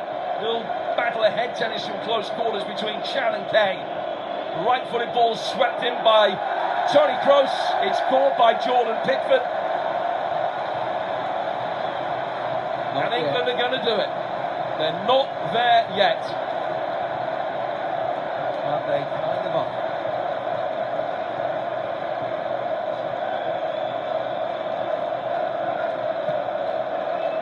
Pickford gets it away. Long left-footed ball forward upfield. And then he just ran into Emre Can. He goes through for Neuer. Neuer returns it, high ball over the top. Walker just giving Kai Havertz a shove. It's a free kick for Germany. They're in a real hurry to take it. No chance really to send it all up here with 3 of the 4 prescribed minutes having already elapsed. Kroos stands over it. All bodies fall towards the edge of the penalty area. England just have to stand firm. Deal with this set piece they've won. Toni Kroos bending it in. Calvin Phillips could have left it, didn't. He sent it away to safety. He's going to go out of play for a German throw. And surely is just about that. 30 seconds to go, plus maybe another 30 on top of that. Neuer forward in England territory. High left-footed ball swung in from him. Harry Maguire with an important header away. Chan turns it back to halfway. Rudiger for Neuer again. High up and under from Manuel Neuer towards the edge of the penalty area. Maguire returns it. Sane will be on the end of it. It's 2-0 to England with seconds to go. Danny Macaulay knows that the 4 minutes are up. Another left-footed ball played in by Kimmich. It beats Maguire. Helped in by Gnabry. Stones wins the second one. Henderson wins the third one. And England win the round of 16 tie. Well, sometimes, just sometimes, it doesn't matter how you do it. That is not a vintage England performance, but as results go, it is right up there, right up there. For the first time since the 1966 World Cup final, England have knocked a German side out of a major tournament. And if ghosts were exercised in that penalty shootout against the Colombians of the World Cup, they have been here. The ghosts of Bloemfontein, the ghosts of 1970, the ghosts of Turin. And you can feel for individuals who are on the losing sides those days, including Gareth Southgate. What it must mean for him. 4 played, 3 won, none conceded, and Sweden or Ukraine in the quarter-final in Rome at the weekend. It is a recipe for potentially a great and glorious summer.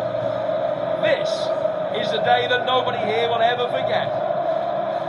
England on the wrong side of this fixture so many times, but not today. Not here at Wembley, not in 2021, because it has finished with goals from Sterling and Kane. England 2, Germany 0. Jim Proudfoot, Stuart Pearce and Sol Campbell. I'm Mark Saggers. I can just about stand up. Jack Grealish goes down to the fans away to my left on his own, and he waves and he applauds. Jim said most of it, but that's not just for Gareth Southgate. It's for Gazza. It's for Stuart Pearce.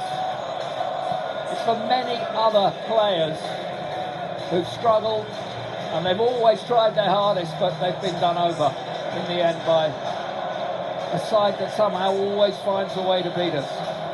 But not today. And not today really, because although we weren't at our best by any means, we kept going and we had a bit of belief in the end.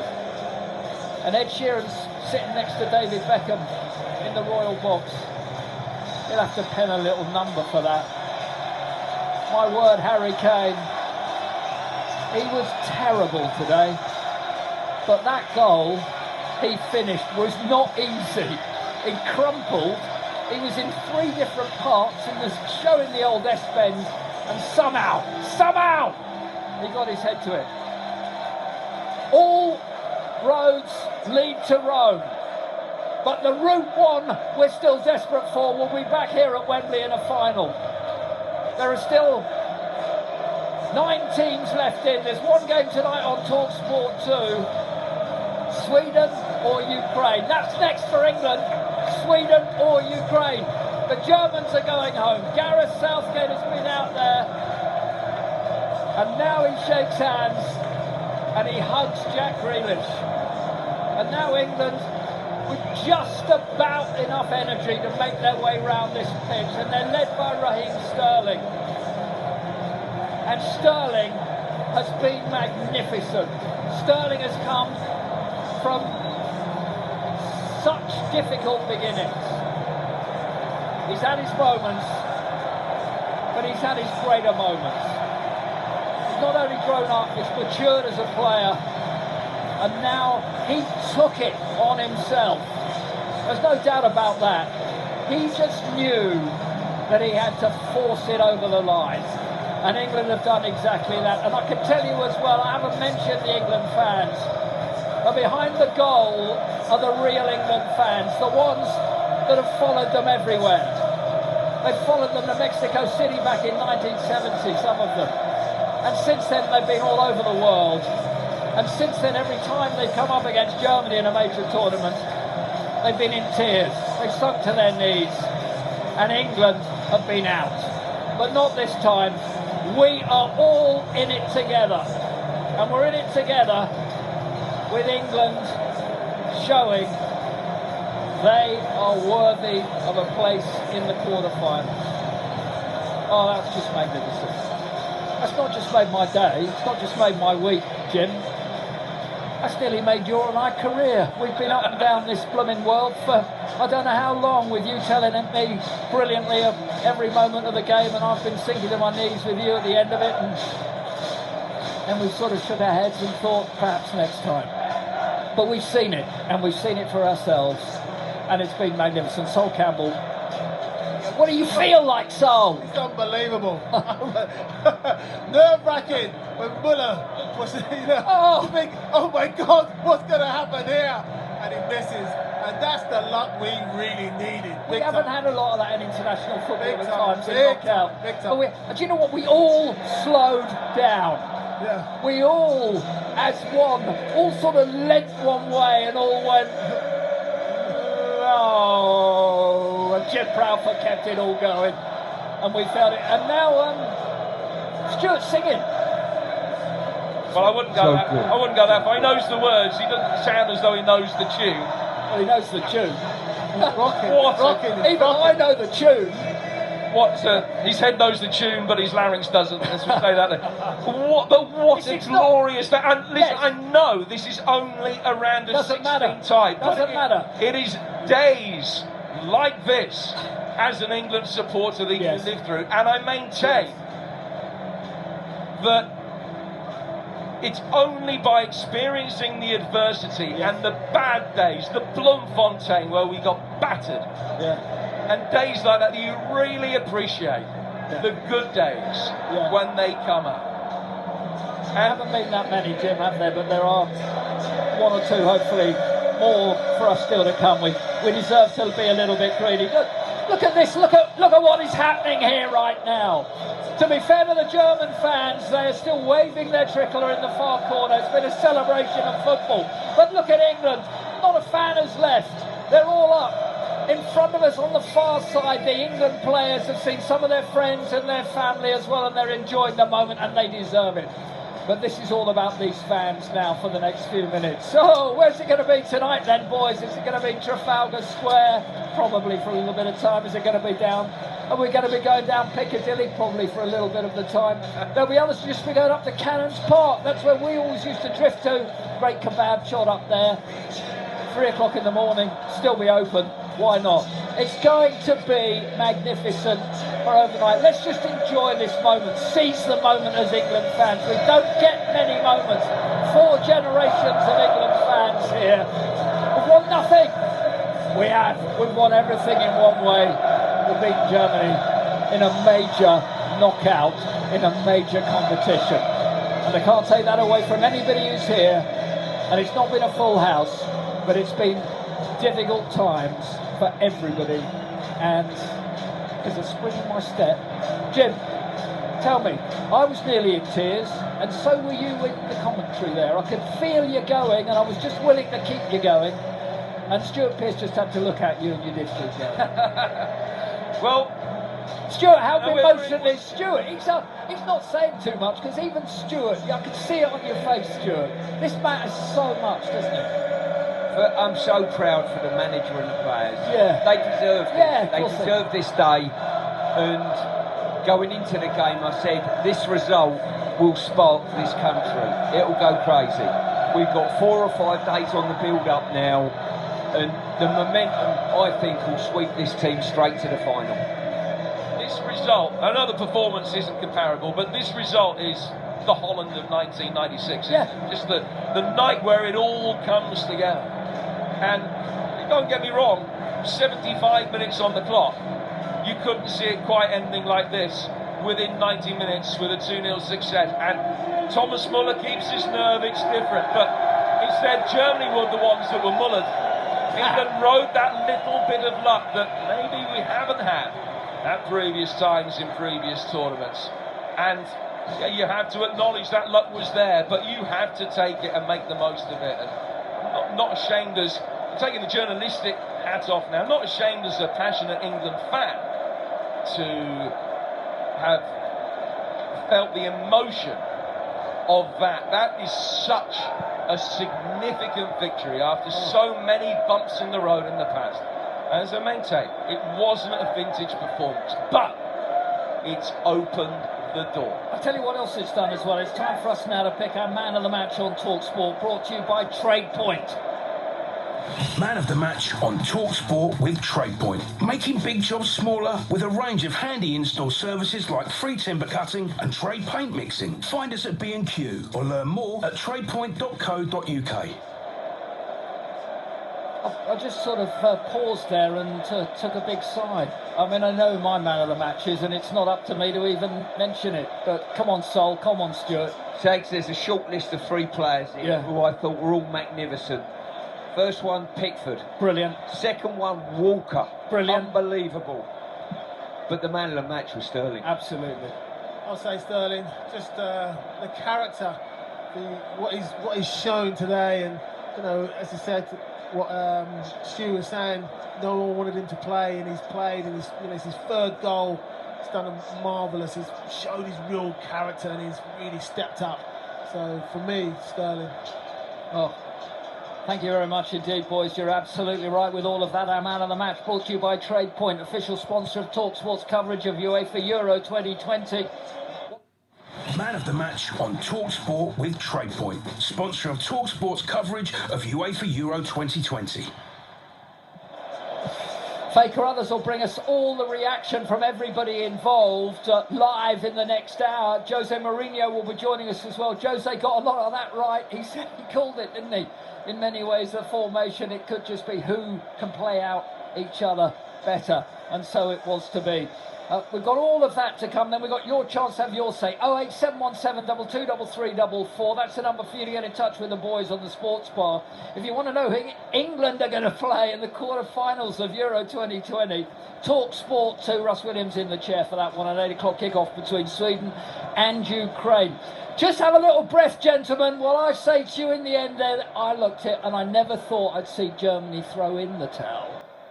What's this up ahead? A pink ice cream van. You stop and point to the cone on top. It's got sprinkles, it's got a cherry, and yes, a lovely flake. A moment later, a hand emerges and offers you that exact cone, down to the last sprinkle, which is perfect because you love sprinkles. It's a bit like Capital One's real rates. The APR that's offered is the rate you actually get. Capital One. That's credit done right. There's nothing quite like that doorbell moment when your McDelivery arrives. Or snaffling fries on the way back to the living room. There's nothing quite like the taste of a Big Mac in your own home. And there's nothing quite like the kids enjoying a Happy Meal in perfect peace. For a minute, anyway. There's nothing quite like a McDelivery. Order now on the My McDonald's app or via Uber Eats and Just Eat. At participating restaurants only. Serving times and delivery fees apply. See the My McDonald's app or Uber Eats or Just Eat for full details. Make a quality save this summer with the Ryobi One Plus cordless power tool starter kit, including combi drill, jigsaw, not one but two Ryobi One Plus 2-amp batteries, charger and 3-year warranty, all for just £149.99. A world-class saving of over £140. And we'll even throw in the fancy footwork with free delivery. Get in. The Ryobi One Plus combi drill and jigsaw DIY starter kit. Available online only at ryobitools.co.uk. Tuesday, this is why you love international football. Thursday, another classic. Saturday, these guys might be underdogs, but you wouldn't miss this match. Every match day matters, so every time you collect 3 matchday stamps, you get a £5 free bet. Matchday rewards from Coral. 18 plus, online only, bet £5 or more on any European Championship 2020 market, min odds 1-2. Max 1 stamp per day, 3 stamps equals £1 free bet, valid 7 days, full T's and C's at coral.co.uk. When the fun stops, stop. Introducing the Renault E-Tech range. Born from our expertise in Formula One, Renault E-Tech technology now features in our range of electric vans. With the broadest range of electric vans, including 3 fully electric models, Master, Kangoo and the unique Zoe van, offering extra practicality and load space to our multi-award-winning car. It's time to get back out there. Search Renault E-Tech vans. For verification, visit renault.co.uk/verify. Euro Game Day live on TalkSport with TradePoint. Home or away, our nationwide stores are open early till late, 7 days a week, so you can get on with the job. Find us at B&Q or online at tradepoint.co.uk. Dad, can we take some penalties in the garden? But the game's about to start. Oh, please, Dad. I'll even go in goal. Go and get your gloves then. And no coming off your line early. Never miss a moment of the tournament. Follow every single game on the Sun Live blogs. Visit thesun.co.uk. You're all invited. Summer's here, and Ocado's got a scorching deal just for you. For all you love at first biters, Magnum Minis, classic white chocolate and almond are £2. And you back garden bronzers, can you do my backers? Sun cream from £5, including ombre solaire. However you do summer, There's an Ocado just for you. Magnum deal ends 29th of June. Sun cream ends 31st of August. Selected items. Geographical restrictions. Euro Game Day live on TalkSport with Intuit QuickBooks. Simple, smart accounting software and expert support, all in one place with a team that's got you covered.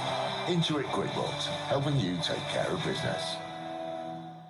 Euro Game Day live on TalkSport.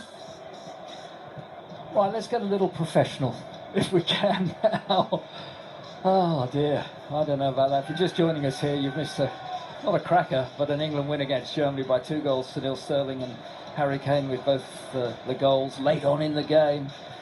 It was drama. It was a real dramatic last 10-15 minutes. But England now play in the quarter-finals up against either Ukraine or Sweden. That game's on TalkSport 2 tonight.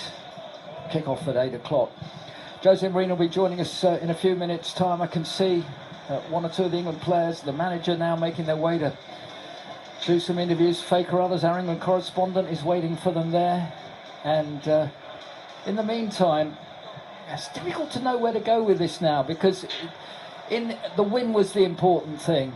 I mean, everything else will be forgotten if England go further than this and what have you about the actual performance for parts of it. They'll have learnt a lot from that today, those youngsters, won't they? Yeah, rightly so. I mean, you look at the game, you look at the 4 games. Let's look back over there. The manager's got his team selection right. I think he's got the formation right. You've got to say you win the game 2-0 and you've changed to a back 3. You leave yourself open to criticism. They've delivered another clean sheet, 4 clean sheets in a row at tournament football. Takes some doing. On top of that, the goalie's on good form. Walker he's almost unnoticeable at the back because he's that good in his form. He's superb. Sterling's carrying the fight to the opposition, and when the subs come on, they give us something and add it to the situation, and Harry Kane's got a goal, which will be vital for him. Oh, yeah, no, that's a big moment at the end. That really was, isn't it? He's going to feel so much better now. He'll feel $1 million now because he needed that goal more than anybody else, really.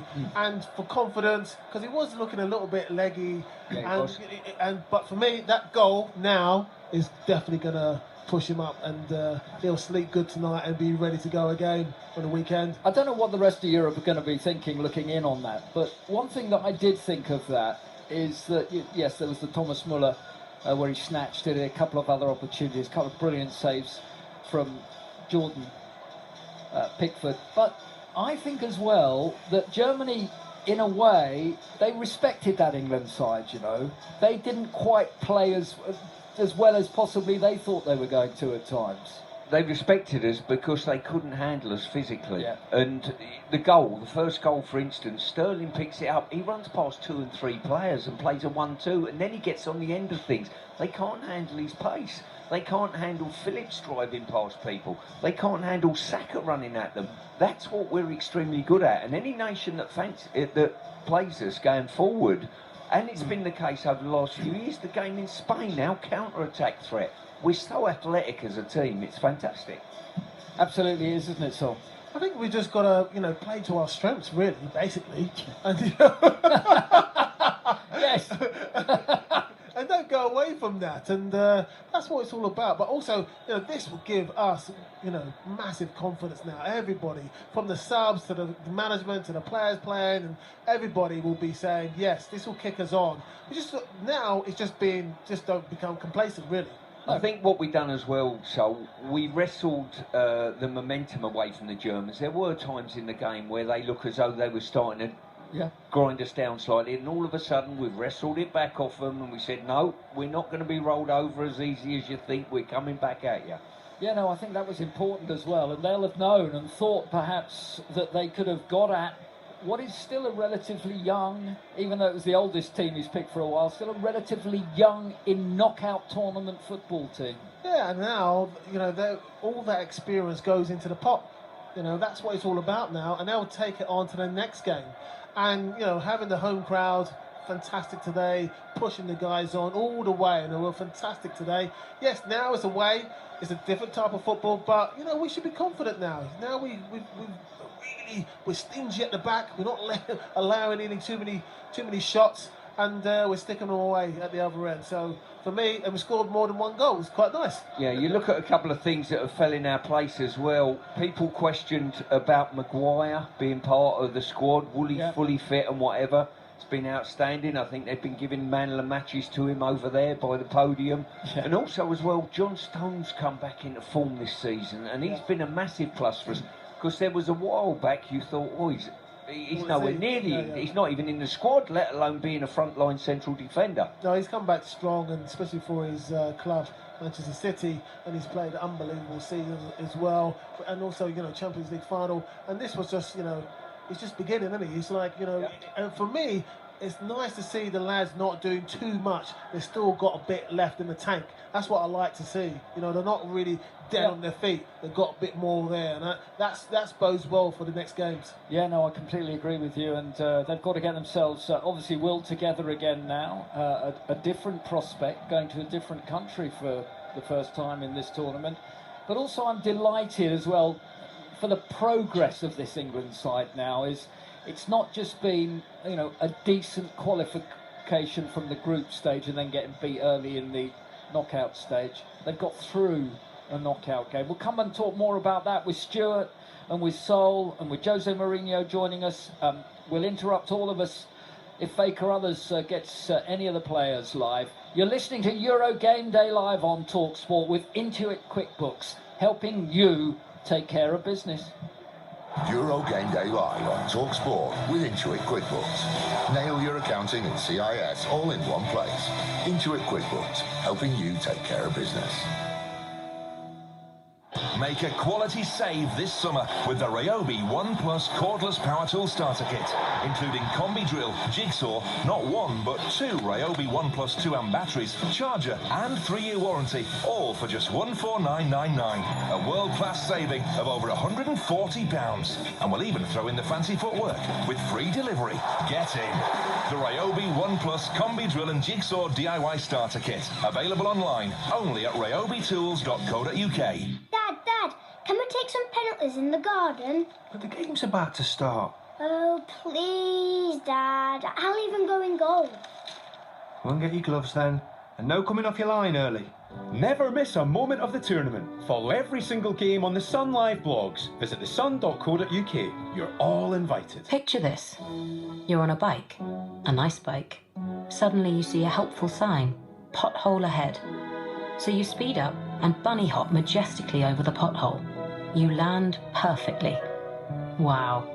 Not today, pothole. Not today. It's just like Quick Check from Capital One. You know exactly what's coming. We let you know if you'll be accepted for a credit card before you apply. Capital One. That's credit done right.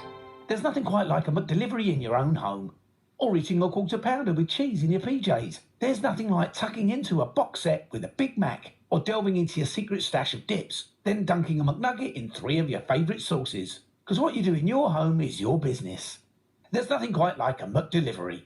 Order now on the My McDonald's app or via Uber Eats and Just Eat. At participating restaurants only. Serving times and delivery fees apply. See the My McDonald's app or Uber Eats or Just Eat for full details. At Coral, we always want you to gamble responsibly, with tools to help you stay in control.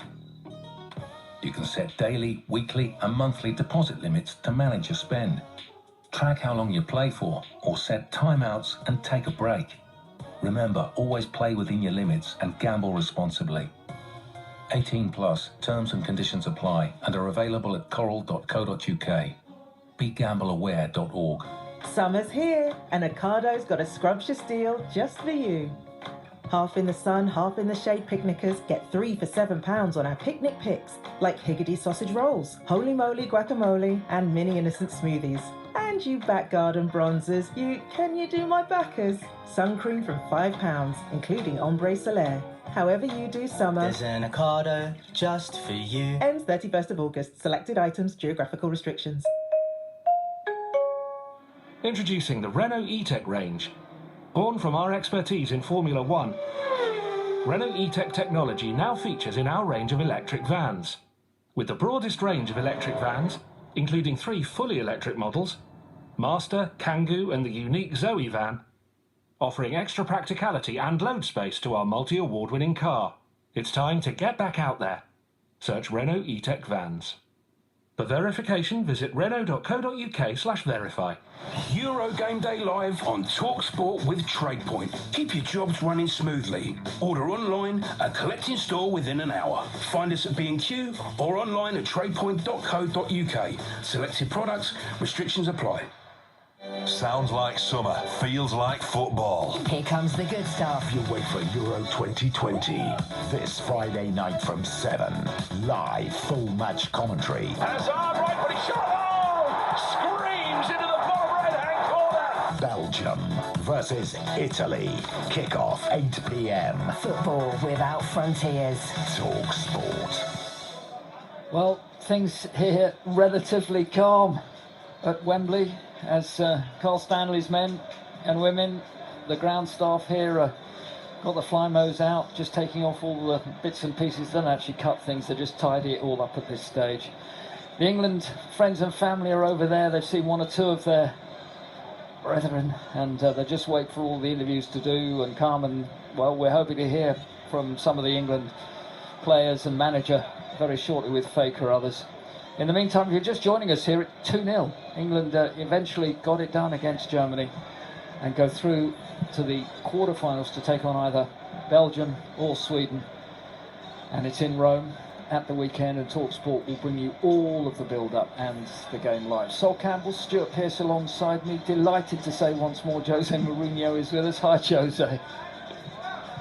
Hi.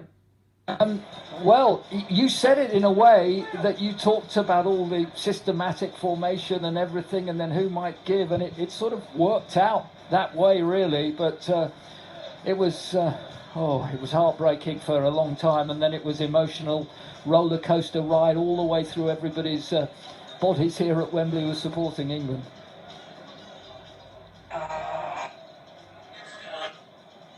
Did you listen? Yes, hello, I can hear you. Yeah. That was It's Coming Home. You've been playing it. You've been practicing it as well. It's coming home.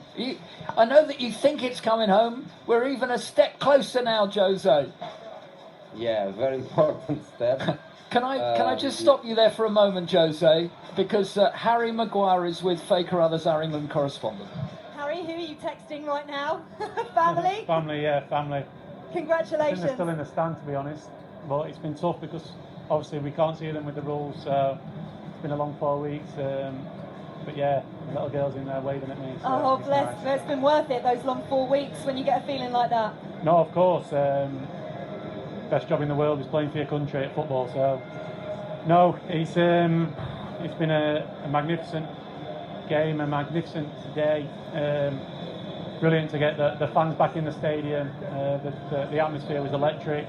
It's been a tough couple of years for everyone involved in this country, so we knew the pressure was on to come out and deliver a performance and deliver a victory, which is the most important thing. Everyone wants to win, and to do it against Germany, a good Germany team, is magnificent. Listen, it wasn't just a win, it was a 2-0 win. Your captain on the score sheet as well. Raheem Sterling with his third goal of the competition and another clean sheet.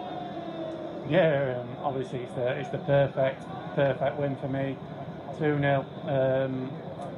A bit tight and edgy at times, obviously, with the big chance that they had after we took the lead. But no, Raheem's been brilliant all tournament. It's great to get Harry on the score sheet. That's what he does best. No matter what, you can't keep him away from that. He will put the ball in the back of the net.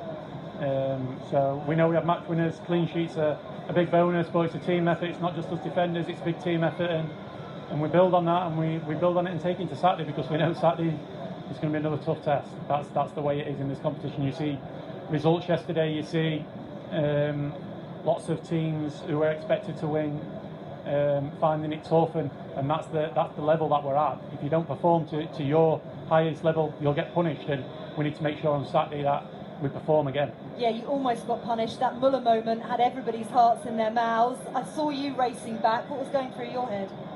Come on, Jordan, please save this one for us.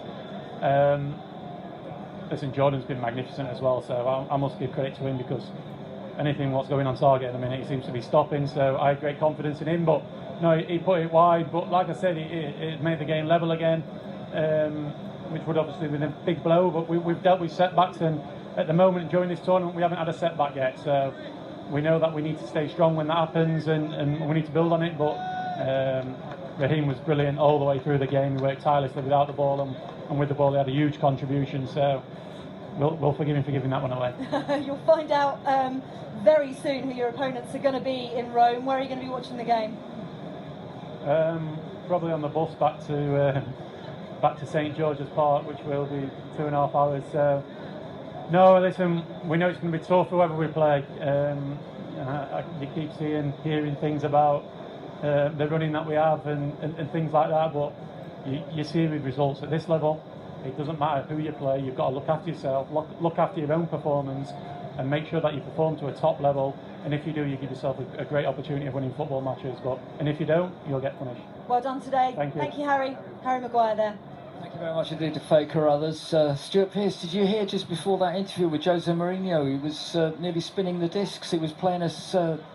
It's coming home. His choice of music is improving. I might have to try and get him to Brixton Academy for a gig at some stage as well. Come on, Jose, what did you think of all of that? You know, I watched the game that I was expecting to watch. You know, a big game. Honestly, the geometry was there. The duels were there. Both teams respecting each other a lot, but England, in my opinion, very, very solid, very compact. And, you know, in the right moment. Couldn't be in a better moment to do it with 10 minutes to go, and then the little bit of luck that you need in the crucial moments with that Thomas Muller face to face with Pickford. But I'm really happy for Southgate. I'm really happy for the players. I'm really happy for the England fans, because it's a great moment. And you know, I'm singing a little bit "He's Coming Home," but it's just a kind of a show my happiness, because he's not yet coming home the same way. England needs balance in the bad moments. England also needs balance in the good moments, and the same way media is very critic in the bad moments. We have to be balanced now. It's still a long way to go. In normal conditions, England is going to be in the final, because I don't see England losing against one of these 4 teams that we can play in quarterfinals and semi-finals. But we need always to respect football above all, and to respect football is to respect the unpredictability of the game. Anything can happen in the game. France is not in the quarterfinal because they didn't respect the game in the last 10-15 minutes. So let's enjoy, but let's enjoy for a couple of days, and then I'm pretty sure that St. George's Park will be calm and focused and ready for the next one. Tell me, as a coach over many years and many seasons now, and a top coach at that, as you bring through your sides that you developed, and you watch this young England side beginning now to develop and show some of the promise that it's done at various younger age groups, a result like that today must be so important for Gareth. Look, it's very important for everyone, especially, of course, for English people and English football. But I told from the beginning of our conversations, I don't care too much with the age. Age doesn't mean unexperienced. These young players are experienced. These young players, they play in the best league in the world, in the best clubs, in an incredible level, and Champions League finalists. These guys, they play at the highest level. You look to Saka, you look to Rashford, you look to Shaw, you look to all these guys, to the Fodens. Where is the unexperience? Just in the passport, that doesn't mean much. They are top players that are used to big responsibilities. I have to agree, and of course Stuart knows what I don't know. To play for the Three Lions is an added pressure, a very special pressure for sure, but I think they are ready for it. And the team had a good evolution. People was patient. They let the boys work together with the same coaching staff. I say coaching staff because I have huge respect for Steve Holland. I know that he's helping Gareth Southgate a lot. And for example, today when they decide to play with 3 in the back, I was saying they decide that, but they work for that. They played against Belgium a few months ago in this system. They played many times in this system. It's not like they don't have the tactical knowledge and the coach one day slept and spoke with the pillow and decide, okay, the next game I'm going to play with 3 in the back. They did all of these. They had, of course, easy qualifications. They had the Nations Cup. People doesn't look too much to that, but was big occasions for them to work and to develop the team. So in this moment, the team is very, very solid. And today I knew that was going to be a very geometric game. But in the end, where was Guzans? I only saw him once trying to head the ball on the far post in the end of the first half, where Trippier closed the space very well inside. The wing backs, they won their duels. Shaw controlled Kimmich and attacked in the second half. Trippier did the same. The 2 midfielders, they were giants. Everybody worked really hard for the team. And then the bench is incredible of options. We even forget players that didn't play one single minute, and they are good players. The Rashfords, the Sanchos, the Bellinghams, the Fodens, all these guys are ready to play, you know, and I'm very, very happy because this is the consequence of a solid work that they do for years and years. I'm very, very pleased. I just hope it ends well. I just hope it comes home. But you know, football is football, and the same way I always say to myself, in the bad moments, I don't want myself and my team to be in hell.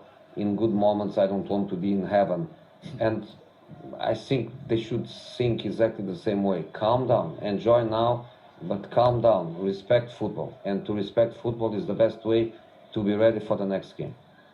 Stuart, how do you see the, I mean, it was a match-up in regard to formations today. Did it pan out as you were expecting, or looking back, do you think if he would have played with a 4, and there was times in the first half, potentially, I was thinking, I wrestle some more momentum away from them, would going to a 4 help us at all? You know, in this game against Germany, since the beginning that I say no. I would always respect Garrett's decision, of course, and they did 3 clean sheets playing with the back 4. But to play against this Germany, and I felt deeply and I analyzed the game really with great attention. The Portugal Germany killed Portugal because Portugal played with 4 and they couldn't control the wing backs. Period. Was just that. And today I was speaking about geometry, and the geometry made the players feel very comfortable, made Shaw and Trippier perform in a very solid way. I think was a very good decision by Garrett to play this way. Going forward to the next one, you play against Ukraine, you play against Sweden.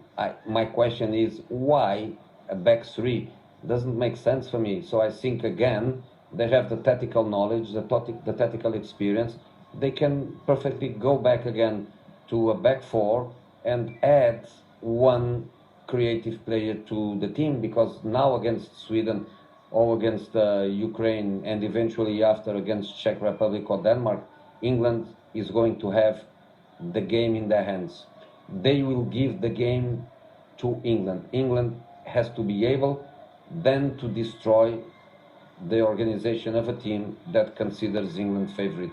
Today was different. Today was pragmatism, was tactic, was game plan, was what I call geometry in football. And England was very solid from the first to the last minute, and even in the last 10 minutes you could feel how easy England coped with that advantage. They were comfortable. They were playing long balls, no problem. They were putting Hummels centre forward and kicking long balls, no problem. Maguire dominating in the air. The low block is ready for the low block. I think England is ready for everything, and I would be really disappointed if we don't get the final, because we should. With this potential, we should. Jose, just for a moment, thank you very much indeed. We'll round it off with Jose in a short while with Sol Campbell and with Stuart Pearce. I'm Mark Saggers, and Faker Others is our England correspondent, waiting to get some more of the interviews from England players and from Gareth Southgate. Don't forget that Andy Goldstein and Jason Cundy, 08717 223344. They'll be taking your calls at 8 o'clock. Sports Bar open for early business tonight. And of course the full game on TalkSport 2 between Sweden and Ukraine from 8 o'clock. You're listening to Euro Game Day live on TalkSport with TradePoint, with a lineup of over 40,000 products in stores nationwide and online. You get all you need when you need it at TradePoint. Euro Game Day live on TalkSport with TradePoint. Making big jobs smaller with a range of handy in-store services like free timber cutting and trade paint mixing. Find us at B&Q or learn more at tradepoint.co.uk. Make a quality save this summer with the Ryobi One Plus cordless power tool starter kit, including combi drill, jigsaw, not 1 but 2 Ryobi One Plus 2-amp batteries, charger and 3-year warranty, all for just $149.99. A world-class saving of over £140. And we'll even throw in the fancy footwork with free delivery. Get in. The Ryobi One Plus combi drill and jigsaw DIY starter kit. Available online only at ryobitools.co.uk. Dad, can we take some penalties in the garden? But the game's about to start. Oh, please, Dad. I'll even go in goal. Go and get your gloves then. And no coming off your line early. Never miss a moment of the tournament. Follow every single game on the Sun Live blogs. Visit thesun.co.uk. You're all invited. Introducing the Renault E-Tech range. Born from our expertise in Formula One, Renault E-Tech technology now features in our range of electric vans. With the broadest range of electric vans, including 3 fully electric models, Master, Kangoo and the unique Zoe van, offering extra practicality and load space to our multi-award-winning car. It's time to get back out there. Search Renault E-Tech vans. For verification, visit renault.co.uk/verify. Tuesday, this is why you love international football. Thursday, another classic. Saturday, these guys might be underdogs, but you wouldn't miss this match. Every match day matters, so every time you collect 3 matchday stamps, you get a £5 free bet. Matchday rewards from Coral. 18 plus, online only, bet £5 or more on any European Championship 2020 market, min odds 1-2. Max 1 stamp per day, 3 stamps equals one £5 free bet, valid 7 days, full T's and C's at coral.co.uk. When the fun stops, stop. There's nothing quite like a McDelivery in your own home. Or eating a quarter pounder with cheese in your PJs. There's nothing like tucking into a box set with a Big Mac. Or delving into your secret stash of dips. Then dunking a McNugget in 3 of your favourite sauces. Because what you do in your home is your business. There's nothing quite like a McDelivery. Order now on the My McDonald's app or via Uber Eats and Just Eat. At participating restaurants only. Serving times and delivery fees apply. See the My McDonald's app or Uber Eats or Just Eat for full details. You're on a bicycle. You're wearing your favourite scarf. Then, whoosh, a gust of wind. The scarf is gone. But what's this? A seagull, scarf and beak, dropping it back onto your shoulders. Nice one, seagull. It's a bit like the fraud protection promise from Capital One. We help protect what's yours from fraud and theft. Capital One. That's credit done right. Summer's here, and Ocado's got a match-winning deal just for you. Half-time snack grabbers, Doritos, chips and dips are 2 for £2. And for you together at Lasters, it's been too longers. Get 25% off 4 packs of beer. However you do summer, There's an Ocado just for you. ends 20th of July. Selected items, geographical restrictions. For the facts, drinkaware.co.uk. Euro Game Day live on TalkSport with Intuit QuickBooks. Don't rely on a last-minute winner. Get small business accounting software you can count on. Intuit QuickBooks, helping you take care of business. TalkSport, official radio broadcaster of UEFA Euro 2020.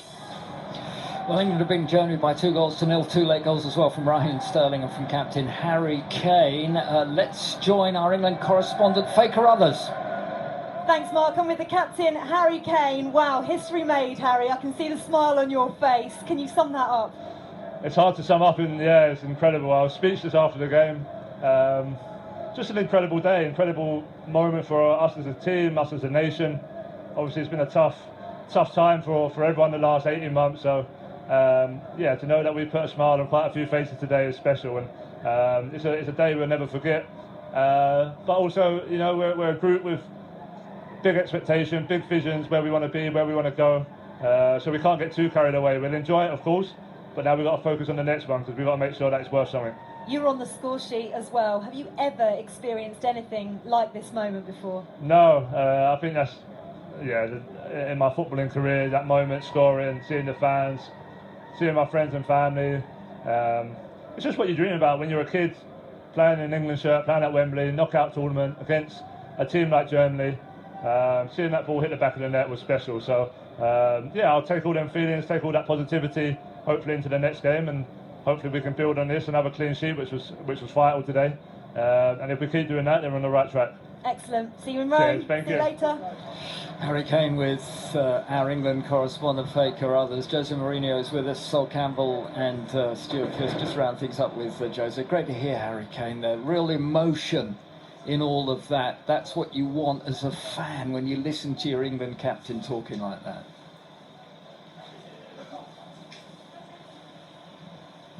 He's been a top professional, hasn't he, Harry? And he deserves everything that he gets. Probably not one of his better days, but certainly to hit the back of the net for any goal scorer is big. And to be fair, it's not been easy for him over his career. Jose, are you still with us?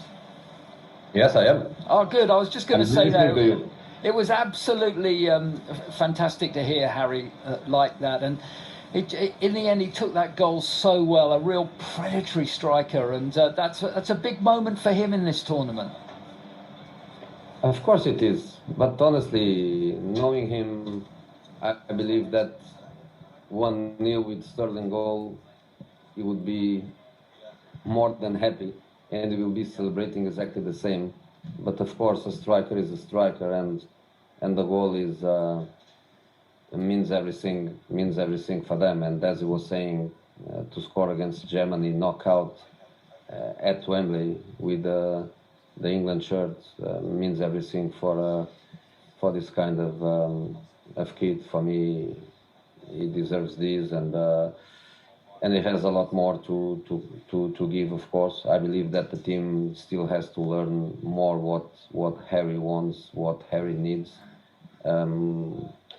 For some periods in the game, they cannot find him. They are not finding him.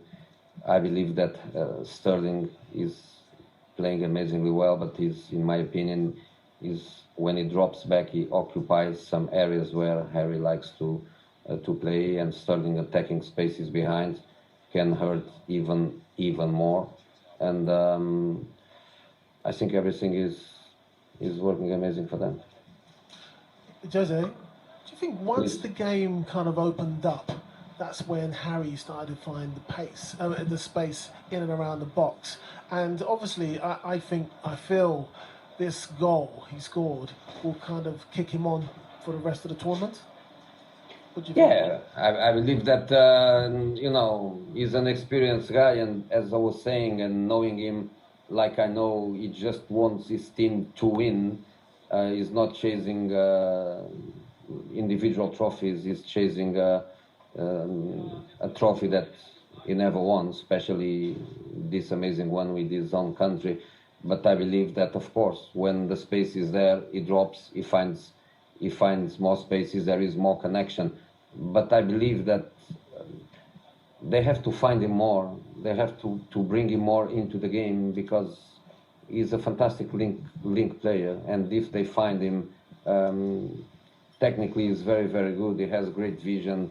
He can find easily other guys making runs, and Sterling can make even more, can break lines, can get depth when Harry drops and Harry becomes the connection. Speaking about spaces and looking to the future, spaces is something that England is not going to find playing against Sweden or Ukraine. That's why I was saying now is a complete different game plan. Now is just to think about finding spaces and time to play, because this game today was a game that probably we are going to have a similar one in the final, in playing a final against Belgium, against Spain, against Italy, but not in the next round, not even in the next quarterfinals, because now we are the team that has to make the game. So I believe that now they are going to change the chip, and the coaching staff doing a fantastic work for the team. We will help them to find the right way. Well, it's been a happy day for England football and England football fans today, and still plenty more to be done at this tournament. And Jose, have a great week, and if you can. I mean, I never know where we are. We're midweek, aren't we? We just had a weekend. We have just had a weekend, haven't we, Sol and Stuart? Yeah, we have. We're quite emotional in the commentary box here. I'm packing. I'm leaving. You're packing and you're leaving? Yeah. I'm going to Rome, and we'll see you there. We'll see you there. We'll see you there. Maybe, we're coming to Rome. Maybe. We're coming to Rome. We'd love to see you. Okay. That's brilliant. Take care. Thank you very much for joining us as always. Cheers, Jose. That's great. That's Jose Mourinho with his thoughts on England. Oh, I don't know. I mean, you two guys, it's a totally different feel. That's what I like about this. You're fans, and you're fans of England, of course you are, but you've actually played for your country, both of you, in big tournaments, and have gone a long way in those tournaments. And the fans, we just now and again we have these little bits of scraps to really hold on to, and this is a big night for a lot of us. Yeah, for me, Stewie's been in the big, huge. We've both been in those kind of big results and big England nights, and obviously disappointment as well. But for me, it's a good night tonight. We didn't play amazing, but we did enough. We did the right things. You know, we were stingy at the back and made sure they didn't have too many shots. Obviously, with Muller Muller light was a bit too light, but you know, we did enough. And in the last 15 minutes, we just came alive. Yeah, you know, came alive. Really, you know, imposed ourselves, got the ball in and around the box, and finished them off. It was a great night. It was a great night. We did what we needed to do, really. Yes, we absolutely did. Look, we're going to round things up very shortly. We hopefully get some more interaction from those that matter today with our England correspondent, Faye Carruthers. Your chance to have your say coming up at 8 o'clock tonight on TalkSport with Andy Goldstein and Jason Cundy taking your calls 08717223344. And Sweden or Ukraine then in the quarterfinals for England, and that game is live from 8 over on TalkSport 2. You're listening to the Euro Game Day live on TalkSport with Trade Point, with a lineup of over 40,000 products in stores nationwide and online. Get all you need when you need it at Trade Point. Euro Game Day live on TalkSport with Intuit QuickBooks. What a great save. And with our small business accounting software, you could save an average of 7 hours a week on admin. Results. Intuit QuickBooks, helping you take care of business. Summer's here, and Ocado's got a sizzling deal just for you. Charred sausage lovers, get a 3 for £10 barbecue bundle, including Hex sausages, M&S Best Burgers, and Ocado's barbecue range. And Heinz sauces are £2. However you do summer, there's an Ocado just for you. Barbecue bundle ends 31st of August. Heinz ends 29th of June. Selected items. Geographical restrictions. Make a quality save this summer with the Ryobi One Plus cordless power tool starter kit, including combi drill, jigsaw, not one but 2 Ryobi One Plus 2 amp batteries, charger and 3-year warranty, all for just $149.99. A world-class saving of over £140. And we'll even throw in the fancy footwork with free delivery. Get in. The Ryobi One Plus combi drill and jigsaw DIY starter kit, available online only at ryobitools.co.uk. Dad, can we take some penalties in the garden? But the game's about to start. Oh, please, Dad. I'll even go in goal. Go and get your gloves then. And no coming off your line early. Never miss a moment of the tournament. Follow every single game on the Sun Live blogs. Visit thesun.co.uk. You're all invited. There's nothing quite like that doorbell moment when your McDelivery arrives. Or snaffling fries on the way back to the living room. There's nothing quite like the taste of a Big Mac in your own home. And there's nothing quite like the kids enjoying a happy meal in perfect peace. For a minute, anyway. There's nothing quite like a McDelivery. Order now on the My McDonald's app or via Uber Eats and Just Eat. At participating restaurants only. Serving times and delivery fees apply. See the My McDonald's app or Uber Eats or Just Eat for full details. Introducing the Renault E-Tech range. Born from our expertise in Formula One, Renault E-Tech technology now features in our range of electric vans. With the broadest range of electric vans, including 3 fully electric models, Master, Kangoo and the unique Zoe van, offering extra practicality and load space to our multi-award-winning car. It's time to get back out there. Search Renault E-Tech vans. For verification, visit renault.co.uk/verify. Tuesday, this is why you love international football. Thursday, another classic. Saturday, these guys might be underdogs, but you wouldn't miss this match. Every match day matters, so every time you collect 3 matchday stamps, you get a £5 free bet. Matchday rewards from Coral. 18 plus, online only, bet £5 or more on any European Championship 2020 market, min odds 1-2. Max 1 stamp per day, 3 stamps equals one £5 free bet, valid 7 days, full T's and C's at coral.co.uk. When the fun stops, stop. What's this up ahead? A pink ice cream van. You stop and point to the cone on top. It's got sprinkles, it's got a cherry, and yes, a lovely flake. A moment later, a hand emerges and offers you that exact cone, down to the last sprinkle, which is perfect because you love sprinkles. It's a bit like Capital One's real rates. The APR that's offered is the rate you actually get. Capital One. That's credit done right. Euro Game Day live on TalkSport with Trade Point. With a lineup of over 40,000 products in stores nationwide and online, get all you need when you need it at Trade Point. Find us at B&Q or online at tradepoint.co.uk. TalkSport. UEFA Euro 2020. Kick it up, kick it in, kick it on. Straight to our England correspondent, Faker Others. Thank you very much, Mark. I'm standing pitch side with the winning manager, Gareth Southgate. That sounds great being able to say that, Gareth. We've got quite an emotional commentary box. I was quite emotional pitch side as well, so I have no idea what it must have felt like for you. Very special. 40,000, it felt like 140 in Wembley. Incredible right from the start. And, you know, they more than played their part, because every challenge the players made, every chance we created, every bit of pressure we had, you know, the crowd were immense and the players were immense, I have to say, right the way through the team. A little bit nervous with the ball in the first 15 minutes or so. I thought we conceded possession cheaply a few times, but across the 90 minutes it's the best we've used the ball, it's the most dangerous we've looked, and our aggressive pressure without the ball was really key. You left yourself open to a fair bit of criticism with that starting lineup as well, but vindicated again. That must mean something, and hopefully give people confidence in your decisions going forward. Yeah, look, I know if we pick that system and we pick that team and we don't play well and we lose, then we're dead, basically. And that's the way it is, but we believed it was the right way to go. As a coaching team, I've got fantastic people with me who back those decisions, that we studied the games closely. We felt that was the right way to go for today's game, and but then the players have to go and do it, and the players were immense. The pressure that the wing backs put their wing backs under, the way the back three defended, the goalkeeper was outstanding. Midfield players used the ball well, won the battles they needed to win, and the forwards were a threat throughout the afternoon. And the players that come on do their job, and the squad has been fantastic. They've created something, a very special feeling, and now we've got to make sure that we recover well and we take that feeling into Saturday. You mentioned the changes that you made. I mean, there's always a clamour for Jack Grealish, you know that, but he really did make a difference when he came on.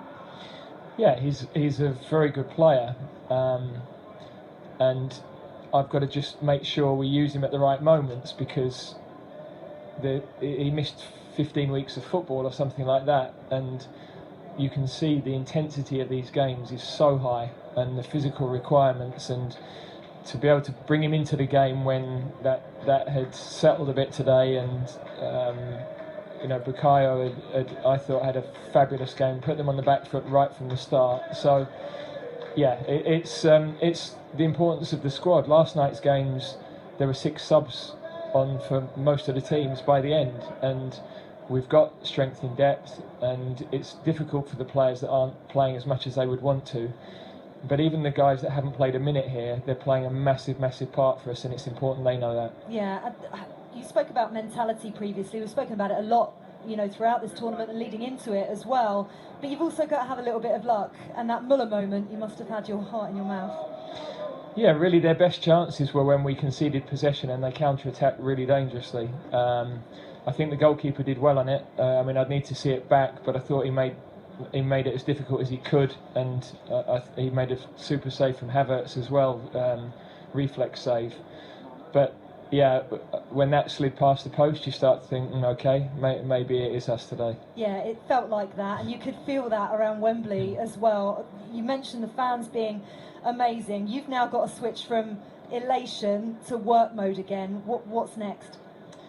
Well, as soon as we'll watch the game that's about to kick off, and as soon as we know the outcome of that, we'll watch the opponent and study them and make sure that it's a very quick turnaround. We had a nice preparation period for this one, so we could really study the opposition. That will be harder for the next game, and we've got to assess how much physically and emotionally this has taken out of the players. But for now, that's for us to worry about. Everyone else can enjoy it. We're all going to worry about it anyway. You absolutely know that. Of course, you've got to go to Rome as well. Wembley's been a fortress in terms of clean sheets and the crowd behind you and everything else. It's going to be a different challenge flying out to Rome. Yeah, it is, and that's the key. If you're going to be a top team, you've got to adapt to different challenges. we've beaten a big team today, and I know that people will say, it's this and it's that, but they're a big team. Their manager, to have done what he's done in his career, absolutely incredible. 4 World Cup winners in the team today, so we knew they could organise the game with the ball and dictate the speed at times. But our players have had a glimmer of what it can feel like to be involved in a big win, and I'm sure they'll be hungry for more. Yeah, you've talked about them being history makers and writing their own history. Can this side go all the way? Well, let's get the focus on Saturday. I knew you were going to straight back that. Thank you very much, Gareth. Congratulations. Thanks, mate. Take care. Thank you. That's great. That's Faye Carruthers, our England correspondent with England manager Gareth Southgate. And, well, he's got a few moments to still enjoy that, and then he'll be watching a game. You can listen to it as well with us on TalkSport 2. Sweden or Ukraine play England next in Rome next Saturday. Let's get the very latest very quickly with Betfair and Darren Hughes. The European Form Zone on TalkSport with official betting partner Betfair. Bet with a cash out you can rely on this Euros. With no cash out suspensions on match odds, exclusions apply. 18+, begambleaware.org. So the official partner of TalkSport's Euro 2020 coverage, Betfair. Darren, what a game. Oof, yeah, that's it. Hard to put into words. On the other side of the Irish Sea, and I could still nearly hear the roar go up in Wembley as the first one the first one went in for you lads. I think Grealish really made the difference when he came on. He's a fabulous footballer, and who knows? I mean, Grealish putting the ball into Kane, sticking it into the back of the net. It could be a sight we might be seeing for the rest of the season, depending on how the transfer window goes. But that victory has obviously sent England straight to the top of the Euro 2020 outright bet. They're currently 3.3 on the Betfair exchange, so about a 9-4 shot. Spain then 4.2, so about 10-3. Italy then are a 9-2 shot, and it's bigger prices the rest. But I suppose all eyes turn now to Sweden versus the Ukraine to see who England will play in that quarter final. I suppose it's looking at it, if you told England they'd have one of these two teams in a quarter final, they'd probably just snatch your hand off pre-tournament. But I suppose the game still has to be played, and we still need to see how things go. Brilliant stuff. Thank you very much indeed, Darren. With Betfair, you can get a £5 free bet when you bet £20 on multiples or bet builders. Available daily. Betfair this Euros 18+. begambleaware.org. The European Form Zone on TalkSport with official betting partner Betfair. Betfair this Euros and get a £5 free bet when you bet £20 on multiples or bet builders. Available daily. Conditions and minimum odds apply. 18+. begambleaware.org.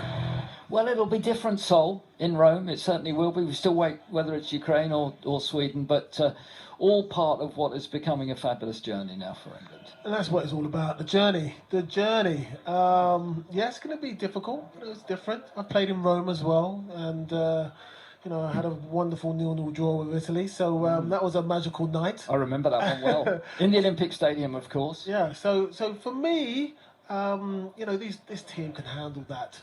Yeah, yes, it's going to be slightly different. Don't get me wrong. We're not going to have the home kind of feel, but I feel as long as we kind of keep our heads cool, do everything right, and we keep on playing to our capacity, playing to our full potential, we can do everything. We can get to the final. And he's shown and told us it's a squad game, but also he's got the different combinations, and he'll wait and decide what to do when we know who the winners are later on tonight. And also it's nice to have that balance, that you've got players who can be flexible in different situations. That is good. Whether you have to always copy and mimic the opposition is another thing. Sol, thank you very much as always. Sol Campbell will be joining us, of course, in Rome. Taking your calls next on the Sports Bar with Andy Goldstein and Jason Cundy. I've just got one more thing to say. Harry Viderci, Germany. TalkSport and England are off to Rome. Good night. Here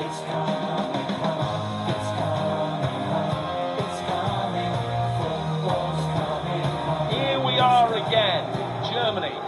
Bidding opponents for England's 300th match at Wembley. It's time to make memories, make history, and make the quarterfinals of a tournament that has been blown wide open. This is a big moment. Jordan Pickford with his back in his yellow shirt against the right-hand post as we look at it, making sure that he's lined the wall up in the right place. Might be Kroos to Muller to control it. Havertz to strike it. Low. The wall did his job. Here's Raheem Sterling now. Score of England's 2 goals. He unleashes right-footed shot. Well saved. Much better from England. as the volume of the home support will testify. An entertaining 0-0. Havertz playing it forward, trying to release Werner. Good save. Pickford came out now at the angle. Chance for Sterling. Sterling to run towards the edge of the penalty area. Still Raheem Sterling goes. Brought down was he Kane. Takes a touch. Got it away from Neuer, but a sliding challenge came in and denied him a shot on goal.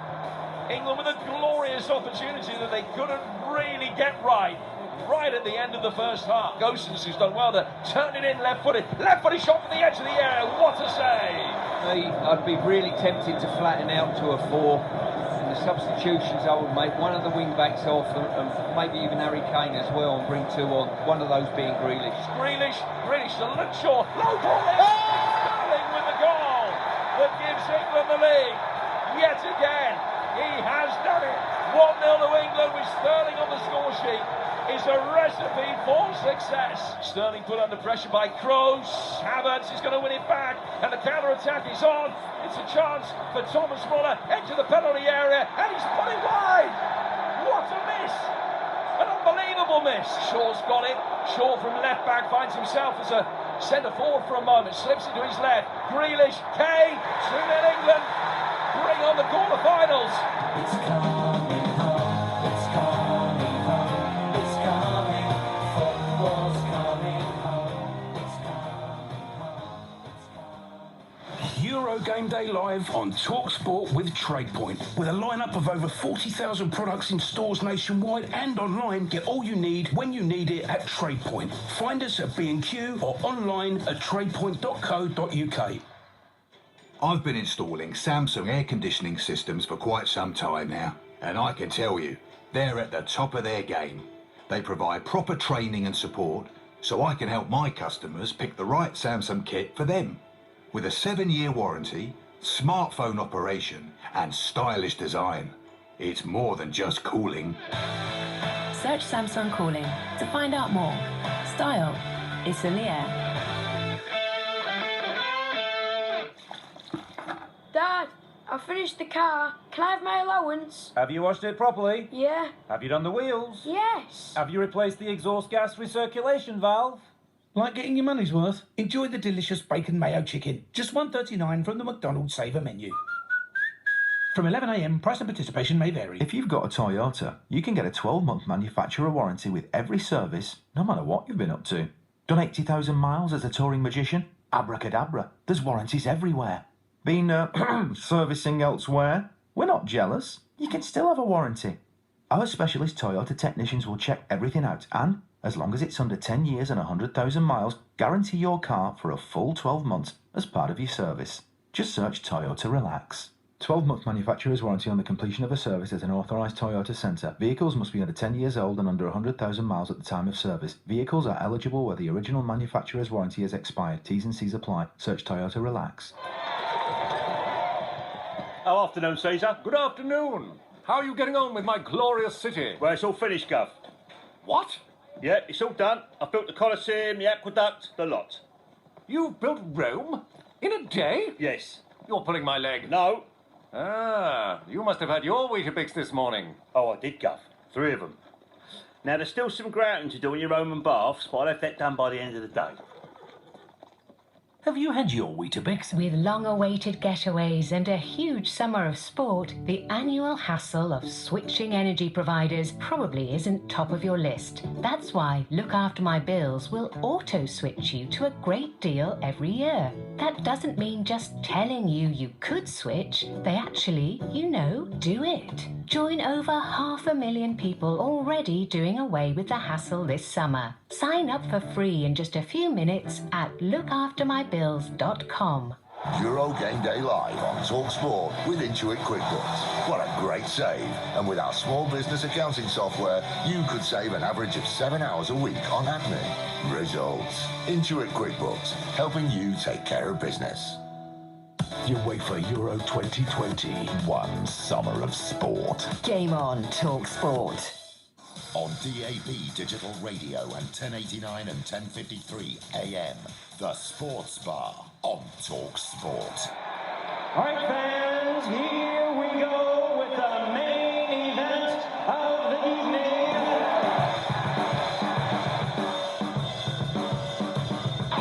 my friends. Happy Tuesday. Woohoo! Welcome to another Andy Goldstein Sports Bar Euro special. With me, Andy Goldstein, over there, the football and the love is Jason Cundy, everyone. Has anyone seen Franz Beckenbauer? Albert Einstein? Angela Merkel? The Autobahn? Heidi Klum?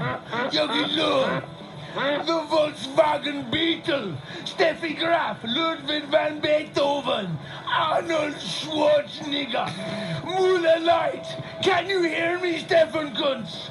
Can you hear me, Stefan Kuntz? Your boys took one hell of a beating. Big show coming your way tonight begins, of course, with you, the England football fan, having yours say on a historic night as England smashed Germany 2-0 to reach the last day of the Euros. Come on! 08717223344. It's only show on National Radio. Take your calls Monday to Thursday from 10 p.m. to 1 a.m. It's Andy Goldstein Sports Bar. It's the biggest phony show ever. 4 hours. Get involved. Come on!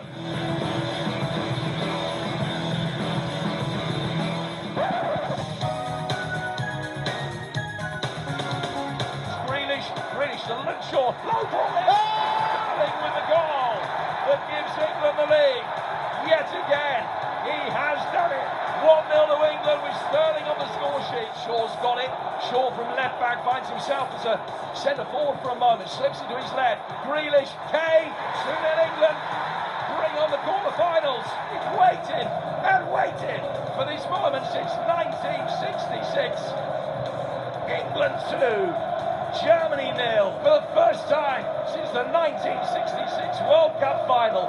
England have knocked a German side out of a major tournament. You got to hold it. Go on, Bonzi! Go on, Bonzi! Go on, Johnny boy! Come on, England! Come on, England! Woo! What a night of football! A historic night of football. A historic night of football. It's the first time in my lifetime and yours and the majority of people listening that England have beaten Germany in the knockout stages of a European or any competition for that matter. Unbelievable. Unbelievable. What a night. 08717223344. Everyone wants to have their say, which is why we are on at the earlier time. Ooh, the earlier time of 8 p.m. And we're going all the way up, not till 9, not till 10, not till 11, but to midnight into the next day. And we'll keep you updated with who the opponents are going to be as well. That comes over on TalkSport 2, but you don't want to go to TalkSport 2. You want to stay here so you can have your say on National Radio. 08717 223344. Jason Cundy. Oh, my word. Jason my Cundy. word. Honestly, it's been an absolute pleasure to spend it with you and all the gang in the green room watching that game, because that will live with me for the rest of my life. It will. It's one of those games, where were you? It's a where were you moment. I was next to you on the couch. You were. And that's why I will never forget that you were next to me. I'll never forget you either. No, but it's a where were you moment. Yeah, that's right, because it doesn't happen. That is it. These moments in sport and in football do not come around that often. In fact, this one, the first in 66, as we've beaten Germany in a knockout stage of a major tournament. Do not underestimate how huge this is. Do you remember that one? You would have been about 10. No, I wasn't born. But I know you weren't born, I know Jason. I know you know that. I know. I think we should talk about the game, right? I think the first thing we should do, by the way, Jason's all over the place. He has been since that final whistle went. The first thing we should do is congratulate Gareth Southgate, because throughout the match, like quite a lot of England fans, was moaning about his tactics, his formation. Formation. The fact that we didn't have anyone in the middle of the park to create. And I will hold my hand up now, be the first person to I got it wrong, because Southgate, my goodness, got it slap bang on. He had a game plan, and it worked to perfection. And that game plan was to hold Germany, to keep holding them, try and nick it, didn't happen. And then you bring on Grealish with 20 minutes to go. What an impact, by the way. What an impact by the substitute, to quote. Yeah. He just changed the game. It just completely changed when he came on. Saka, I thought, was fantastic. Ran out of steam. I thought he was great. I thought every England player was monumental. They were just brilliant. They did everything they were asked and more. Raheem Sterling, I've said many a time before, I've changed now, of course. I'm not his biggest fan. I wasn't. I don't think anyone can say anything negative about Raheem Sterling ever again. He has basically got England to the last 8 with his goals. No one else has really done it for England apart from him in front of goal. Harry Kane, I'm proud and pleased for Kane now. He's got off the mark And I'm guessing it's exactly the right time to start scoring for England when you get to the latter stages. Just everything about that performance, everything about the 11, everything about the formation, the tactics was 10 out of 10. Well done, Southgate. Well done, England. Well done, everyone involved. Just from start to finish, perfection. Well, you absolutely. I echo everything you just said there. And when you're England manager, every decision you make is scrutinised. And before the game, you and I were talking about the team selection. I spoke to White and Jordan earlier. If you're going to go with the three, that was the team I would have picked, and it was widely predicted that was the team. But what you got to remember is that the way that they lined up against Portugal and what they did against Portugal, Goossens on one side, Simic on the other side, and they played high and they played wide, and they almost played like wingers. So even though they had three at the back, they played with their wing backs almost beyond the midfield. And Gareth noticed that, and he wanted to make sure he nullified that. And the early part of the game, then the first 3 or 4 minutes, Shaw was really tight, really high and tight. And then they started to take a grip of the game, Germany, and they controlled it. And we looked a bit nervous, I felt. We looked a little unsure of the way the system was going to work. But I think overall, when you look at what Gareth has done, he's changed the shape of the team, the personnel. He was handicapped by the fact that Mount was missing. I didn't expect Chilwell to start anyway, but that was an option he wasn't even allowed to use. But he's gone with Phillips and Rice in the middle of the park, and Henderson was an option. And if he'd gone with that experience, I don't think we could have blamed him. But he's gone with 3 centre-halves, and he's dropped Mings, and I felt Mings has done really well in this tournament. But he's gone with Walker, Stones and Maguire. And we've kept clean sheets. Another clean sheet. We are the stingiest team left in this tournament. Italy conceded late on in their game in the last 16 themselves. But this was a brilliant performance. And do not underestimate what Gareth Southgate has done tactically with the personnel, the shape. This was, I'll say it, this was a masterclass in what was up against a good, not brilliant, good German side. And credit to him, credit to the players. I felt that the subs could have been made a little bit earlier, if I'm honest. I felt Grealish could have come on a bit earlier. I wasn't happy with Kane. I'd have taken Kane off a bit earlier, but he scores. That goes to show why I'm sitting here, not on the dugout. But again, to start with Sterling, which was the right move, he scores again. I think we have to give Gareth a huge amount of kudos about getting the team right, the tactics right, the personnel right, and the shape right. This is one of the best England performances that we have seen in a very, very long time. Let me tell you, of course, England play the winners of Ukraine against Sweden on Saturday evening. That obviously will be live on TalkSport. That's currently 0-0 after 10 minutes has been played. We'll keep you up to date with that. If you want to hear that, you can. It's over on TalkSport too, but I'm guessing you want to stay here and have your say on national radio, like a lot of you. I'm looking at the switchboard now, loads of you do. Now, here's the good news, gang. 08717 223344. Dial that number. You can have your say. The whole world is listening, so pick up the phone and get involved. More good news coming your way right now because we are here. Usually it's a 3-hour show. We are 4 hours long tonight, so we are. Whoa! Hold on. I haven't told you that. What? Whoa! What? I haven't told you that. I meet my mates down the pub at 11. Now I know that's a lie because you haven't got any mates. Yeah. We're here till midnight. How unbelievable was that? The biggest, the largest, the hugest, the giganticest phone-in you've ever heard. 08717 223344. Right, Goldstein, stop talking. Cundy, stop talking. So you, the football fan, can have your say on national radio. Frankie will be first up. 08717 223344. Frankie, how are you? How you doing, Andy? I'm good, Frankie. How are you? Frankie? Yeah, all good. I just want to say you both hit the nail on the head straight away about Gareth. I mean, you can't question his tactics, really. When I last called, you both hit the nail on the head. You both said he loves pace, he's got faith in pace, and it paid off today. You know, questionable, this line-up, 7 defensive players, but, he had enough faith in Saka and Sterling to do the running. And he, like you said, Cundy, he definitely had a game plan. In his mind, going into half-time 0-0 was a win for him. He had Grealish, Foden, people he could bring off the bench, and it paid off. I think it paid off. It worked to perfection, and you can't fault the man. No, I totally agree with that, Frankie. And this was a game that was going to be a few chances, and when they came along, you had to take them. We'll talk about their big chance in a second. But when ours came, we took them. And the way the game went, I felt in the first half, the first 10 minutes, Germany settled into the game better. They looked more comfortable with the way that the game was going. I think the occasion got to the England players a little bit, if I'm honest. But as the game started to develop, I thought Saka in the first half an hour of the game was brilliant. Again, I was a fan before, but now he can go on and be honestly, what a reliable player he's going to be. Can I ask you just quickly about Jack Grealish? Okay, he was phenomenal when he came. When he made the difference, he was the impact, right? Does that create a problem for Gareth Southgate for trying to find a place for him in the starting lineup, or does it make Southgate just think, you know what, you're always going to be that impact sub now? It's a great sub. It's a brilliant great sub, but you've got to feel for Grealish because he made the difference. So you could argue that he deserves a start. But we spoke in the green room before the game. We were talking about the bench. The bench could win the game. Yeah. Now, I'm not saying the bench did win the game, but the bench. Now you've got 5 subs, and the game can evolve. And as it evolves, you can then make changes depending on how you feel. Because both our midfielders, so Phillips and Rice, both picked up bookings, right? And that would have been on Gareth's mind. At half-time, that would have been on his mind. So both on yellows. And he would have been looking at how the game is going. Who looks more like, who's tired? Who might put in one of those lazy, lethargic challenges because there's a bit of fatigue? And actually, Rice did one of those. And we all went, and it wasn't a booking, but it was one of those fouls that could have been in another day.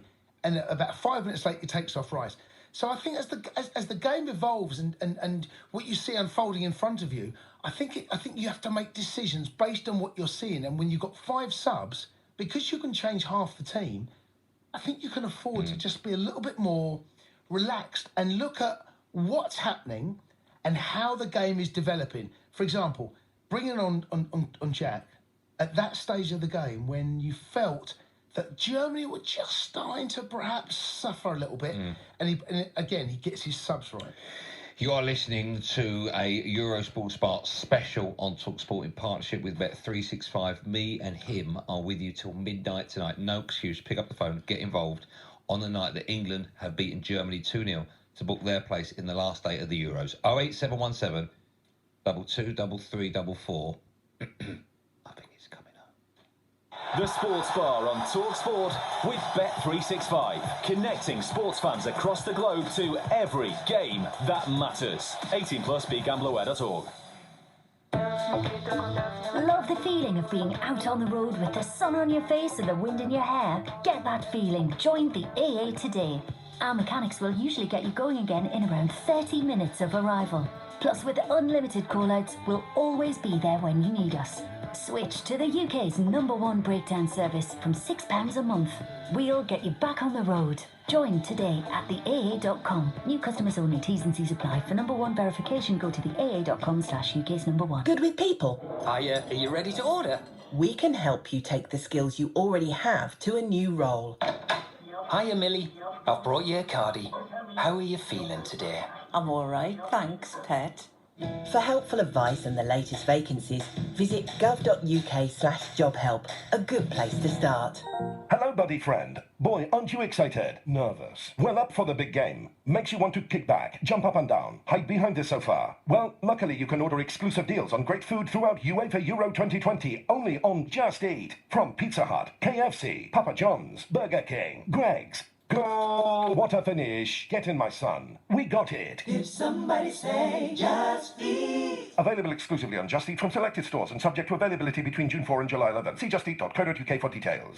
For some of us, we aren't able to truly reach our full potential until we find our perfect complement.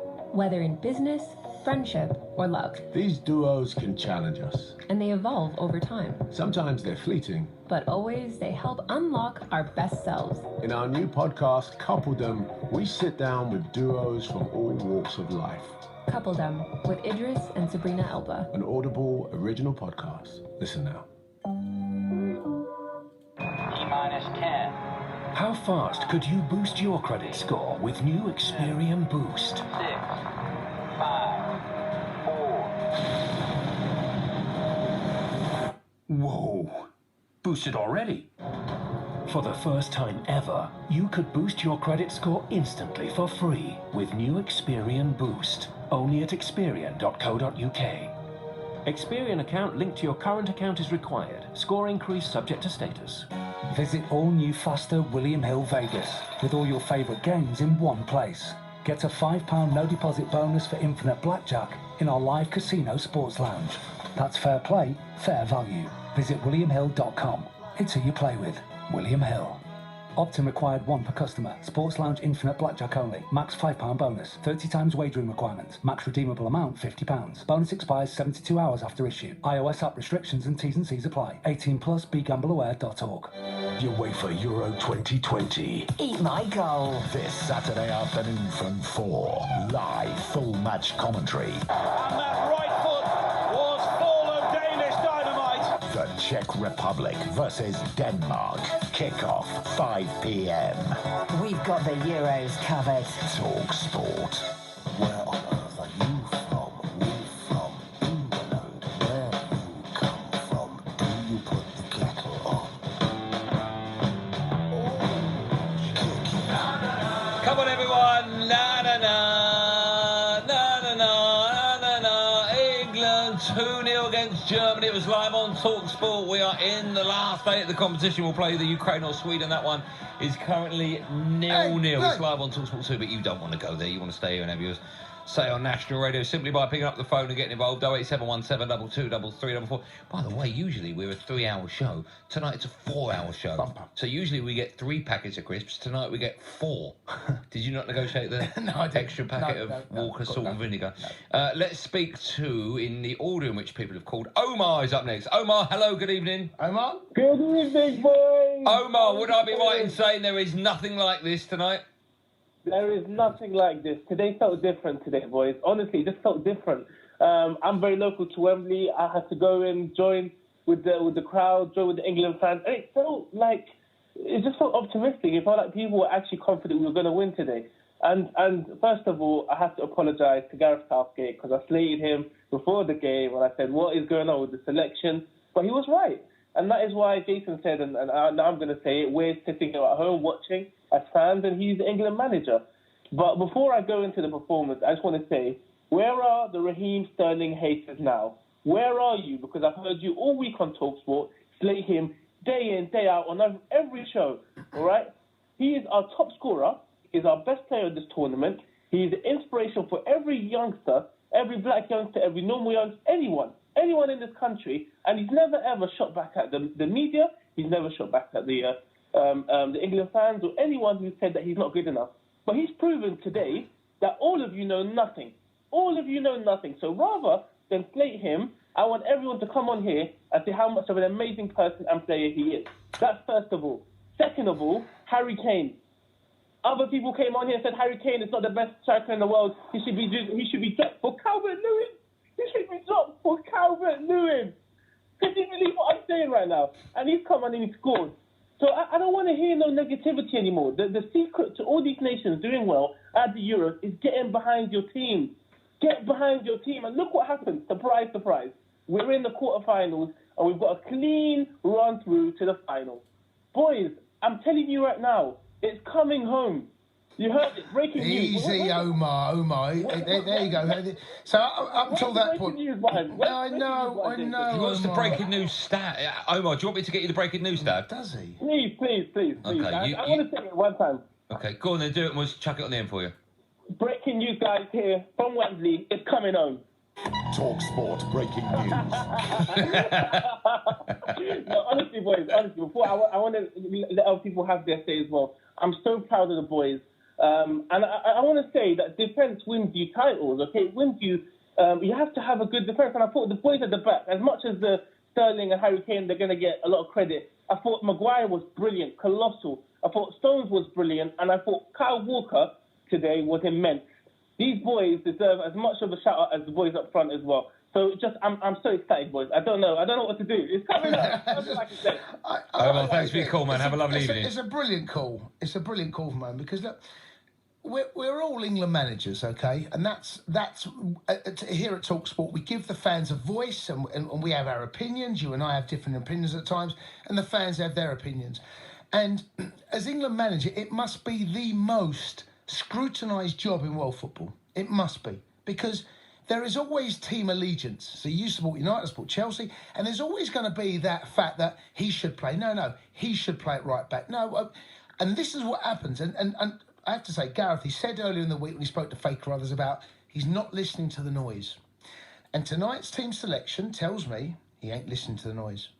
He's doing what he wants to do. He done his shape. He saw the game against Portugal. He picked the team, and what he did, he got the team right that Portugal didn't.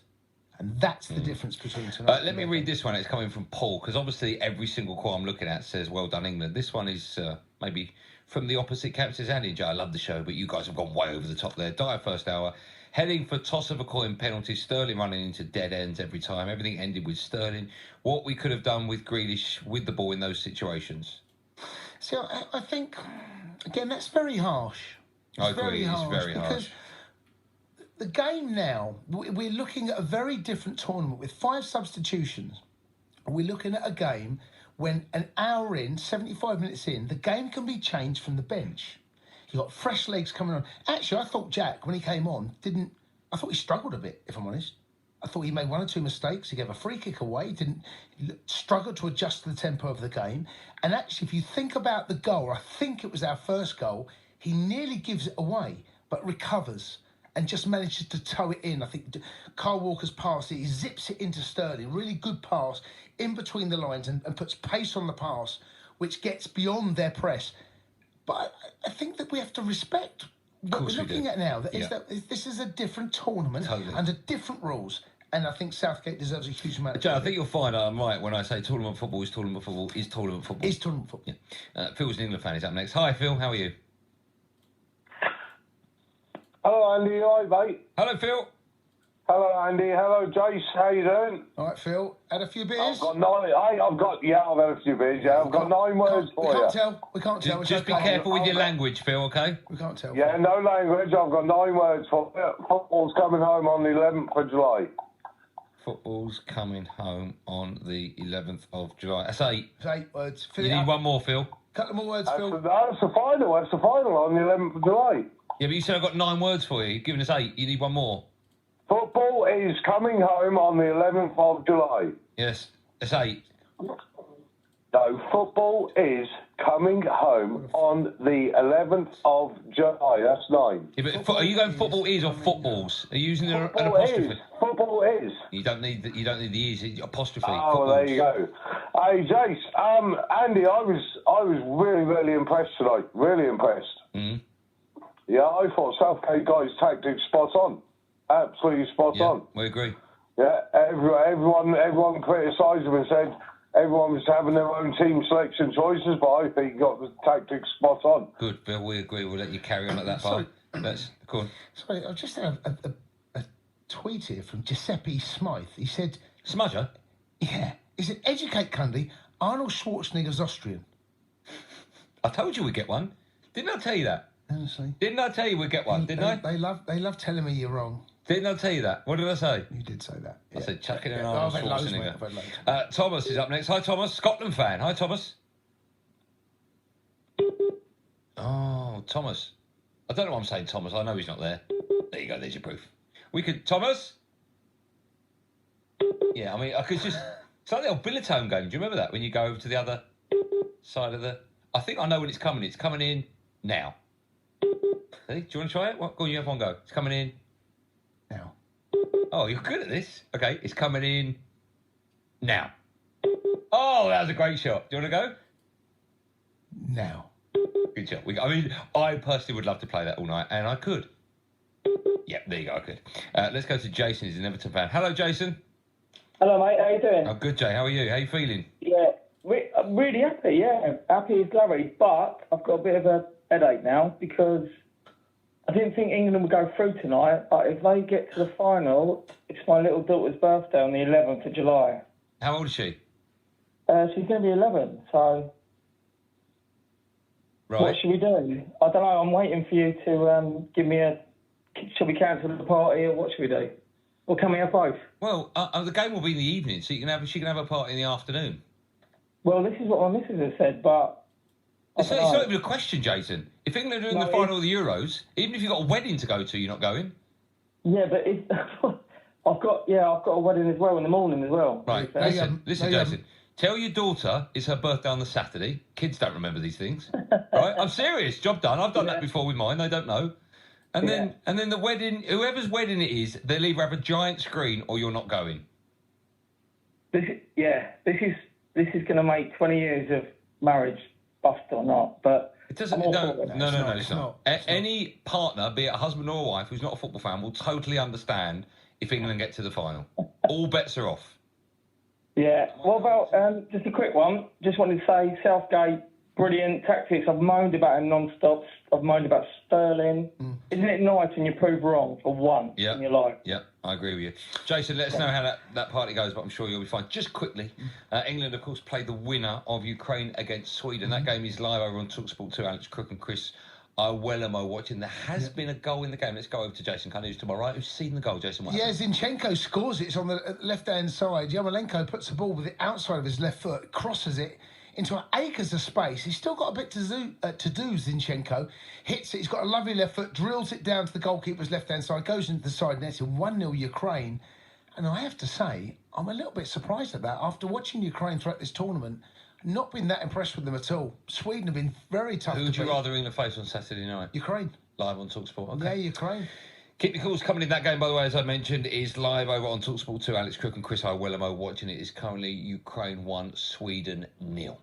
08717223344. We, of course, are talking about England tonking, hammering, iron-nailing, embarrassing Germany by 2-0 at Wembley. They are, of course, in the last day of the Euros. 08717223344. Get your calls in now. You're listening to me, Andy Goldstein, and Jason Cundy on the Euro Sports Bar on TalkSport in partnership with Bet365.